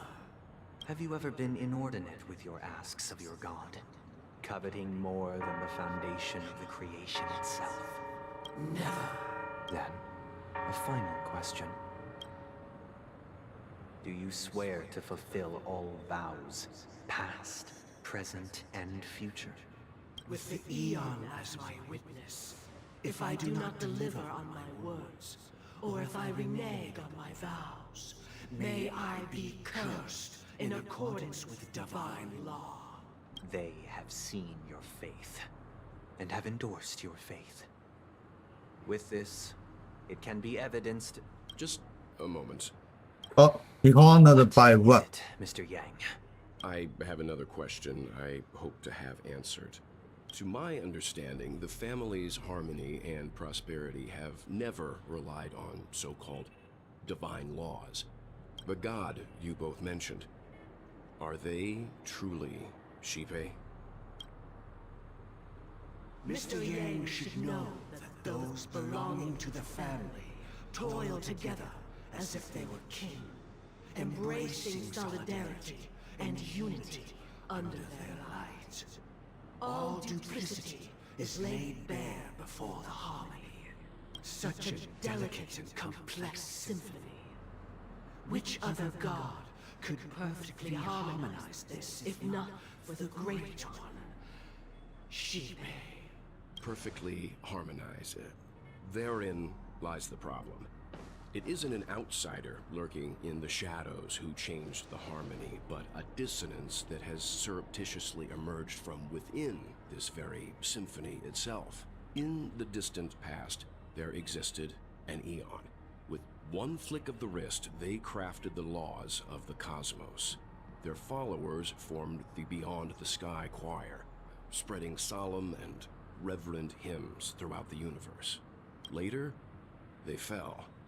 The route traversed by this Eon clashed with the harmony, ultimately being absorbed and fused into it. The chorus that once reverberated across worlds fell silent, and when it echoed anew, it was transformed into the hymn of harmony. Though an Eon may perish, paths with no masters still linger. In the all-forgiving harmony, echoes of bygone dissonance may subtly arise. Mr. Yang, being overly astute can be a detriment.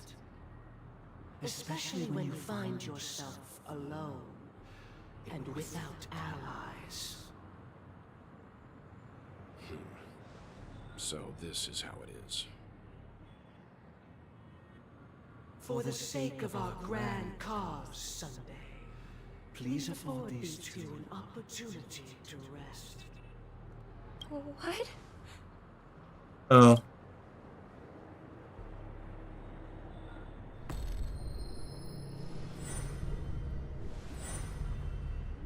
Sorry, Robin.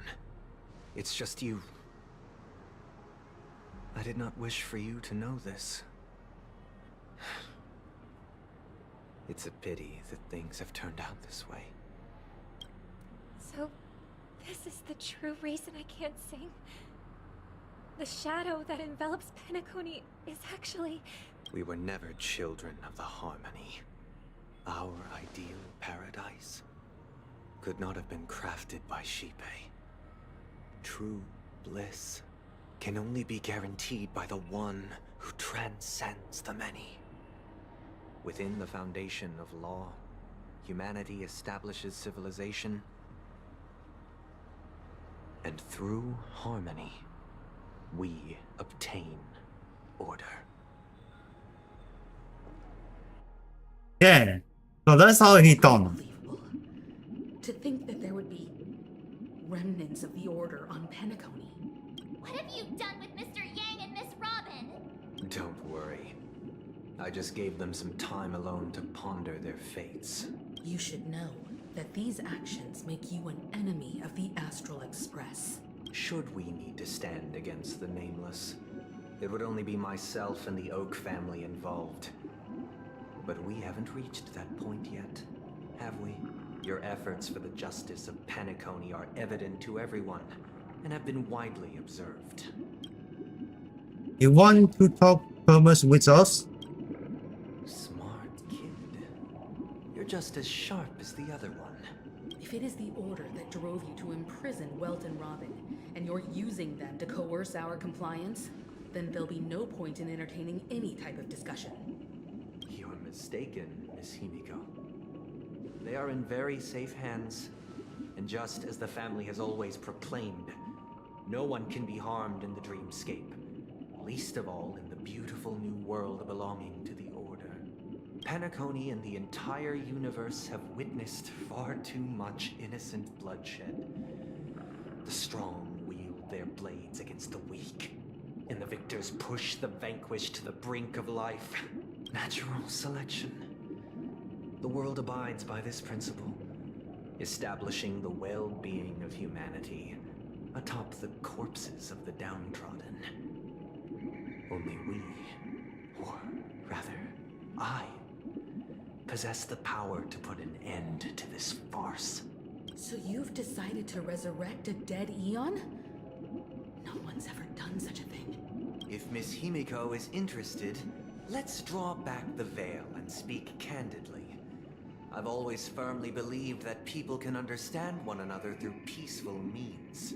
I'm willing to divulge the unembellished truth as to the intentions of the Order's Pathstriders, so that you will make better judgment for the Astral Express, for Penacony, and for this stretch of the universe.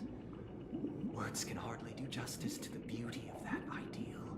So, come with me, everyone. Let us retrace our steps and see once again where this road leads. Huh? Where'd he go? Welcome. This isn't any location in Penacony's dreamscape. It's my inner world.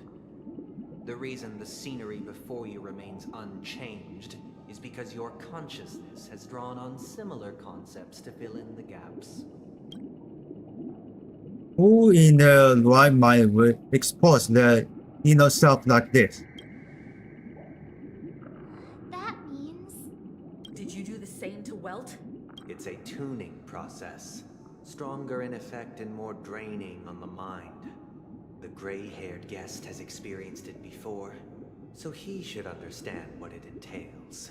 Tuning allows you to intuitively grasp my feelings, which also means that I cannot hide anything from you. Now, everyone, please look at the huge screen. The road we once took begins here. From this point on, you will witness the numerous decisions I've faced. I've selected a portion of these to share with you. I believe after going through similar predicaments, you'll be able to better understand my thoughts. Let's begin. The first decision. A story about a baby bird. This story happened when Robin and I were very young. We were victims of the Stellaron disaster, and the family's Mr. Gopher Wood, who would later become the Dream Master of Penacony, saw that we siblings had no one to turn to and took us in later on. Robin and I lived a time with nary a care in the world.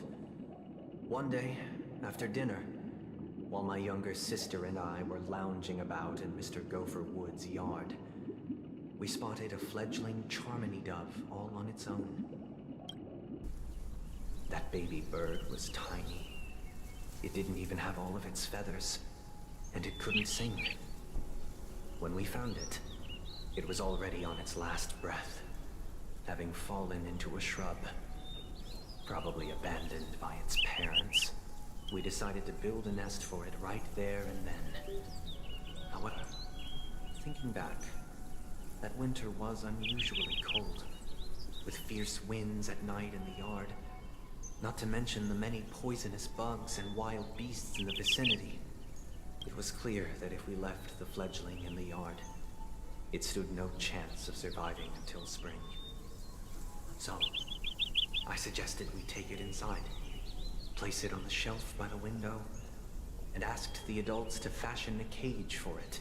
We decided that when it regained its strength enough to spread its wings, we would release it back into the wild. The tragic part, something that we'd never considered, was that this bird's fate had already been determined long before this moment. Its destiny was determined by our momentary whim. Now, I pass the power of choice to you all. Faced with this situation, what choice would you make? Stick to the original plan and build a nest with soft net where the Charmony dove fell? Or build a cage for it and feed it, giving it the utmost care from within the warmth of a home? I eagerly await your answer.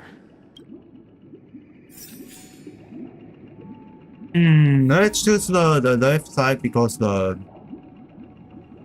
blue one, not the bad one. Oh, it's not on for the. God damn it.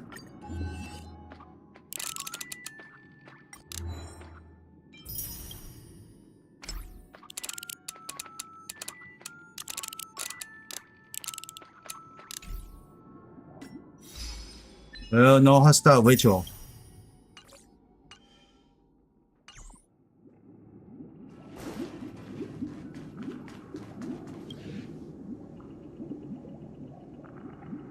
Interesting. Just choose this. Made up your mind. Allow me to reveal what fate this choice will bring to the fledgling. From what I've observed, there are at least 3 predators in that yard that prey on small birds. The Vossicle scorpion, Asdana wolverine, and the Huntington winged snake. Even if they shy away from humans, these animals are still near apex predators in a fenced location like a yard. In such a location, only one fate awaits that little Charmony dove. A painful death. As for the choice you made, I am deeply sorry. Now, let us advance to the second decision. This time, it's the story of a dream chaser. This story happened when I was appointed as Bronze Melodia, a position exclusive to the Oak family, charged with listening to the problems and vexations of Dreamscape residents, and providing them with the relevant guidance. It was during that period that I had the opportunity to hear voices from all corners of the Dreamscape. Joy, sorrow, arrogance, regret. The complex tapestry of human nature that formed the world. And I was fortunate to catch a glimpse of it. He was a dream chaser, and an illegal stowaway. Just like the rest of them, he came to Penacony in search of a better life. Except that, to most people, the price he paid, I suppose you could say it was everything. he told me, I sold everything I could at home. The house, the land, even his 2 children. He said he could not afford to raise them, and that at least they could eat if they lived as slaves. He had a plan in place. He would buy back his children once he had made his fortune, and enjoy Penacony's beautiful dream with them. Alas, his plan to smuggle himself was somewhat clumsy, and he was sniffed out by those pig-headed hounds. After hearing the Dream Chaser's story, I immediately appealed to the Bloodhound family to cease their pursuit. That way, at least he could live peacefully. But I was still too naive to the ways of the world. I did not anticipate that what I thought was a kind gesture would later lead to dire consequences. I'll tell you the outcome soon. For now, I'd like you all to make a choice. Will you do as I did, and try to convince the Bloodhound family to stop their pursuit, so that the Dream Chaser may live peacefully and realize his wishes? Or will you remain silent, leaving him to languish while the hounds are hot on his heels, until his inevitable judgment arrives? I look forward to everyone's decisions. Who knows? Perhaps they might even alter the outcome of this tragedy. Well,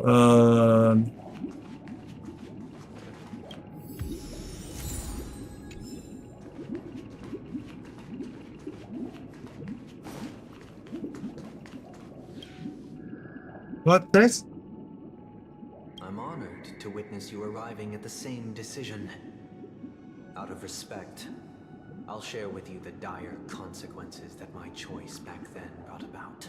First, the outcome. He attained major success. After avoiding capture, he ran a business for a few years, very quickly making a name for himself, elevating his status. He might not have become a tycoon like old Audie, but he was considered a character of excellent repute. Now then, did he realize the wish he set out to achieve? No. The last time I saw him was in the real world, where the hounds were going to permanently exile him, and I was the accompanying Bronze Melodia. The mission was simple. Listen to the criminal's repentance. He told me the reason he was in this predicament was because he conspired to usurp the head of the Alfalfa family. When I asked him about his 2 children, he instead responded with a question. What children? In the end, my heart aligned with the harmony, and the good deed I dared to undertake held no value, turning instead into a wrongdoing. It created a lamentable oppressor and countless oppressed individuals.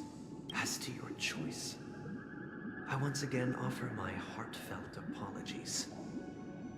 Next comes the third and final decision, and the story this time is my own.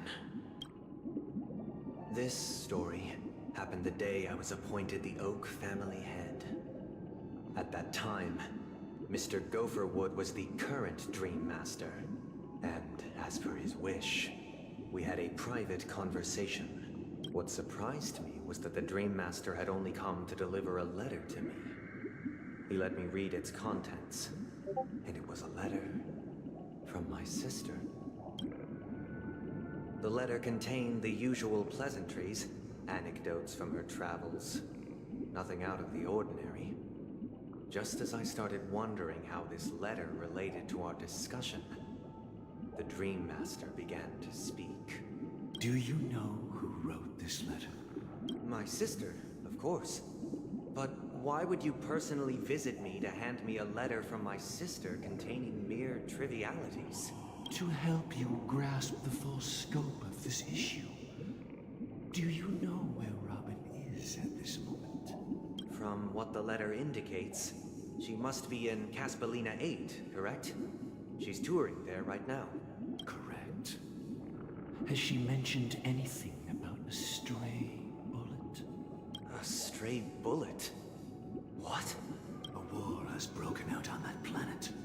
It is because of this very reason that Robin chose this destination. To spread the word of the Harmony. And to save the lives of that planet. She personally made for the front lines. She hoped to ease the people's suffering with song, and was willing to brave mortal danger to deliver the IPC's medical supplies. Unfortunately, stray bullets show no such compassion. Is she alright? If the operation was successful, she should probably be recovering in the field hospital. By the eon above, the bullet struck her neck directly, yet possibly as a reward for her consistent deeds of harmony. It didn't hit any vital arteries. Once you've attended to your outstanding tasks, it'd be advisable to write her back as soon as possible. Those damned savages! I'll pack my bags right away. My gratitude for bringing this to my attention, Mr. Gopherwood. Now you understand why she always wears such elaborate neck ornaments, don't you? How could this happen? Miss Robin. It's all in the past, so please don't worry. I share this in the meager hope that you will understand the Harmony's limitations and predicament. As grandiose as the strong defending the weak sounds, many times, it is nothing more than wishful thinking. Likewise, I've prepared one last question, one last choice. But rest assured, this choice will not have any grave consequences, because this is merely a figment of imagination, a nightmare that has haunted me through countless nights. If you ever had the opportunity to make a choice like I did, would you still support Robin's journey on the path of harmony?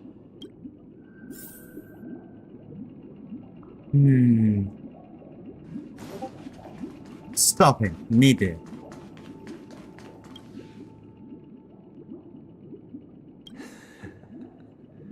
I see. I am now aware of everyone's stances. Raising these questions merely serves to illustrate one point. The plight of Penacony cannot be salvaged by the Harmony. The true foundation for a sweet dream paradise can only be established through the order, where the strong govern the weak. I know the suffering of being tormented, the turmoil of losing your way, how sorrow, and even despair, set in when matters don't work out. All of this causes me unending pain, because this is not what happiness is at all. We must teach the weak how to live a happy life. And this life isn't some noble propriety that the upper crust preaches, but in definitive terms, a way of survival that belongs to everyone. So what is your definition of living a happy life? Good question. Human consciousness is fundamentally an illusion, a cage known as self-worth.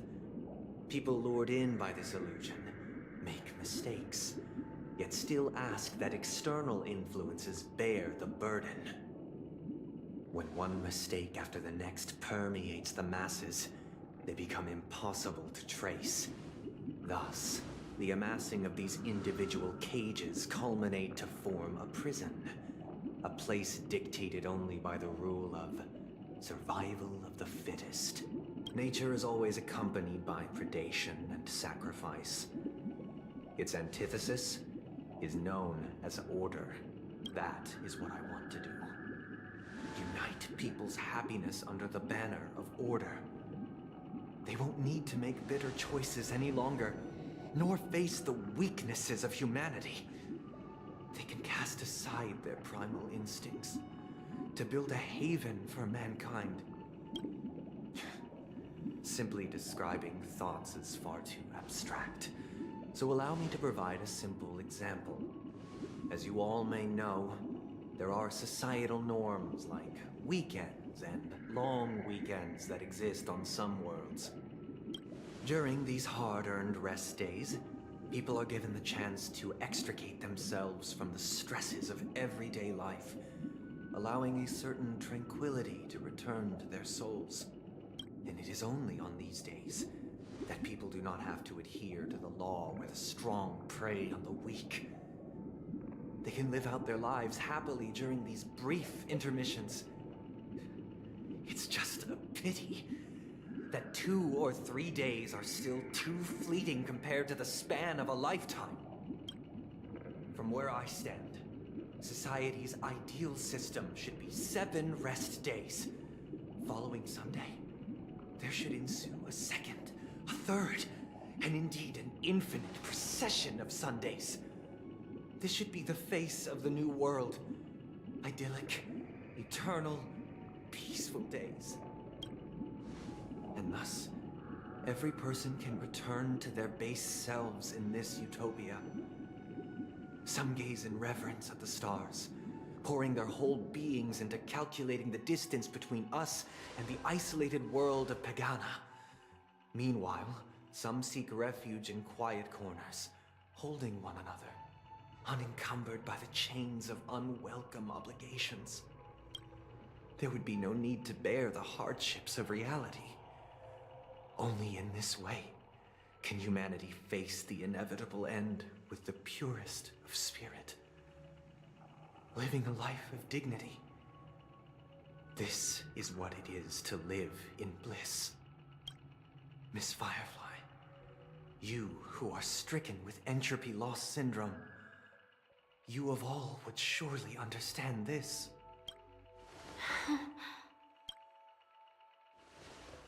It sounds like a flawless theory. But what is the price to attain all this? The cost is minute, merely a personal and eternal sacrifice. If this paradise is to be maintained for everyone, someone must remain trapped in solitary awakening until the end of the cosmos. Awakening. Which means that this so-called paradise is still a dream. Stepping into this paradise means forsaking reality, correct? It is not forsaking, but transcending. Flesh, blood, sorrow, weakness. If the physical is the root of spiritual suffering, it is only logical that we defeat it. But in this supposed bliss, people won't have defeated their demons. The chance to overcome their tribulations would be forever lost to them. In other words, it is an escape. That's another way of understanding it. But there is no shame in escape. On the contrary, the seeds of escape exist in everyone's hearts. Don't you agree, Miss Firefly? And as for why life slumbers, it is because we are afraid to awaken from our dreams. But this is not in conflict with the grand plan. Only in acknowledging this can we truly understand the frailty of human nature, and from there, show compassion and protection.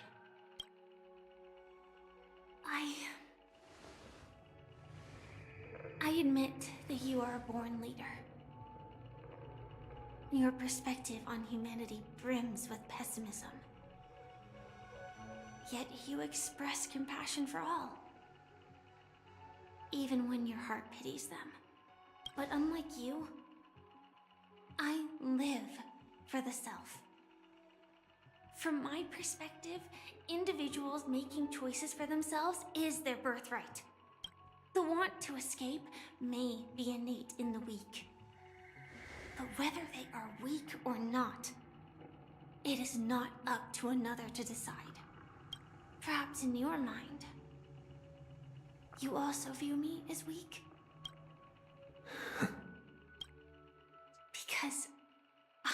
don't think so. Since That's Miss correct. Firefly has said her piece, the Astral Express will also naturally give you our answer. We'll leave it to you. Just as Mr. McHale instructed before. Tell him our choice.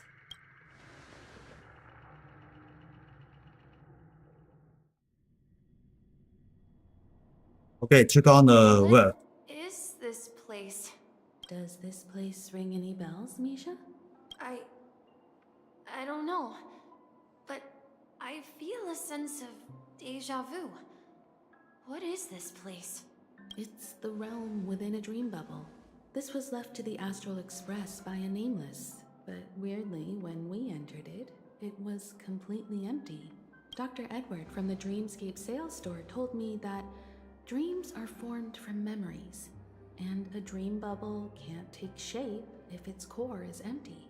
So I thought you might be able to help us in unraveling this mystery, Misha. As a hotel doorman, you know Penacony best among us. I don't know much about dream bubbles, but if you want to figure out what this mansion is, I'll do my best. I'm counting on you then. Himeko, I still don't get it. Why were you so sure that Misha had a connection with this dream bubble? I wasn't sure. It was just a hunch. But since Misha feels familiar with this place, my hunch might be correct. This place looks a bit familiar. Exactly. This is where you and Firefly encountered death, which we now know as dormancy. Considering its connection to Dreamflux Reef, it's not surprising it appeared here. The question now is, who brought you here? Based on the clues we have so far, it's unlikely to be that masked fool. So identifying them is crucial to us. We're drawing closer to the truth once more. Let's give Misha some time, as I believe he'll unveil the secret of this dream bubble. All right, but there are doors all over the place. Which one should we choose? Do you have any idea, Misha? I guess... maybe this way? Well, I should be follow the mission. 快，奇怪的来了。Damn it！现在又是个方向。 I'm not entirely sure, but let's give it a try. Follow the mission. Wait, you managed to choose the right door on your first try?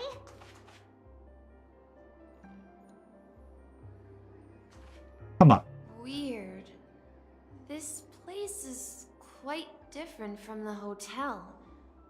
But I feel like I've been here before, and even lived here for a while.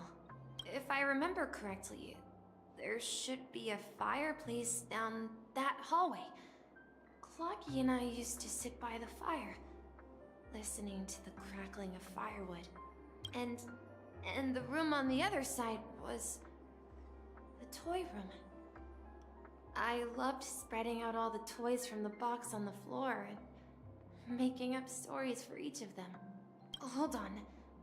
This doesn't make sense. Didn't I grow up in Dreamflux Reef? So, what is this place? This could be a case of amnesia. Don't worry, Misha. It's common for everyone to forget certain aspects of the past. Those memories haven't vanished. They're just lying in the depths of your mind. We can surely get them back. Since this place seems familiar to you, why don't we explore a few more rooms and see if you can recall anything more? Yeah, then let's check out the rooms I just mentioned. Let's continue going. Check out the toys room. I heard some noises from the room. Origami Bird? That's a friend of mine. You and Origami Bird are friends? Yeah. It's a member of the Compass crew, just like Clocky and Miss Mirror. And there's more than just one origami bird. They are a big family with lots of brothers and sisters who look the same. They follow Miss Mirror's orders and handle all sorts of jobs on the ship. They're the best sailors. Sailors? Can origami birds be sailors? Could you tell us more about the compass, Misha? The compass is a ship bound for the new world. Clocky and his partners travel through layers of fog to the depths of the sea. Whenever there is danger, Clocky will use a compass and guide the ship in the right direction. That's a great story. But in the Penacony cartoon, Clocky and his partners have always lived in Dreamville and never ventured out, right? Huh? Oh, that does seem to be the case. Weird. I clearly remember Clocky arrived in the new world in the end. Perhaps Clocky has a hidden past. So, where has Clocky gone? Did he leave to protect Dreamville? Alright, let's check out Honolulu. I heard something. Mikhail, that's the name. Now we all know him as the Watchmaker. So, who is he talking to? Do you know anything about it, Misha? I'm sorry, I don't know much about the Watchmaker. But, Mikhail... Anything special about that name? Mikhail is Grandpa's name.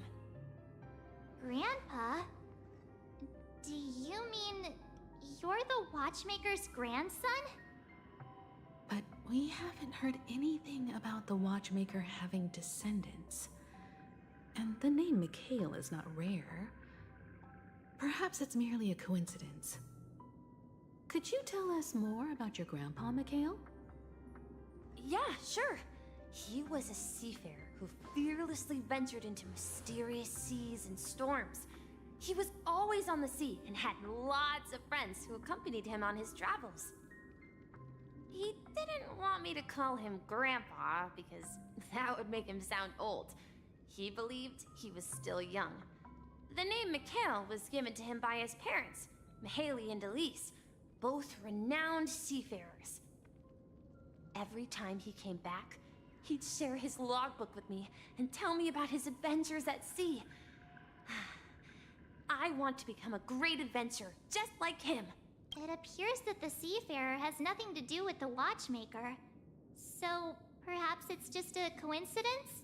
So, where is your grandpa now? He went off on a new journey, and it's been quite a while since I last saw him. I think I hear the sound of water. You once mentioned there's a magnificent fountain up ahead. Yeah, I'm actually here. Let's see. Look, there it is. The water resembles a precious jewel, embedded in the dreams of all seafarers. Every time I gaze at the shimmering lights beneath the waves, it feels as though I'm back in this place, standing by your side. Have you recalled anything, Misha? Yeah, I saw these sentences in Grandpa's logbook. He used to say, despite the perils of the sea, whenever he stood on the deck in the afternoon, overlooking the sparkling waves, he would think of this fountain in front of his house. He often said that those moments felt like returning to his family's side, and the difficulties at sea didn't seem quite as challenging. You know, I quite understand such sentiments. 어차피 나이 and elder. I'm not an elder. I was just being a bit sentimental. Perhaps every adventurer far from home carries a fountain within their soul. Even though the other side of the sea remains shrouded in the unknown, the fountain in front of his house serves as a compass, leading him back to his cherished ones. Yeah. Well, Grandpa was at home. We would stand by the fountain and place the compass, a toy boat that I made, into the pool. Back then, I would ask him when I could go on adventures like him. And he would always laugh and say I was still too young. It seems this Mikhail is truly a seafarer and has nothing to do with the watchmaker. Yeah. Based on Misha's recollections, the scenes in the dream bubble appear to be his childhood memories. But this raises more questions. According to Misha, he was clearly born on an oceanic planet and led an ordinary life, with no connection to Penacony at all. Could this be some sort of metaphor? Perhaps the sea refers to the memory zone. I'm sorry. I don't know, but my memories keep pouring out uncontrollably, like water flowing from a fountain. Perhaps I'll remember more things if we go further. That's another more longer way. And still another boat can check on the outlet. We're going to the opposite side, right? No. We should turn left here. Huh? Something feels different about this place. Up ahead is Grandpa's study. It was in that room that I saw him the last time. The atmosphere in this room feels totally different. Misha! You finally come! Oh, Clocky here. Clocky, you're here! Yeah. This is the room where we first met each other. Are those books on the bookshelf logbooks left behind by that seafarer? Yeah. Whenever he came. What's wrong with the logbook clock? on the bookshelf in his room. He described our world Oops. as a fountain. At some point, the sea started to gradually swallow up the land where people lived to ensure that everyone had land to settle on. He had to continue exploring the sea and search for the source of the rising seawater.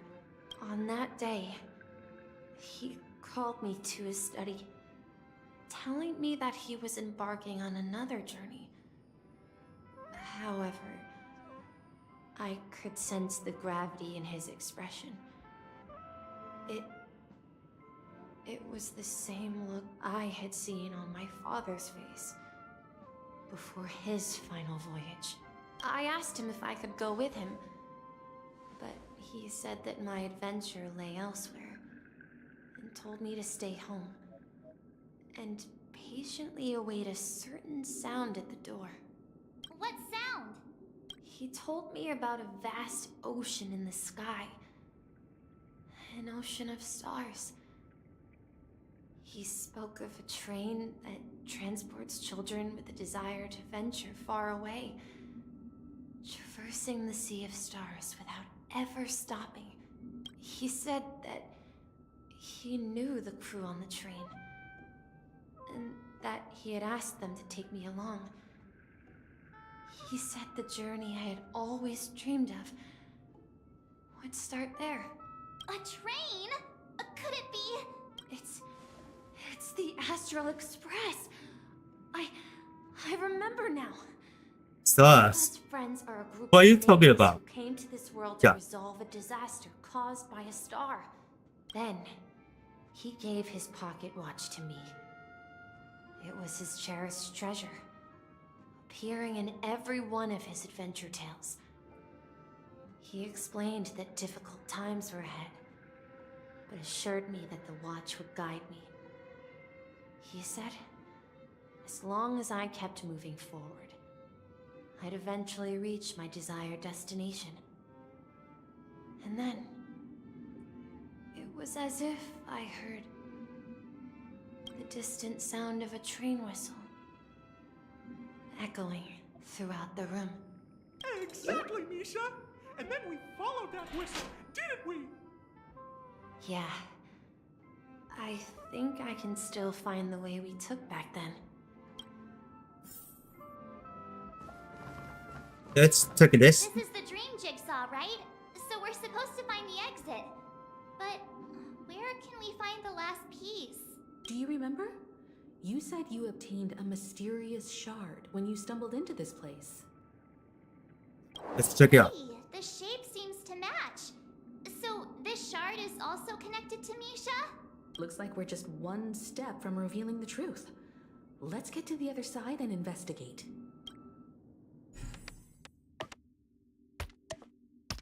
Hopefully, Queen shortly.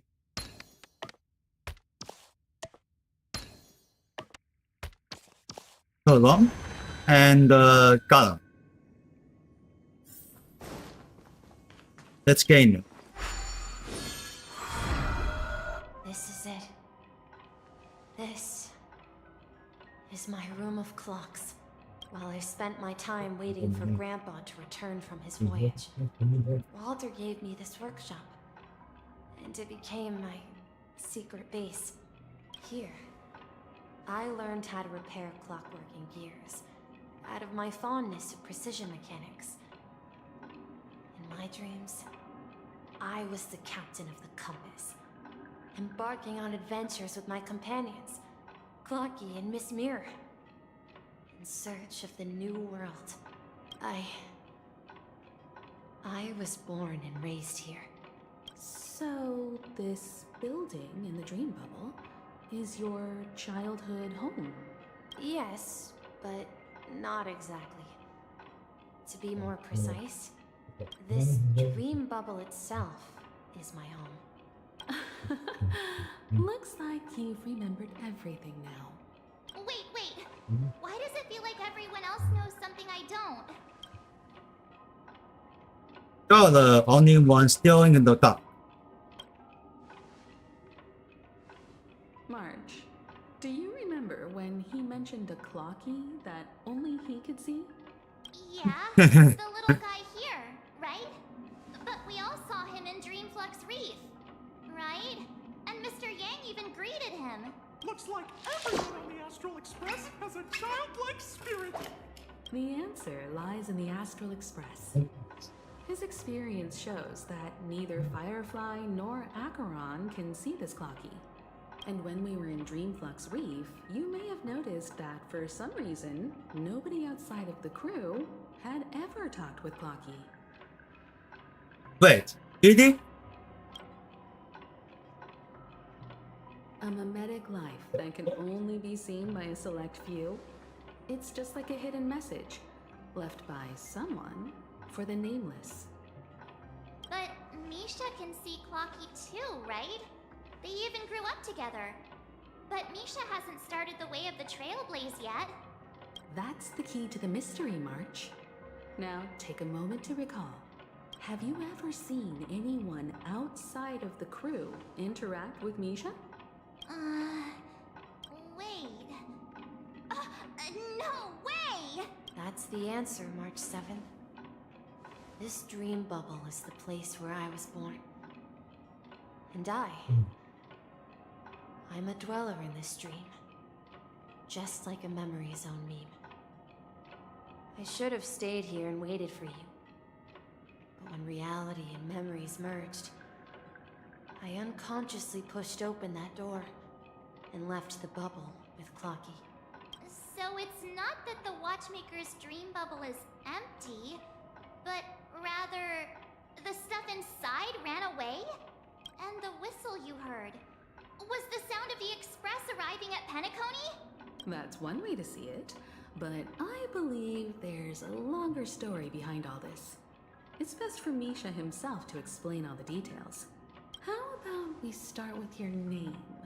Now, should we call you Misha, or... Thank you all for helping me rediscover my true self. Just only call the Misha. Please allow me to reintroduce myself. I was born on Lushaka, in the Presmere system. Adopted by seafarers Mikhail and Char. They gave me a treasure. A name that carried their hopes. Mikhail Char Legwork. Or simply, Misha. If you Yeah, prefer, sure. you can call So me it's by a my full name, name. the Watchmaker. So we call him Isha. You're the watchmaker himself? Unfortunately, that legendary figure is no more. I'm only a reflection of his life. As for the child who has been with you, he's the innocent protagonist of Misha's childhood dream. A friend of Clocky. Clocky was thinking now. And a future mechanic on the Express. And this also marks the beginning of his journey, devoted to the Trailblaze. At the end of the journey, I left this little flame. Okay, Which I so we hear the watchmaker. in my deepest of dreams, hoping to pass it on to the nameless of future generations. However, he somehow left the dream bubble and forgot all about his task. I apologize for all the confusion this caused. Because he was born with a desire to trailblaze, wasn't he? I don't think Misha has forgotten his role as a guide. He remembered it, and that's why he mistakenly appeared as a hotel doorman in his dream from the very beginning. The one who brought our unconscious friend here must have been Misha. If that's the case, we encountered the Watchmaker's legacy from the beginning, didn't we? Well, I have a sarcastic friend who says I always take big detours and end up back where I started. Perhaps that's what every nameless has to go through. But in the end, you found me. I'm sure you're all wondering what my legacy is. I believe my hound has mentioned the Stellaron and my wealth. If I may apologize, the Stellaron part is real. As for my wealth, however, it's nothing more than a baseless rumor. I left my homeland as a child and embarked on the journey of Trailblaze. I traveled to various planets until finally reaching Asdana, where my friends and I built the original Penacony and fought for its future ever since. I've been moving forward all my life, doing what I could to overcome the obstacles in my path. But ultimately, my journey reached its end, and I left behind no possessions worth entrusting. So, if you ask what's left within this worn-out train engine that can be called a legacy, I suppose it's the things that are still burning in the engine's furnace. Now that you're well aware of the current situation of Penacony, I certainly hope that you'll help me get this world back on track. But I'll leave that decision to you, for the path of Trailblaze is never paved by others. All I have for you is a story and 2 gifts. I want to Two give you my gifts. pocket Interesting. watch. It has accompanied me throughout my long journey, guiding that naive child forward, and has been blessed with the presence of so many great people up to this day. And my hat, too. The one who navigated for me placed it on my head and planted a fanciful thought in my mind. The trailblazing expedition will never end. Now, it's time for you to make your choice. Once you've made up your mind, open that door and enter the long dream of an old man. I'll be waiting for you at the end of this corridor of time. Carl won't just follow him. All right, everyone, let's make a decision. Although I don't think anyone will have any objections. So then I choose the Trailblaze. Of course. We've come this far. Surely there's no other option than moving forward. In that case, it's unanimous. Then let's proceed together to the end of this dream and tell Mikhail our decision. Oh, go. Let's go. Keep going. I don't see the chest.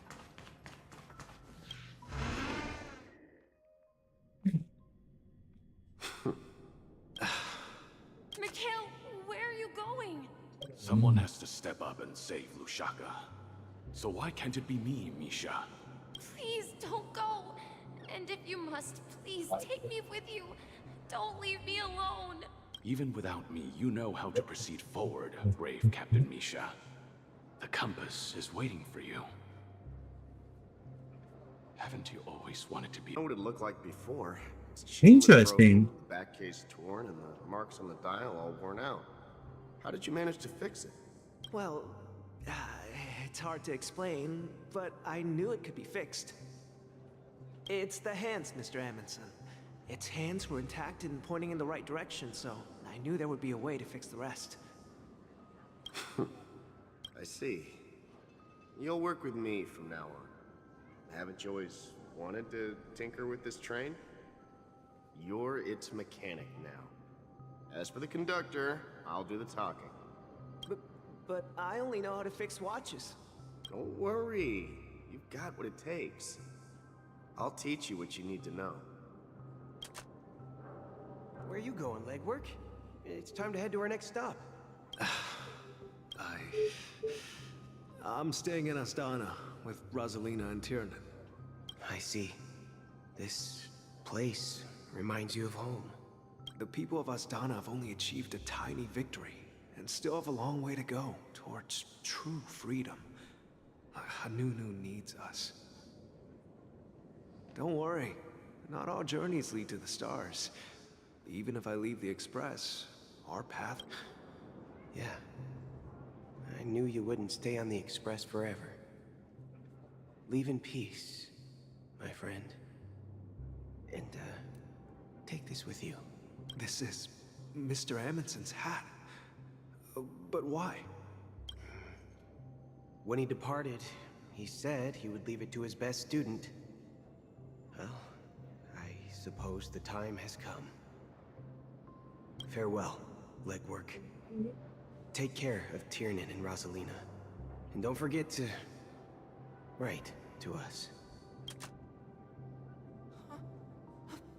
Where are you going, Watchmaker? Don't worry, Micah. Just going on a little trip. Someone has to be at the forefront of the interstellar frontier, and I'm the only former nameless in Penacony. So why can't it be me? Because you're all we have. Have you forgotten about Tiernan? The cosmos is way more dangerous now. What will happen to Penacony if we lose you too? But what will happen to Penacony if we don't find a way out? Tiernan. How could I ever forget him? I've spent countless sleepless nights asking myself why I didn't go with him back then. We Nameless won't stop. Don't worry, Micah. It's just a matter of getting back to my old profession. Just wait for me to come back. But if, and it's a big if I don't come back in one piece, then you'll become the next Watchmaker. Where are you going, old man? Oh, huh? Who is that? Answer my question. What are Gallagher. you up to? Relax, Gallagher. I just came up with a great idea. Wanna hear it? Oh, come on. Aren't all your ideas just ways to get yourself killed? I may be blunt here, but you're the last remaining hero in Penacony. If you die too, the secret of the Stellaron will go to the grave with you. Yes. I'm afraid there's no way out in Penacony, so I'll have to consider alternatives beyond Astana.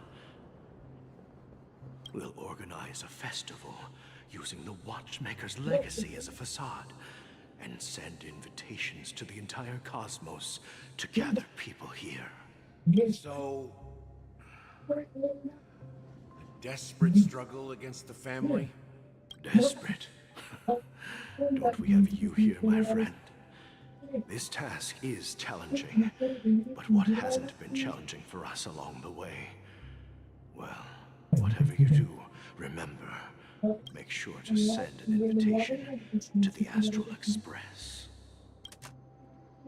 Misha! Where are you going? It's you, Clocky.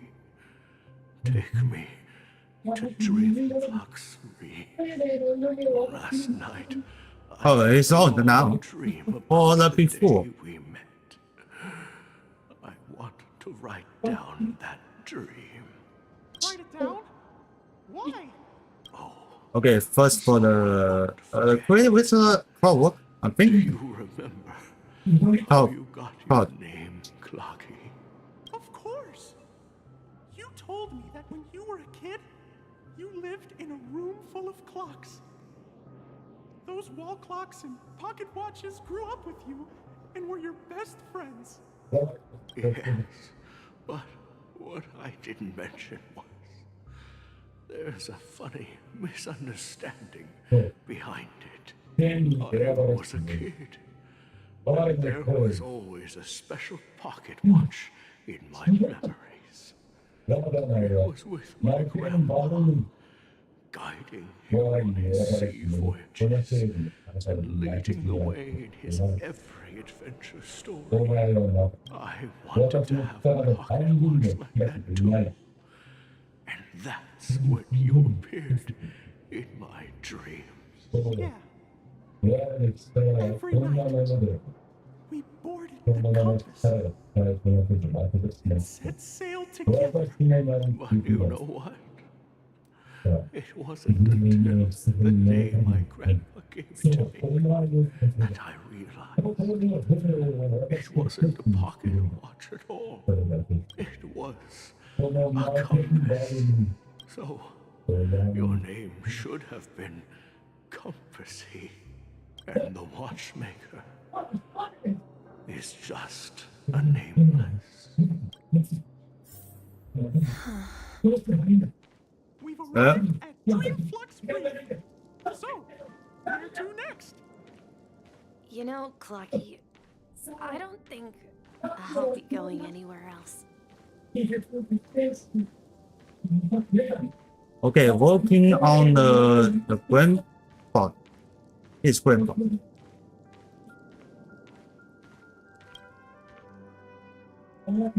Huh? It's gone. Far enough. The virtual is still here. Oh. So, we'll set out again. When you're rested? No, I'll stay here. And then, this is where it ends. This is... where it ends? Clocky got spoiled. What do you mean, Misha? You told me the Trailblazing expedition would never end. Yeah, that's what I said. So now, it's up to you to decide your next destination. My next destination? What's that supposed to be? I've been following you, Misha. You're acting weird today. If you're feeling down, we can just do what we usually do. With the clockwork. No, I'm not feeling down. As for clockwork, yeah, it resolves all problems in this dream. So, do you know what clockwork actually is? I'm not quite sure. Well, everyone gets lost at times. They may hesitate and doubt which way to go. That happens in this dreamscape and beyond. But don't worry. Everyone goes through moments of uncertainty and hesitation. Eventually, they gather the courage to make bold decisions. Whether it's calming, happy, angry, or sad. All they need is a little nudge to take that step toward where they truly belong. I'm leaving that little nudge with you, and I hope you'll share it with others. Such is the essence of clockwork. The will, of the Trailblaze. Oh, here it comes. His hands spin around non-stop, indicating confusion, frustration, and weakness. But ultimately, Okay, it's back on the home map. move forward. Just like your hands, always pointing ahead. This is where my journey ends. Huh? From now on, This is sound his own. it is your path to walk. Trailblazing means taking paths your predecessors forswore, and venturing even further. The Penacony in Mikhail's dreams does not belong to Order. Ooh. That's surprising. I can't believe that Eon would cast a glance at Penacony at a time like this. Is it because of the resonance from the legacy of the Trailblaze? Or perhaps the bond between you is so strong that it even impresses an Eon? Well, there might be another possibility. Perhaps they want to witness, on behalf of the fallen Eons, who will hold the future of Penacony. If that's the case, on behalf of the Dream Master of Penacony and the 107,336 members of the Oak family, I'm extending a formal invitation to all of you. I'm cordially inviting you all to the Penacony Grand Theater to participate in the upcoming Charmony Festival. And, of course, you won't be in the audience, but on center stage. Since the future of the Stellaron, Penacony, and even the entire cosmos is at stake, let's draw a conclusion there, in all fairness. If you truly believe in Akavili's path, then show me their courage and determination.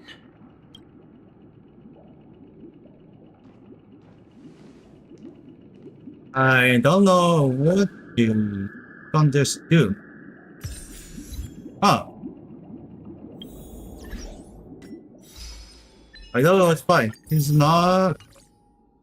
nothing happen. Check out Petra. Wait to the economy. But that's a problem. God's sake. Unknown to each other, yet united in purpose. We make the same choices. His attack is not enough. So then he needs some more. This one?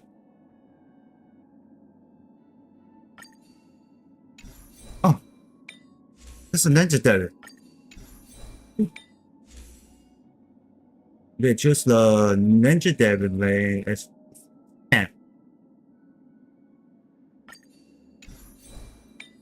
Is that correct? Oh, let's block. Sudden block.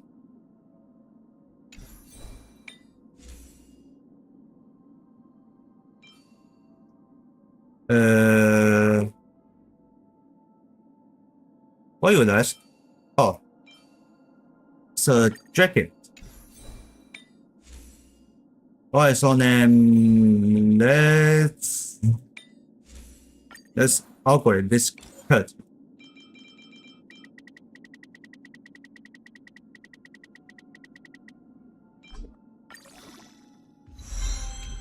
Oh, yeah, I have lost.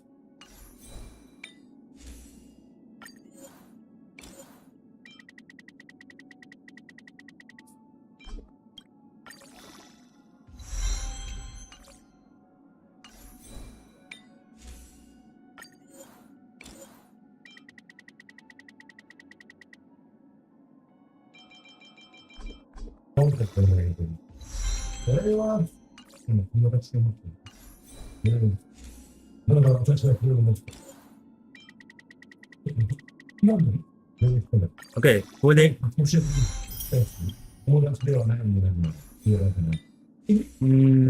Next. So, oh, okay. Okay,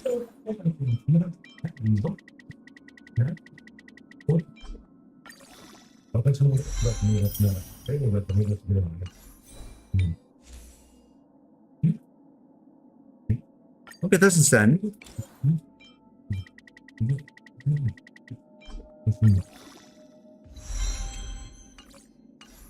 Alright, let's check on the welds. Oh.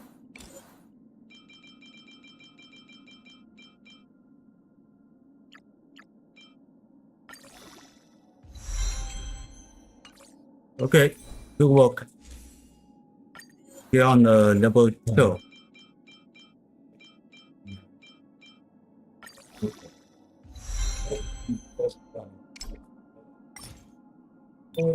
Crystal look. No. Oh, okay, never mind. It's yeah, that's all.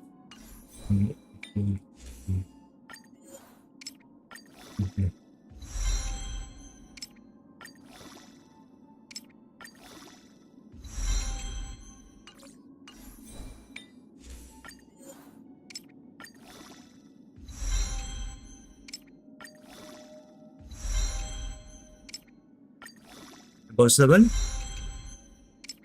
8, 10. I have a lot. 10, 11. I get.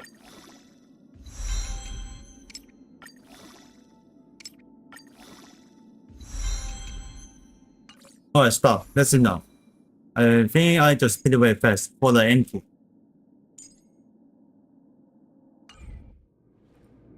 Check out this. Check out this package. Yeah, I'm starting out for the search.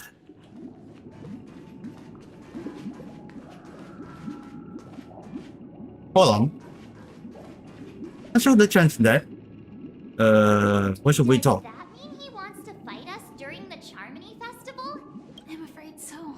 This is weird. Aren't Arc villains usually plotting some dirty conspiracy in the end? But he actually said something like, in all fairness. Could it be that he's underestimating us? Well, in my opinion, Sunday is deeply committed to his own philosophy and genuinely wants to prove that the Order is right. I sensed a strong conviction and a desire for dominance in him. Ew. Maybe he won't accept the outcome unless he wins fair and square. That's why he'll give it his all in the upcoming battle. So, but he's such a gentleman. If evil, why so nice?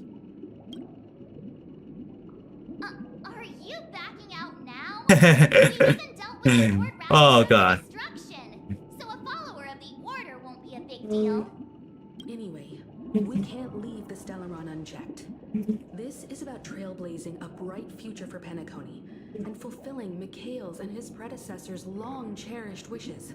Now that we've taken up the mantle, we can't afford to fail them. However, the same applies to the Order. Their plan didn't materialize overnight, and they have the profound collective consciousness of the planet of festivities behind them. A desire to dream, to slumber and escape reality. All those hidden emotions have given birth to the sweet dream of the Order. They've harnessed the will of an entire planet to create an eon. This confrontation is far more complicated than a simple power struggle. To secure Penacony's future, fighting on the stage alone is not enough. What do you mean? Are you not coming with us? I believe Firefly is trying to say that she's heading off to another battle. Oh. Before I left, the Destiny Slave told me that this journey would bring unforgettable rewards. Even though the script he gave me only had a few lines, I couldn't ignore them. Because one of the lines said, "I'll experience death, 3 times in the land of the dreams. 3 times? Holy This what? can't be serious, right? The first time was a painful death when I was stabbed by the Blade of Dormancy, which led to all subsequent events. The script will always come true, but in a way that will only be revealed when that page is turned. So now I've understood the meaning of my second death. And I am prepared to face it. If all goes well, my efforts will provide crucial support for you. Only by achieving victory in this battle can we secure a future for Penacony. And only then, my third and final death won't come true in the most terrible form. The most terrible form? Does that mean... The true death, where everyone in Penacony loses themselves completely in the eternal sweet dream of the Order. We must do everything we can to prevent that. Have you made up your mind, Firefly? Yes. Otherwise, I wouldn't be here. Thank you again for your assistance for the Astral Express. May we meet again, in reality. Yeah. Farewell, everyone. May your trailblazing expedition never end. Oh, here it comes.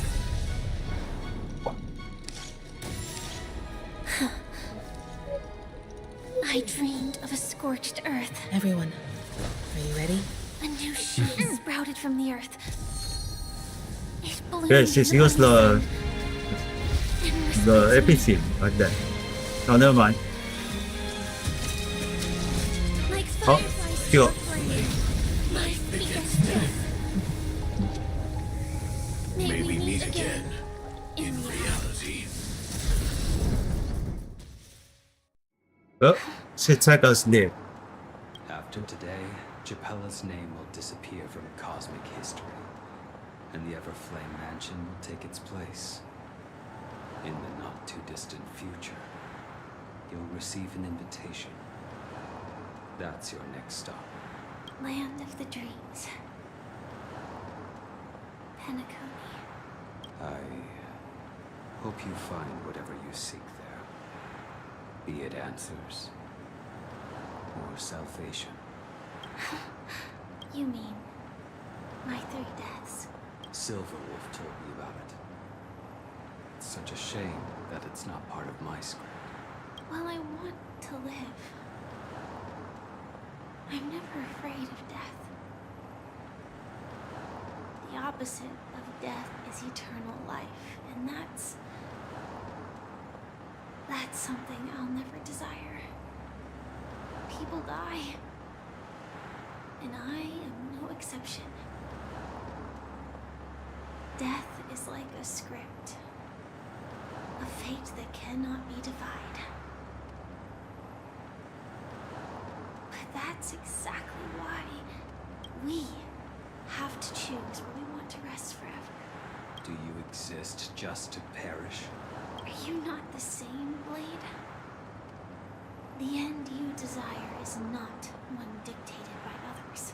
If I were to die now, I would only be a weapon. I believe I should die as a human. Though its definition escapes me, isn't this the answer that ordinary people look for their whole lives? A name that can be carved onto their tombstone. A tombstone that belongs to me once bore the inscription, Glamoth's Iron Cavalry. Then it changed to Stellaron Hunter. But one day, it will bear the name Firefly. And all the brilliance she showed at the end of her life.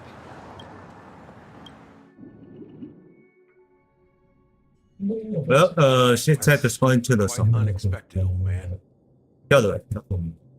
Who would have thought your crazy plan would actually work? Do all you nameless fools just act on a whim? I can sense that this false sweet dream is coming to an end. The nameless may be young, but they had the ability to achieve this goal. Just like you did in your time. It's a shame you won't be able to see it firsthand. Maybe I won't either. Once something fictional is seen through, it ceases to exist. Yeah, not just those nameless. Even Mr. Wings is just like you. Stubborn, won't listen or give up, no matter what. Well, fate is unpredictable, I guess. If we weren't bound by those cursed paths, maybe we could have had some good talks. But in the end, we managed to do it. And now we can find solace. Remember how those idiots cursed us? They said, "Go to hell, you worthless traitors." Well, I don't know if they really meant it, but if longing for freedom means going to hell, then I'll be joining you soon, you fool. Let's get together and have supper again in hell. Oh, I almost forgot. There's one more thing. Here's to you. A glass of hello and goodbye, Trailblazer. To the imperfect tomorrow. On the Astral Express. Oh, it's not. Get back on the Alcon. Shelter from the rain. Let alone fresh berries in this desolate place. I was just following the scent of life. It's particularly strong in a place like this. It's a shame these berries don't have much flavor. Seriously? In case you didn't know, this fruit is pretty juicy. The only downside is that when you chew it, it becomes extremely spicy. Have you lost your sense of taste? I can still taste certain things, like a faint sweetness. Before coming here, I stopped by a place called Orkron. It had barren cliffs and nights lit by bonfires. Burgundy snow would fall from the sky, and when it landed on my tongue, it tasted like raspberries. The flavor wasn't exactly sweet, but it left a lasting impression. When I think back on my past, I realize that what's tying everything together isn't the big events, but rather these small yet unforgettable moments. Don't worry about it. Losing oneself is a reality that every self-annihilator must face. At least I haven't completely lost my senses and memories yet. Well, congratulations on adding another footnote to your journey. By the way, are you always alone? No, I had a companion in Orkron. She's a short, nameless girl who aspired to explore IX. She always said she'd walk a path deeper and farther than Akavili's. Quite an ambition for such a small girl. So, what happened? She became stagnant water. Well, my condolences. Condolences. I don't need them. The girl left with a smile. She never regretted her choice and most definitely wanted me to say goodbye with a smile. So, that's what I did. That's proof that you're grieving for her. Or perhaps I'm just afraid. Afraid? I rarely sense that emotion from you. What do you fear? I'm afraid I'll forget the 30 days I spent with her. Just like all the other days in my life. Most of them have already washed away with the rain, disappearing into an unseen realm. I fear that those vivid red memories will fade away too. There isn't much color left. And besides this faint, warm red, there's almost nothing. Hard to imagine. A ranger accustomed to bloodshed, destruction, and chaos finding warmth in red color. Because I have experienced this warmth many times. Long ago, I promised someone that I'd bring it to more people. And that for every remaining moment of my life, I'd strive for a better ending for all. As long as this red color still lingers, I have a chance to fulfill that promise. It represents a burning fire, a blooming flower, the berries in this cave, and life itself, fleeting yet still dazzling. In the end, it will lead me beyond the horizon of existence. And on the other side, I will cut off nihility. The one blessed Oh, by the that's the composition with on and it's a chief? I don't know. But you're right about one thing. After spending so much time near this stagnant water, only when I look at this vibrant red fire do I realize that I'm still alive. When will this rain ever stop? Perhaps when the sorrows of the departed have finally quieted down, the sky will clear up. Well, back on the actual quest. Have you heard of a planet named Biari Scamandros, Don Hung? It's one of the paradises under the influence of the Harmony, a sought-after wonderland for the inhabitants of the Dardanum major and minor systems. Half an Amber era ago, the family held an unprecedented festival there. And after that, everyone on the planet became part of the family. Do you think the same thing will happen on Penacony? Yes. Or how else can we explain it? The family deliberately used the Watchmaker's invitation to keep all the Pathstriders here, but banished the Emanator of the Nihility. Because of the Nihility, I'm rarely affected by the power of other paths, but somehow I can unconsciously infiltrate them. Maybe that's the risk they're trying to avoid. I would disagree. Biari Scamandros is not part of the credit system or connected to the Silver Rail. It's nothing more than a remote civilization sheltered by the Harmony. But Penacony is different. If the family messes with Penacony, that would be like declaring war on almost half of the factions in the cosmos. They have no reason to do that. No, they don't. If they truly serve the Harmony, that is. What do you mean? The path in Penacony is impure. The Harmony here has impurities. Do you remember the Ancient Swarm disaster? Tazerond, the propagation, brought endless havoc to the universe, and it eventually evolved into a fierce battle among all eons. Two paths lost their eons in that war, the propagation and the order. Coincidentally, their downfall is related to a certain eon.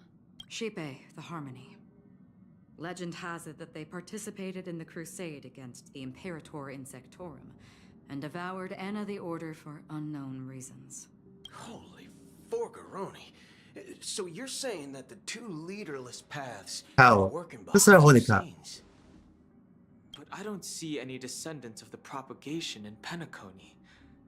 Could it be that the remnants of Beyond the Sky Choir are hiding within the family, trying to resurrect a fallen eon? I can't say for sure, but they're definitely planning something for the Charmony Festival.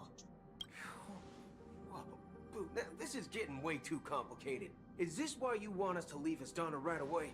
Are you giving up? The Charmony Festival will start soon. There's one thing that I need to confirm no matter what. A warp jump is the best way to do so. Time is running out. I have another plan. What? Uh-huh. Hold on. Who here? Thinking of using the Jade Abacus of Allying Oath. Exactly. The assistance from the lawful Cloud Knights would be enough. Think it over carefully. You can only use that once in your lifetime. I have considered it thoroughly. My companions are...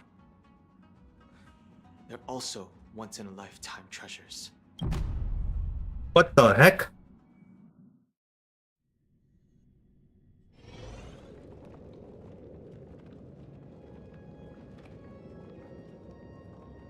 Are you the only one here, my child?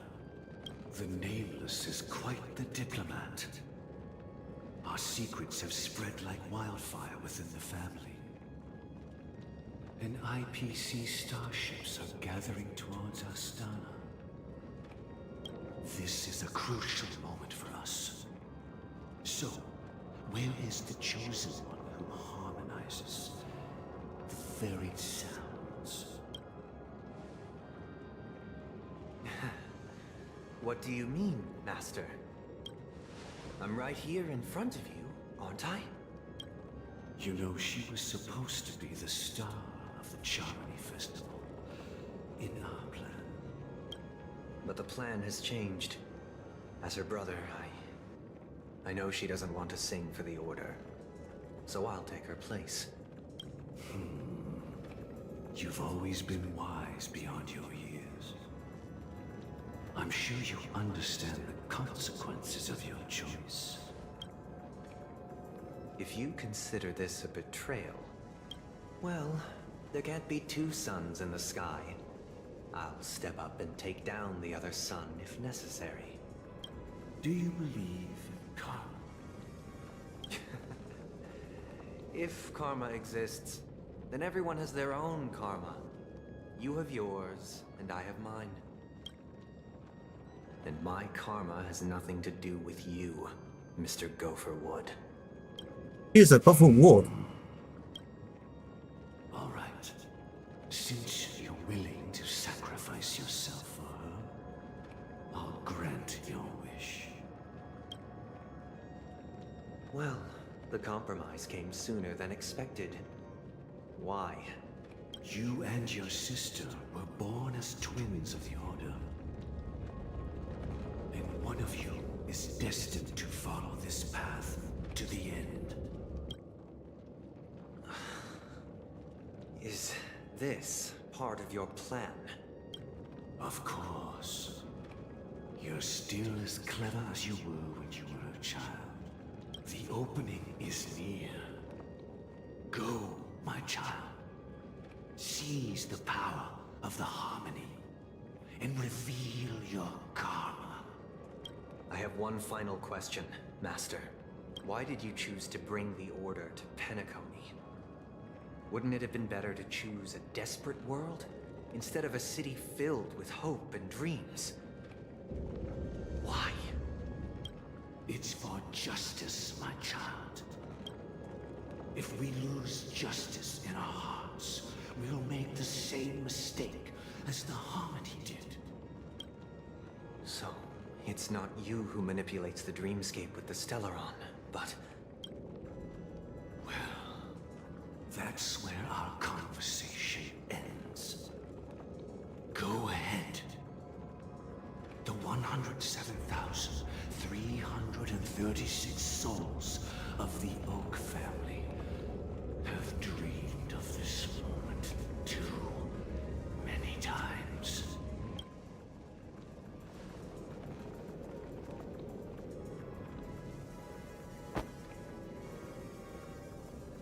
Huh? The bullet's down? He's dead? I shall ascend to the heavens, becoming the scorching sun, bathed in my light. Oh my god. What the hell? Oh my The god. interior of the Penacony Grand Theater. It's quite exhilarating to be I can't flushed in believe the air, it. my soul glad. But Ew. why is the venue still closed when the Charmony Festival is about to start? And not only that, the entire theater is eerily quiet. No audience, no staff, no one around. So, are we too late? Even if we're late, a grand theater like this shouldn't be completely empty. Let's explore around. Be careful, everyone. Yeah, okay.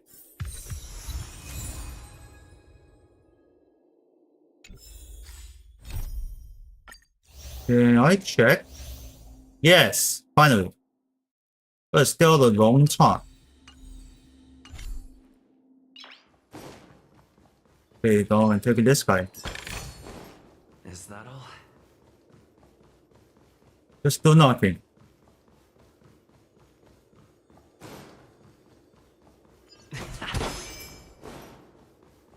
Okay, draw the head. Gosh, the atmosphere here is so creepy and unsettling. Even if there's no audience yet, there should be some staff around. Why is it so silent?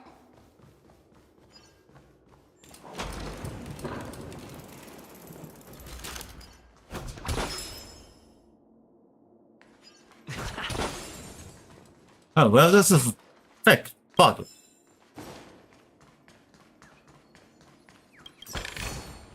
Looks good. Oops. Higher cosine. Oh, here it goes. Okay, let's fix it.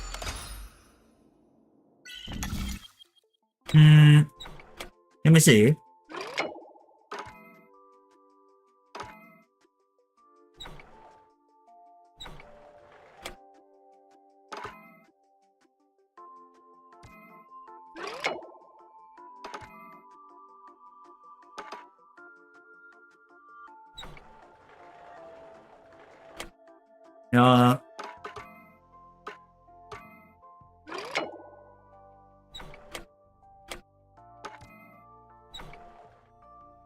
Oh, this is bad.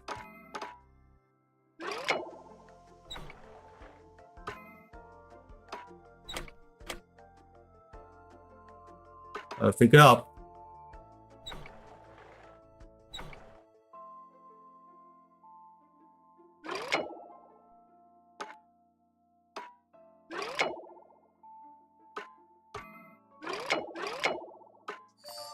Oh, here it goes. And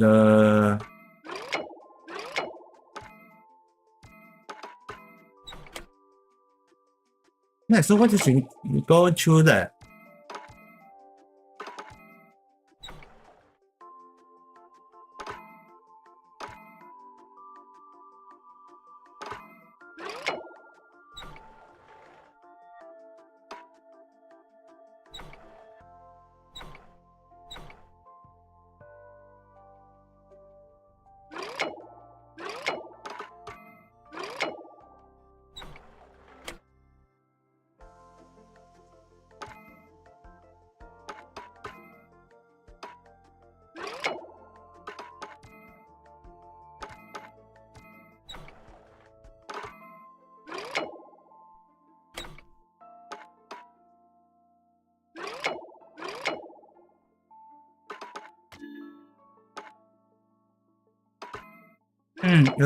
That's a problem.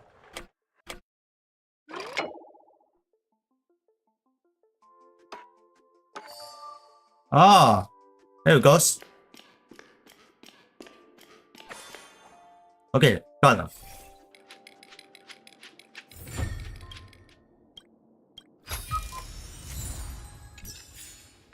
Okay, got him. Got a new item.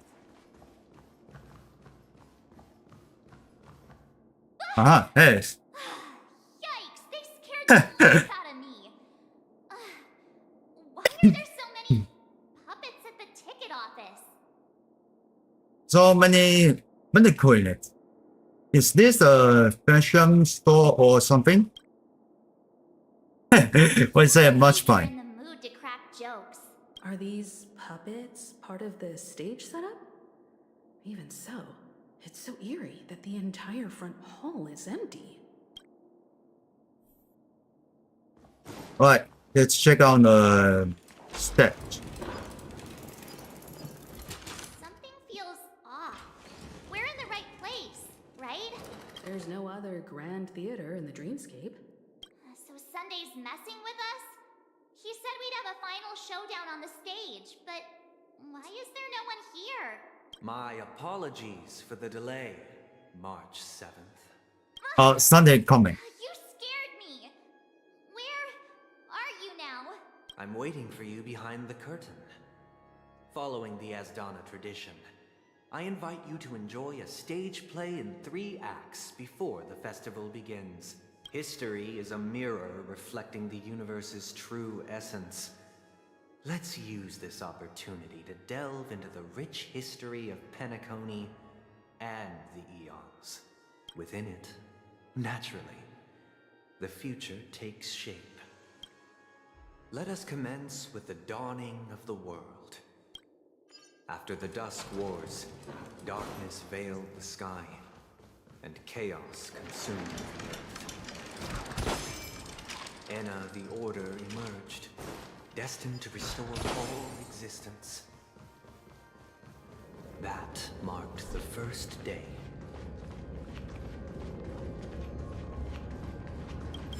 They gathered nebulae and forged them into pigs, thus creating a grand lyre with black and white keys. Strike the white keys and the sun rose. Strike the black keys and the moon rose. And so, the cycle of day and night arose. That marked the second day.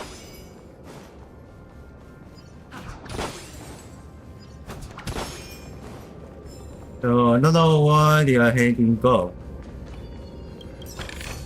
Okay, let's block. Don't hear that guy. Hey, Zero. Stay in step. Do you know what? This big diamond! It's all yours! Oh dear. You're a good person.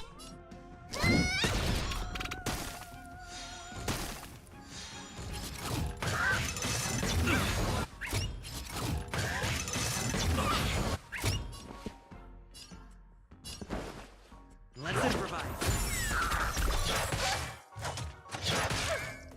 What are you looking at? Let me tell your woman. How appropriate. Alright, let's do this.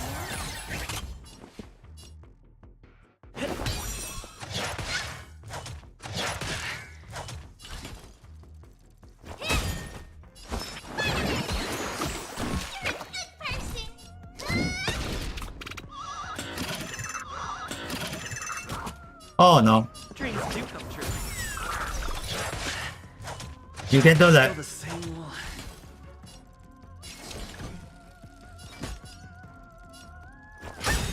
Do you know what? This big diamond! It's all yours! You don't look so good. Great team. The mood is set just for the show begin. Time for mischief! Oh, here we goes.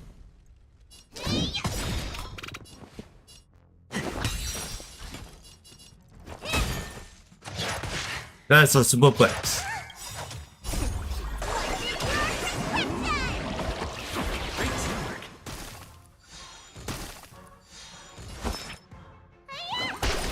Time to twirl!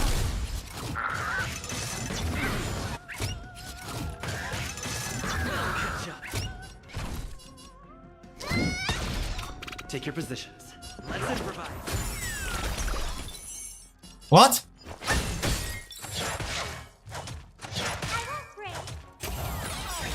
Yes. Yes. Hehe. So that's why I wasn't here that guy. Honored to meet me.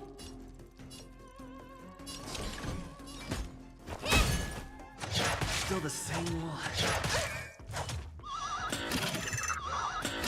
Let me tend your wounds. Dreams do come true.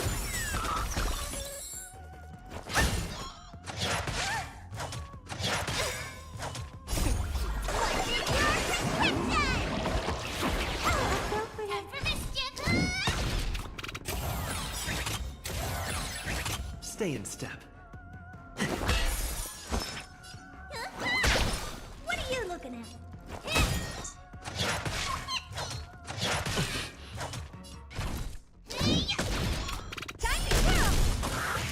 Oh no! What you've done? Helter. Let's improvise. Huh? Miss. Oh dear. You could still surrender.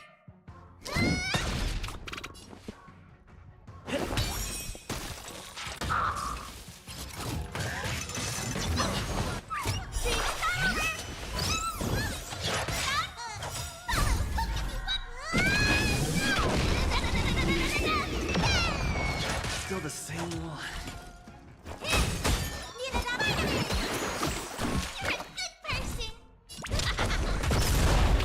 Take your positions.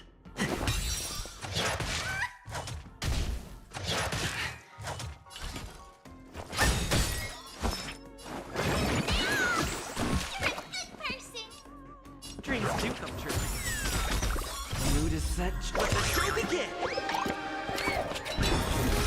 Magic. Honored to meet me. Okay, name force. He's already for the attack. Damn.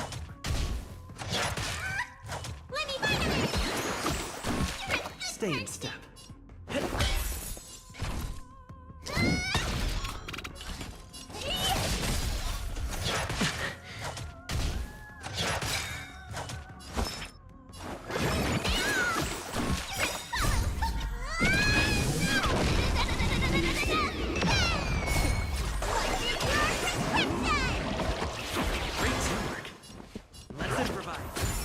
Magic. Oh, I changed the sample. Reach the end of the story in your own way.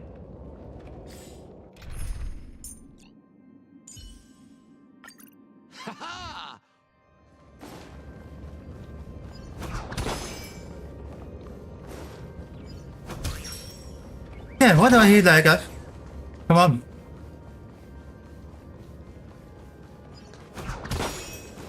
Oh, you looking forward?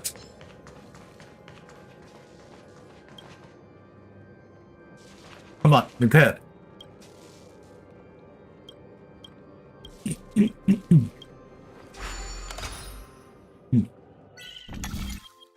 Wow, that's a multiple.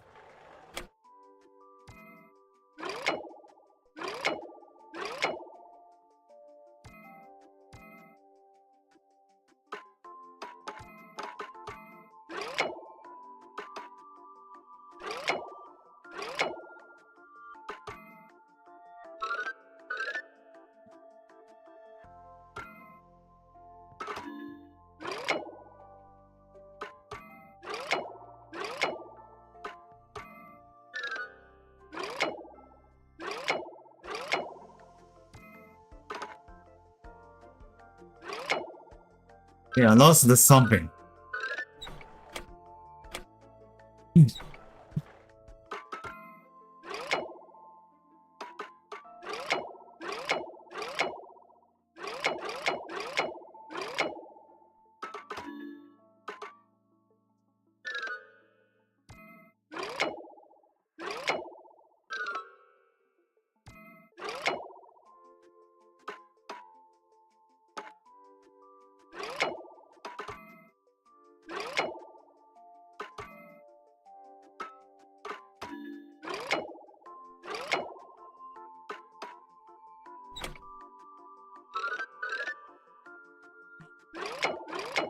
And this is hard, not easy.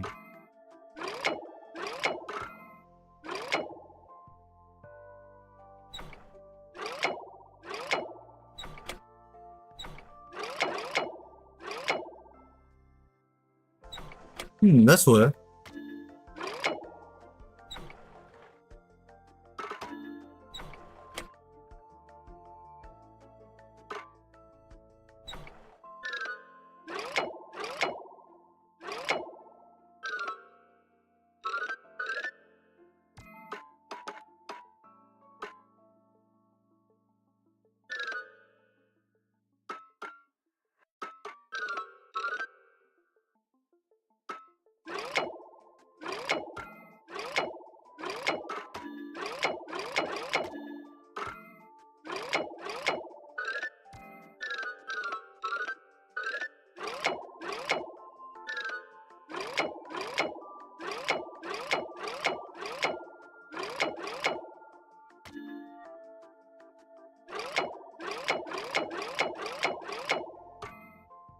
Here I go.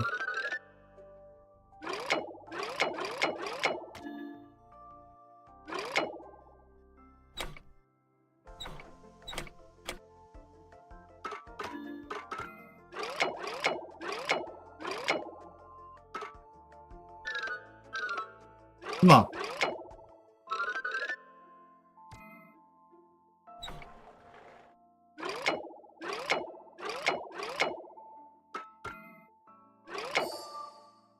Oh, here it goes. Man, this is hard.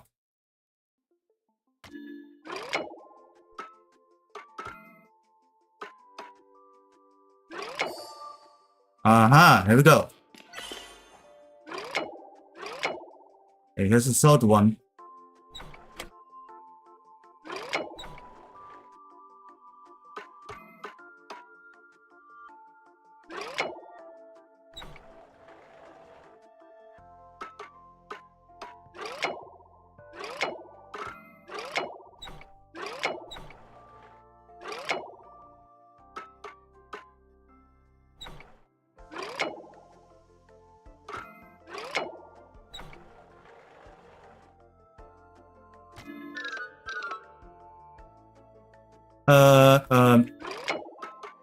This is not gonna be a heaven. That's all.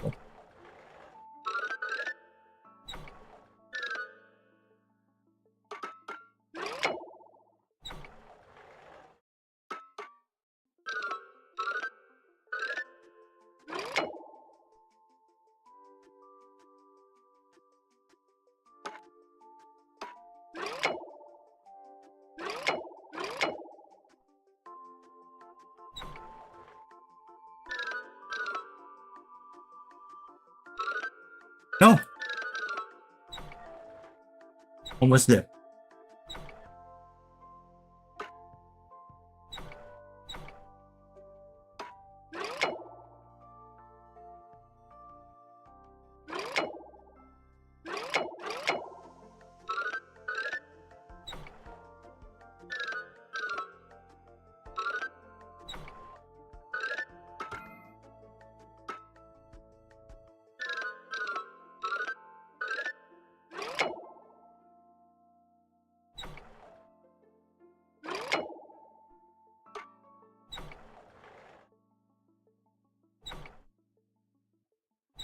Oh, let's not play that game. Hmm? What the? Lady, you have something missing?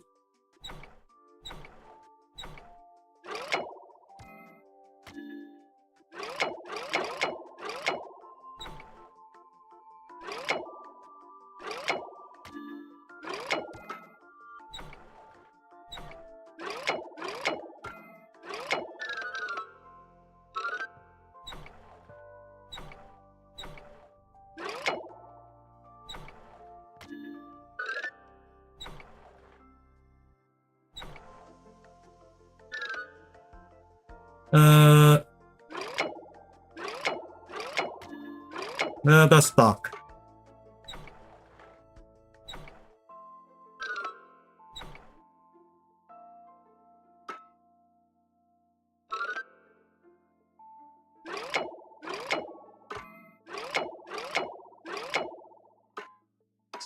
Hmm? What? Wait, what?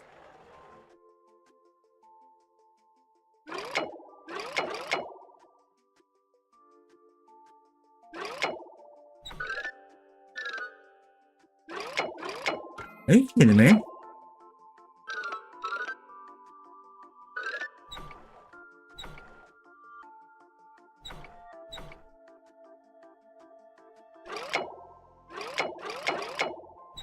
Yeah, it has been correct. Why is not moving? It goes.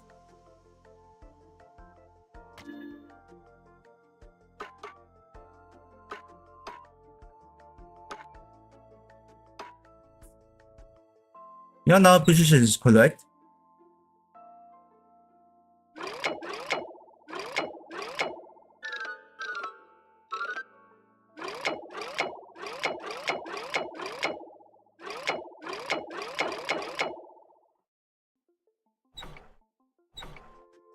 Strange.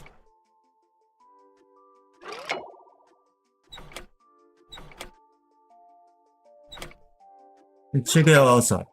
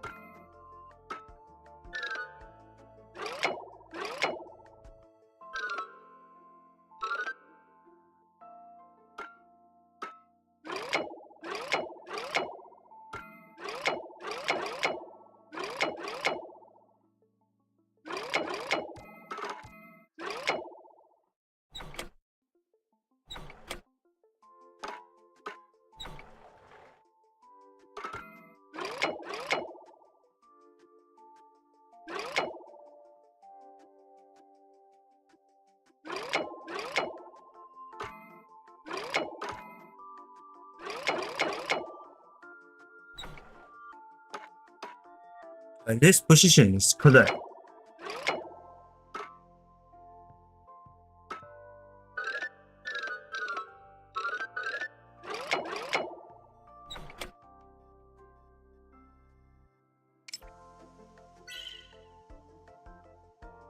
Hey there.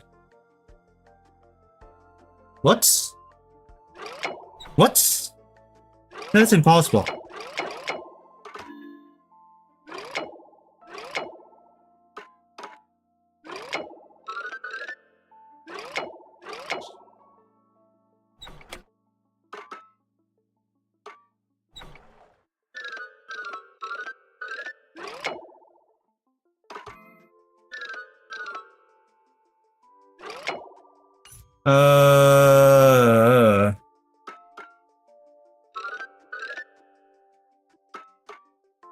Let me think. I think this is glitch.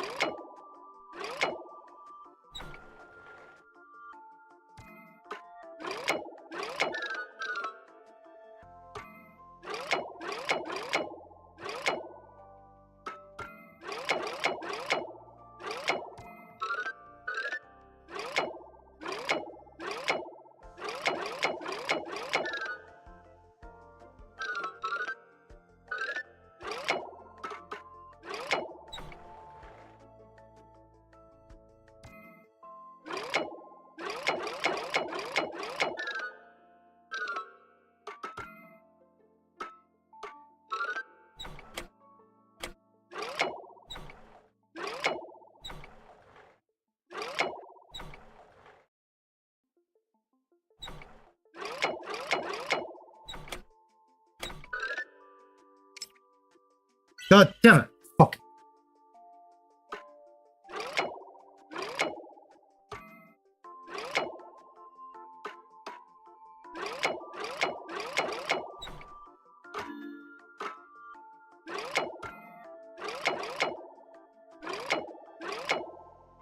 I give up this.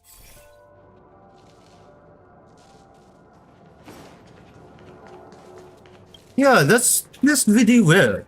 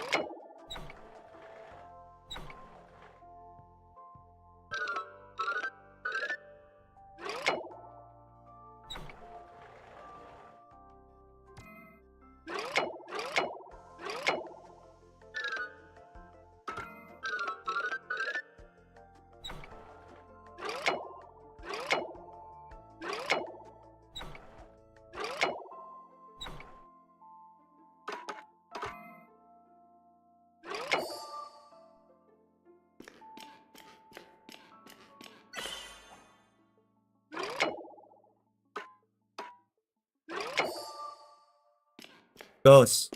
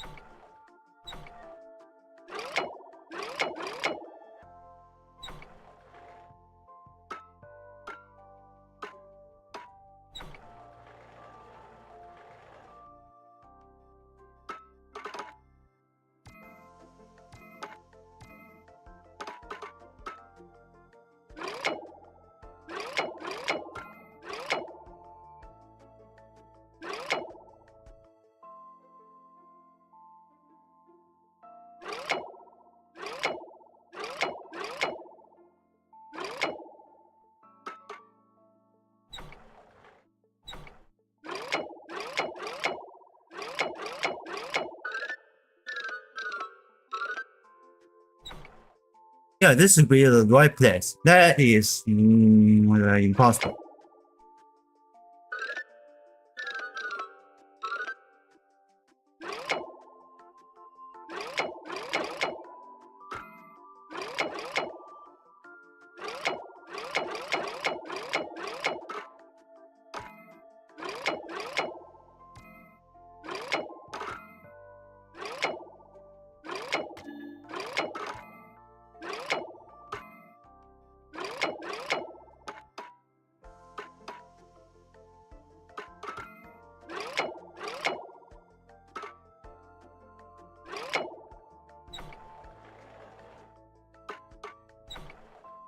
Oh, why you didn't make it like this?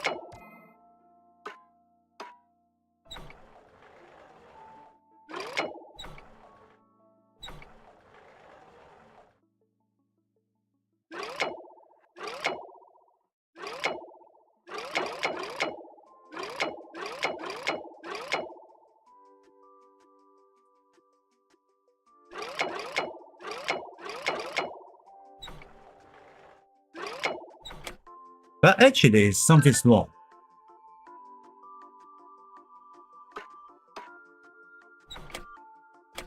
Yeah, you got something wrong. You got something wrong. You really got something wrong.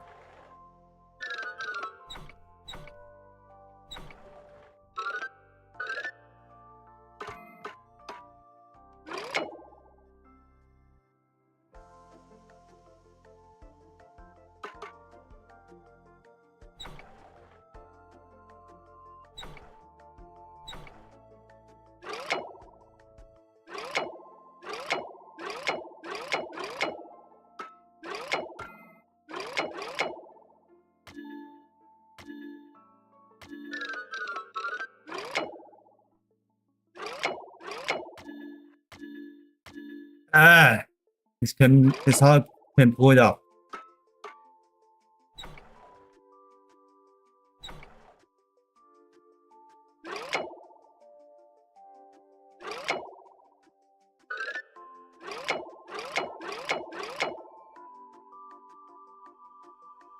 Yeah, precision is correct.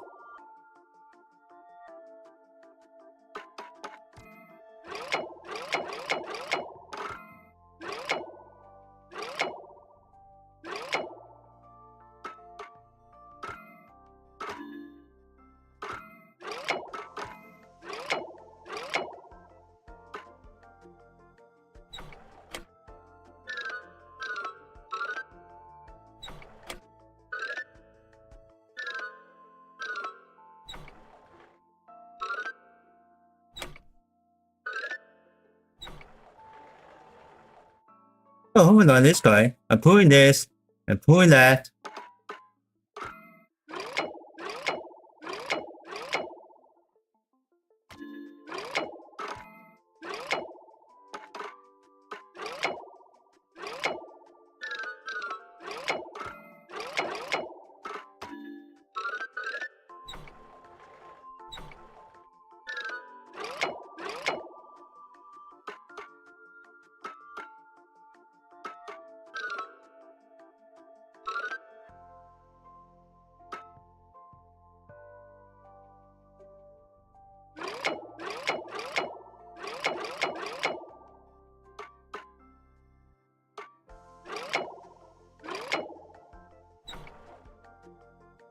Yeah, there is. There is. There is. What is really weird? Yeah, this need to fix that issues.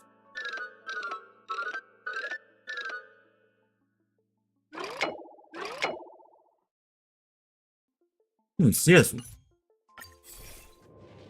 That's glitch. This is the glitch. Fuck it. Oh my god. Let's go. Let's continue. I have no idea what the fuck.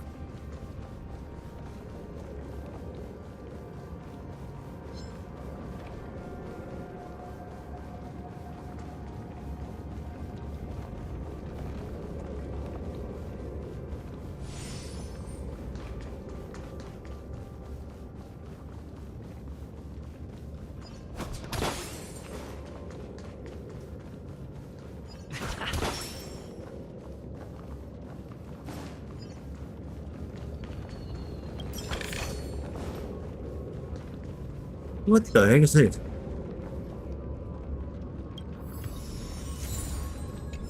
Huh? There's something in his hand.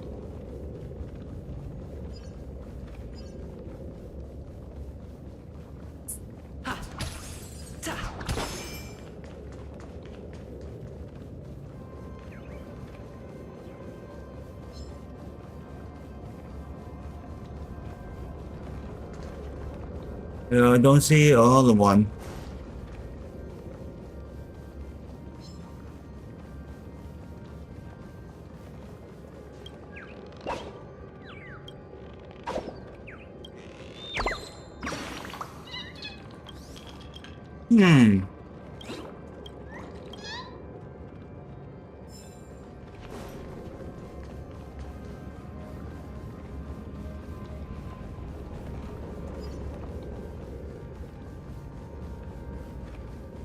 Please stay tuned.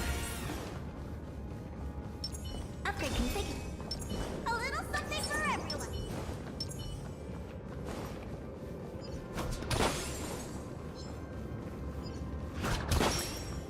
Okay, do you see the person?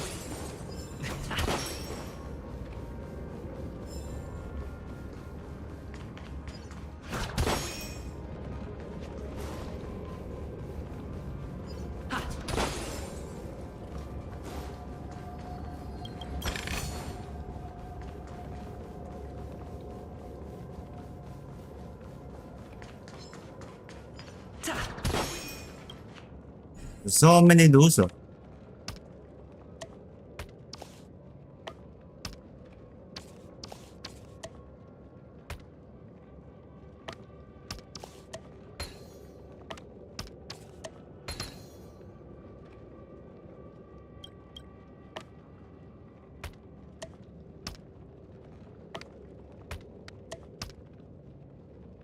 Yes.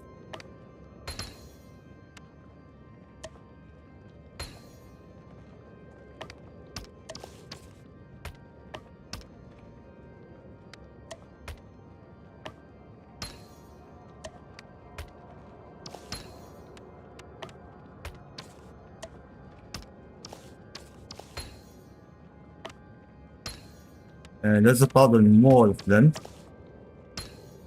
Looking forward.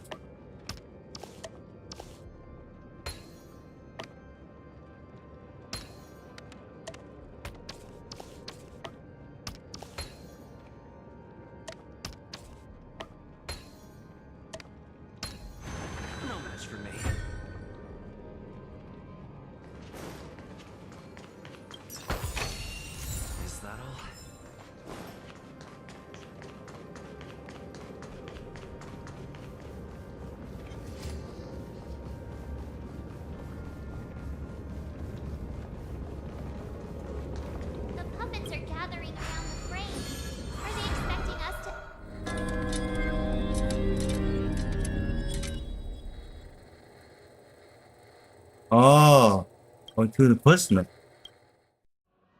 Where are we now? The atmosphere here looks similar to Sunday's inner world.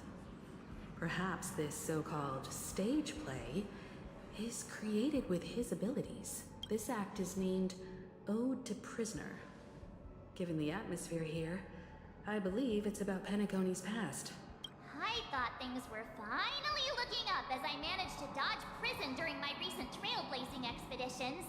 But now it looks like I'll be back behind bars again. I genuinely wish to avoid a violent clash with my esteemed guests from afar. Therefore, I've arranged 3 acts before the situation becomes irreparable. Where shall we start our narrative? Well, let's start with the time when Penacony was still a frontier prison.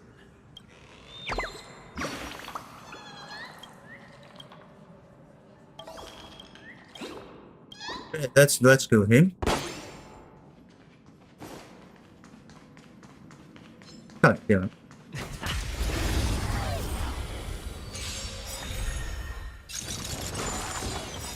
What are you waiting for? To betray my customers?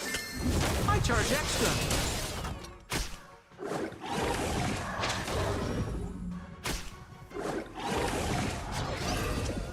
Ah, he's wake up.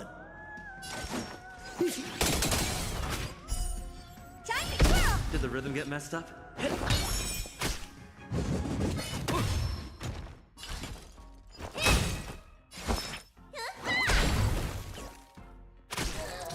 We're just having fun.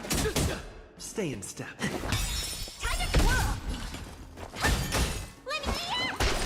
More business. Reach the end of the story in your own way.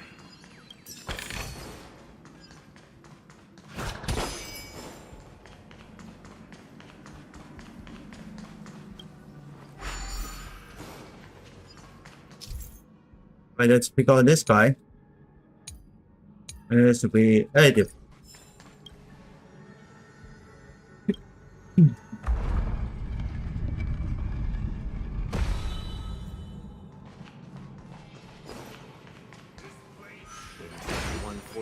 AD, a prisoner named Hanun ignited a struggle for liberty and emerged triumphant. IGC referred to it as the War of the Frontier, while the Asdanians dubbed it the War of Independence. Oh, this is trash.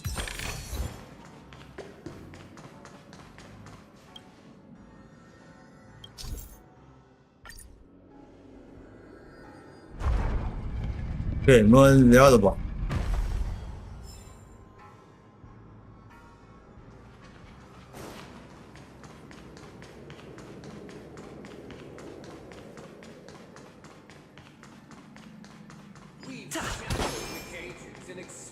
It's true that Hanunu was a legendary hero, but it must be acknowledged that while he bestowed freedom upon the prisoners, he didn't grant them true liberation.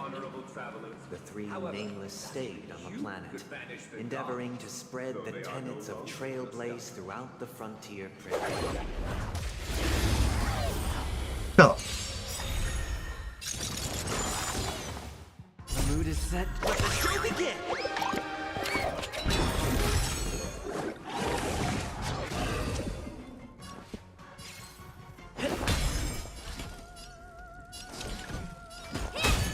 We're just having fun.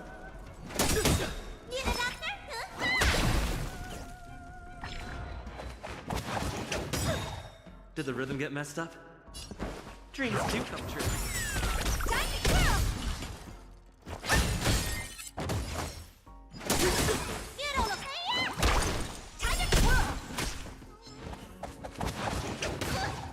Take your pick. Honored to meet me. What? This is more damage. God damn it. Is that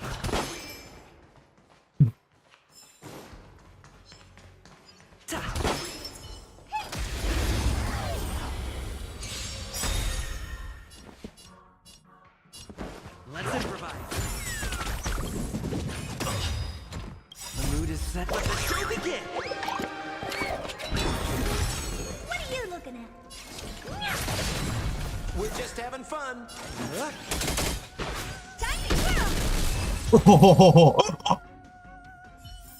Wow. How am I gonna get that time back? That's interesting. And I can use the... I think with something else, so then I can use some charging myself. But first, I need the moon, this guy. And next, moving back.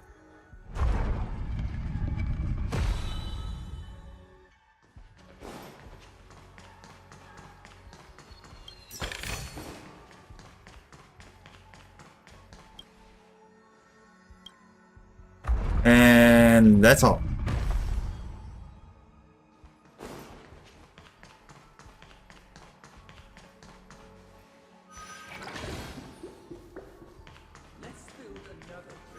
Once again, as Donna was engulfed in war, this time the enemies originating from within. The prisoners remained prisoners for the rest of their lives, fighting for freedom rather than living for it. I hope you like this land of freedom on a scorched earth. As you can see, their sentences have long ended, and the IPC guards have long been expelled. Yet, these prisoners remain enslaved, not by external forces, but by the confines of their own minds. Freedom permeates every corner, except fragile souls. It gives solace only to those who believe in its existence. Prisoners, this is my order. Learn the essence of freedom and teach your fellow prisoners to fight for their lives. Huh. Why do we have to fight while enjoying the show? For I desire not only your enjoyment, but also your assistance in completion. You know what? This big diamond! It's all yours! What are you waiting for? To betray my customers? I charge extra.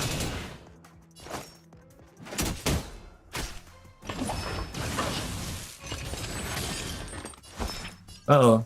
Here it comes. How appropriate.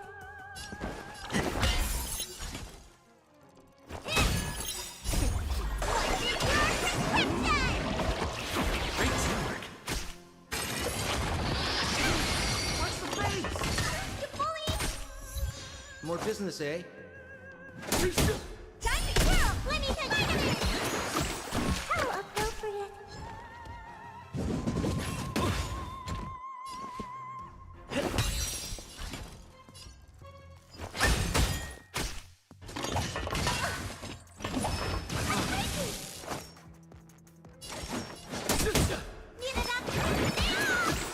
I owe you one. What are you waiting for? To betray my customers? I charge extra.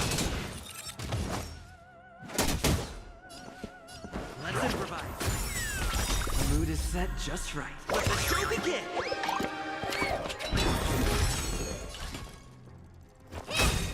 Do you know who this big diamond? It's all yours!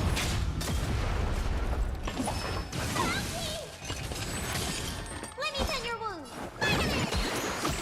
I owe you one. Dreams do come true. Okay, here we go. That's a weakness. We're just... Honored to meet me. Let's improvise. We're just having fun. What are you looking at? Need a doctor? Huh?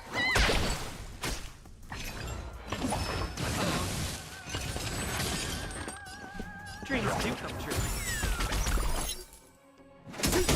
Honored to meet me.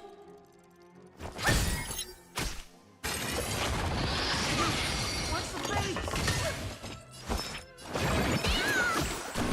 Take your positions. Let's improvise. The mood is set. Let the show begin.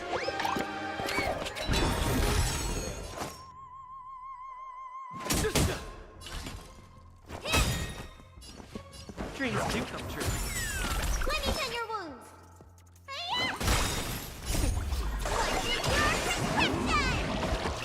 Great teamwork. Oh dear.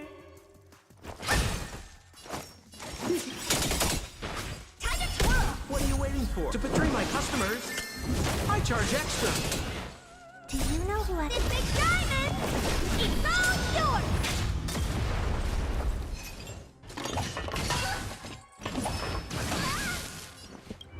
How many level? 56. Damn. Let's improvise. More business, eh? Need a doctor? I owe you. What are you looking at?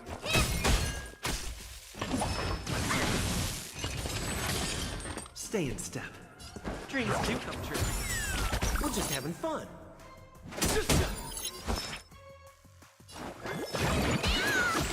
How appropriate.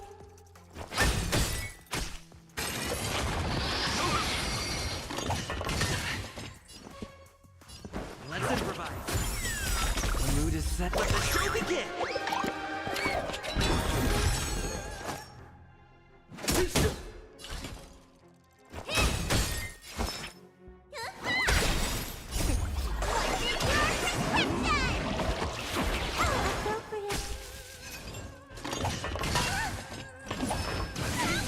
What's the face? Dreams do come true.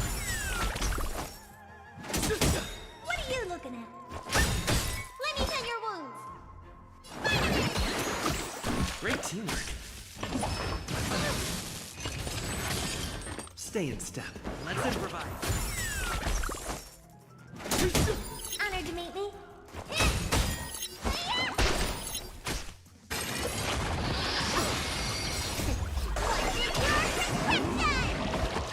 I owe you. Dreams do come true. What are you waiting for? To betray my customers, I charge extra.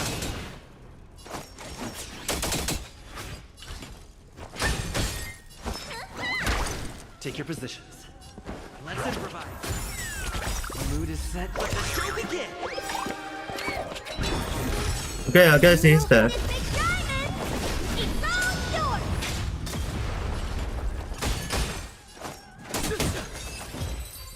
Oh, finally. No one can restrain you anymore. You are free. Thus concludes the first act. Amidst a raging war, the frontier prison headed toward becoming Land of the Exiles. This must be how Penacony was constructed.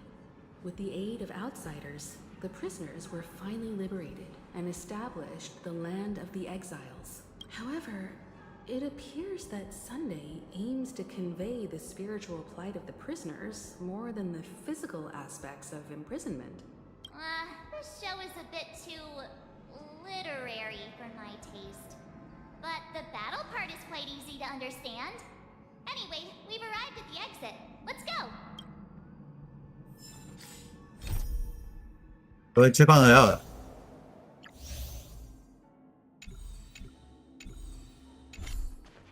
These puppets.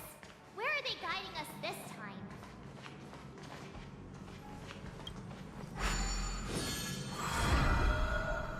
They transmuted streams of stars into inked nibs, creating symbols to be pronounced and counted.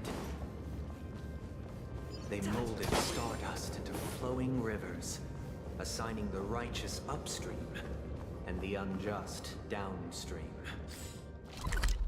So we need to go to the second step. Second force here. Thus, all things were marked, and the world learned to discern between good and evil. That marked the third and fourth days.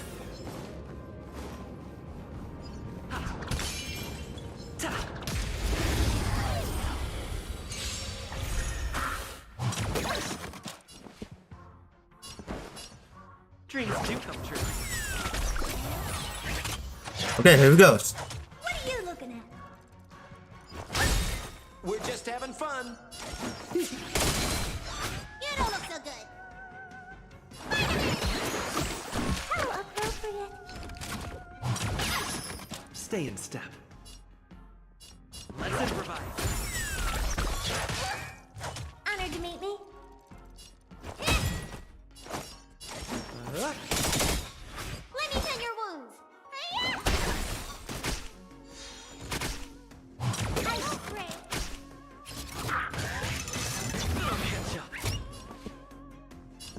dreams do come true.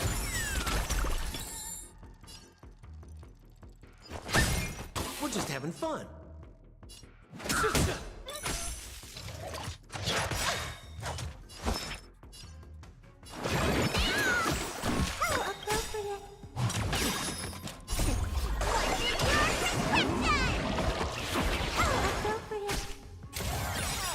What are you waiting for? To betray my customers? Okay, thank you so much. I charge extra. Time to kill! This big diamond! It's all yours! Mood is set. Let the show begin! Did the rhythm get messed up? Let's improvise. Oh dear. Need a doctor?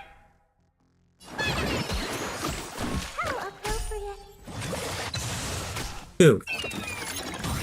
Take your positions.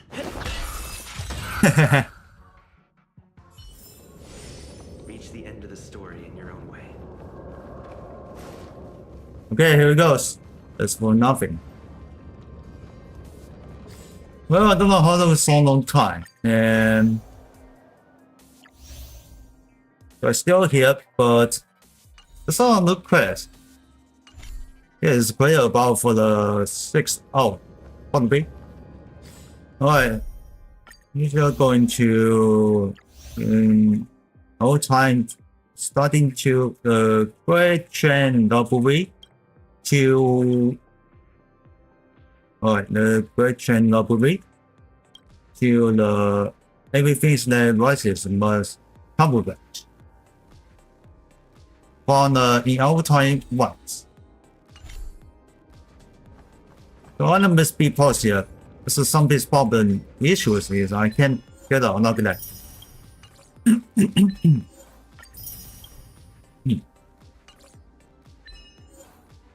For the third repair.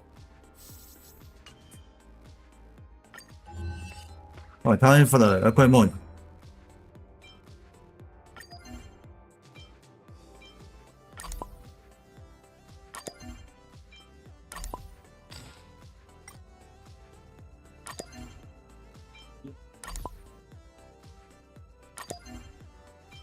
This should be good here.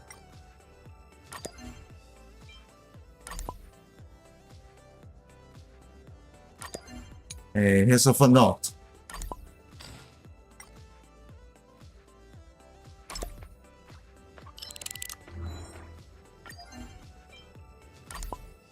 And that's for the head.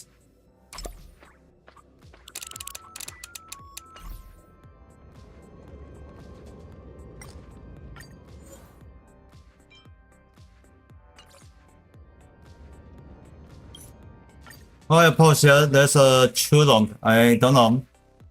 Well, that's also it. Yeah, that was pretty very long. I don't know why. But unfortunately, there's I can unlock that. No, I pause here because the too long. You know.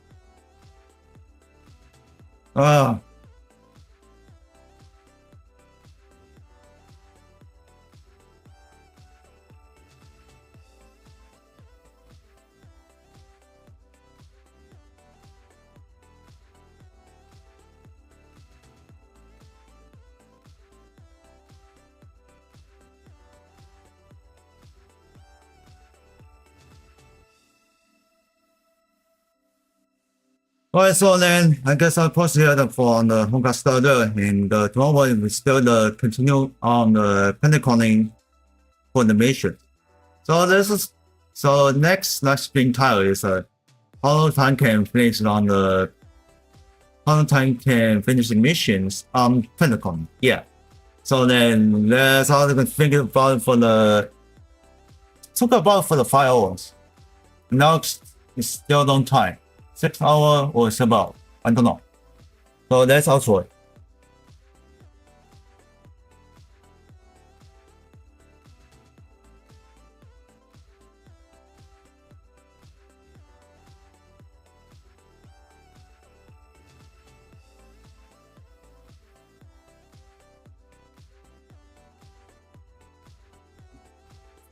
And tomorrow I'll be play with first Call of Duty Mobile first, and play with Honkai Star Rail.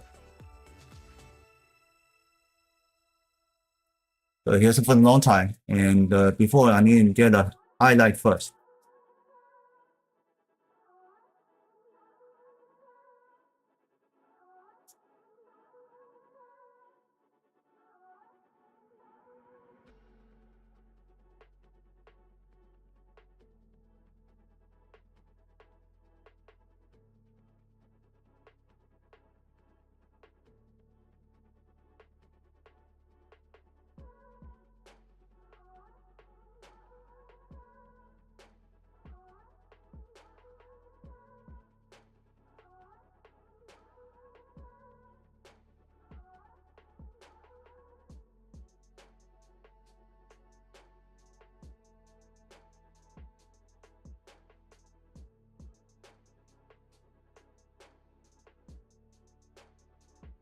Oh, skip.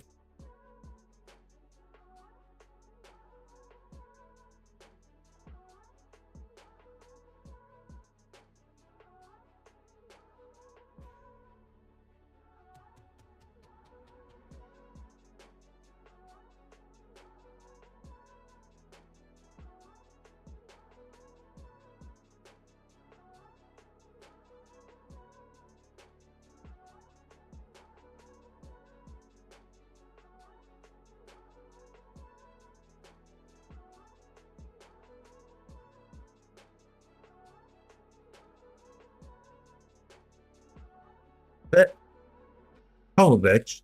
Oh, it's not a combo cup.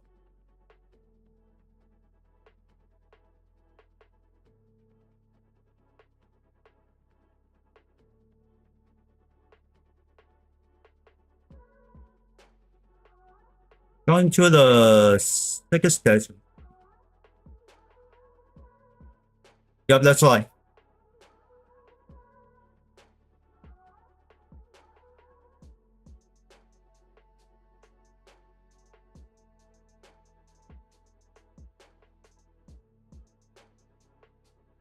Okay, here it goes.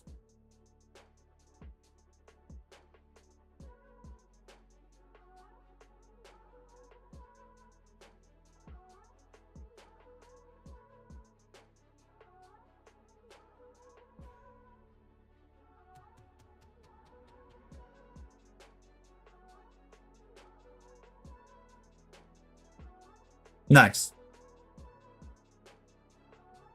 Yeah, play 6 hours.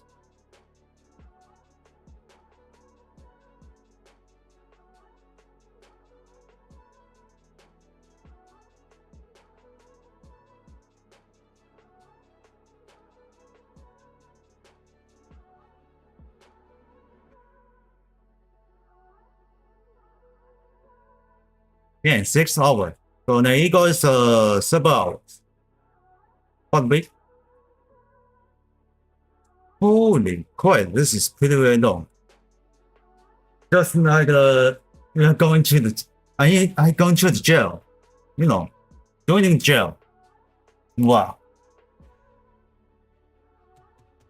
This is what I never see that expect that.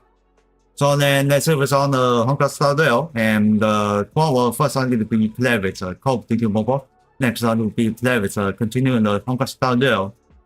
And I don't know how long time can in our times episode Trailblazer mission is being end. So thanks for watching everyone. Hope you enjoyed guys in this live stream. Please don't forget to donate much. If you join your James fan only the patrons, link in the Stumbler in each channel. Please give a like, thumbs up, smash that button. Please subscribe, click the bell, and turn on notification. You want to make sure I upload short video in the live stream. Donate much if you join your James fan. Link in description down below in YouTube channel. Personal ways. I'll see you in the next one. Bye bye.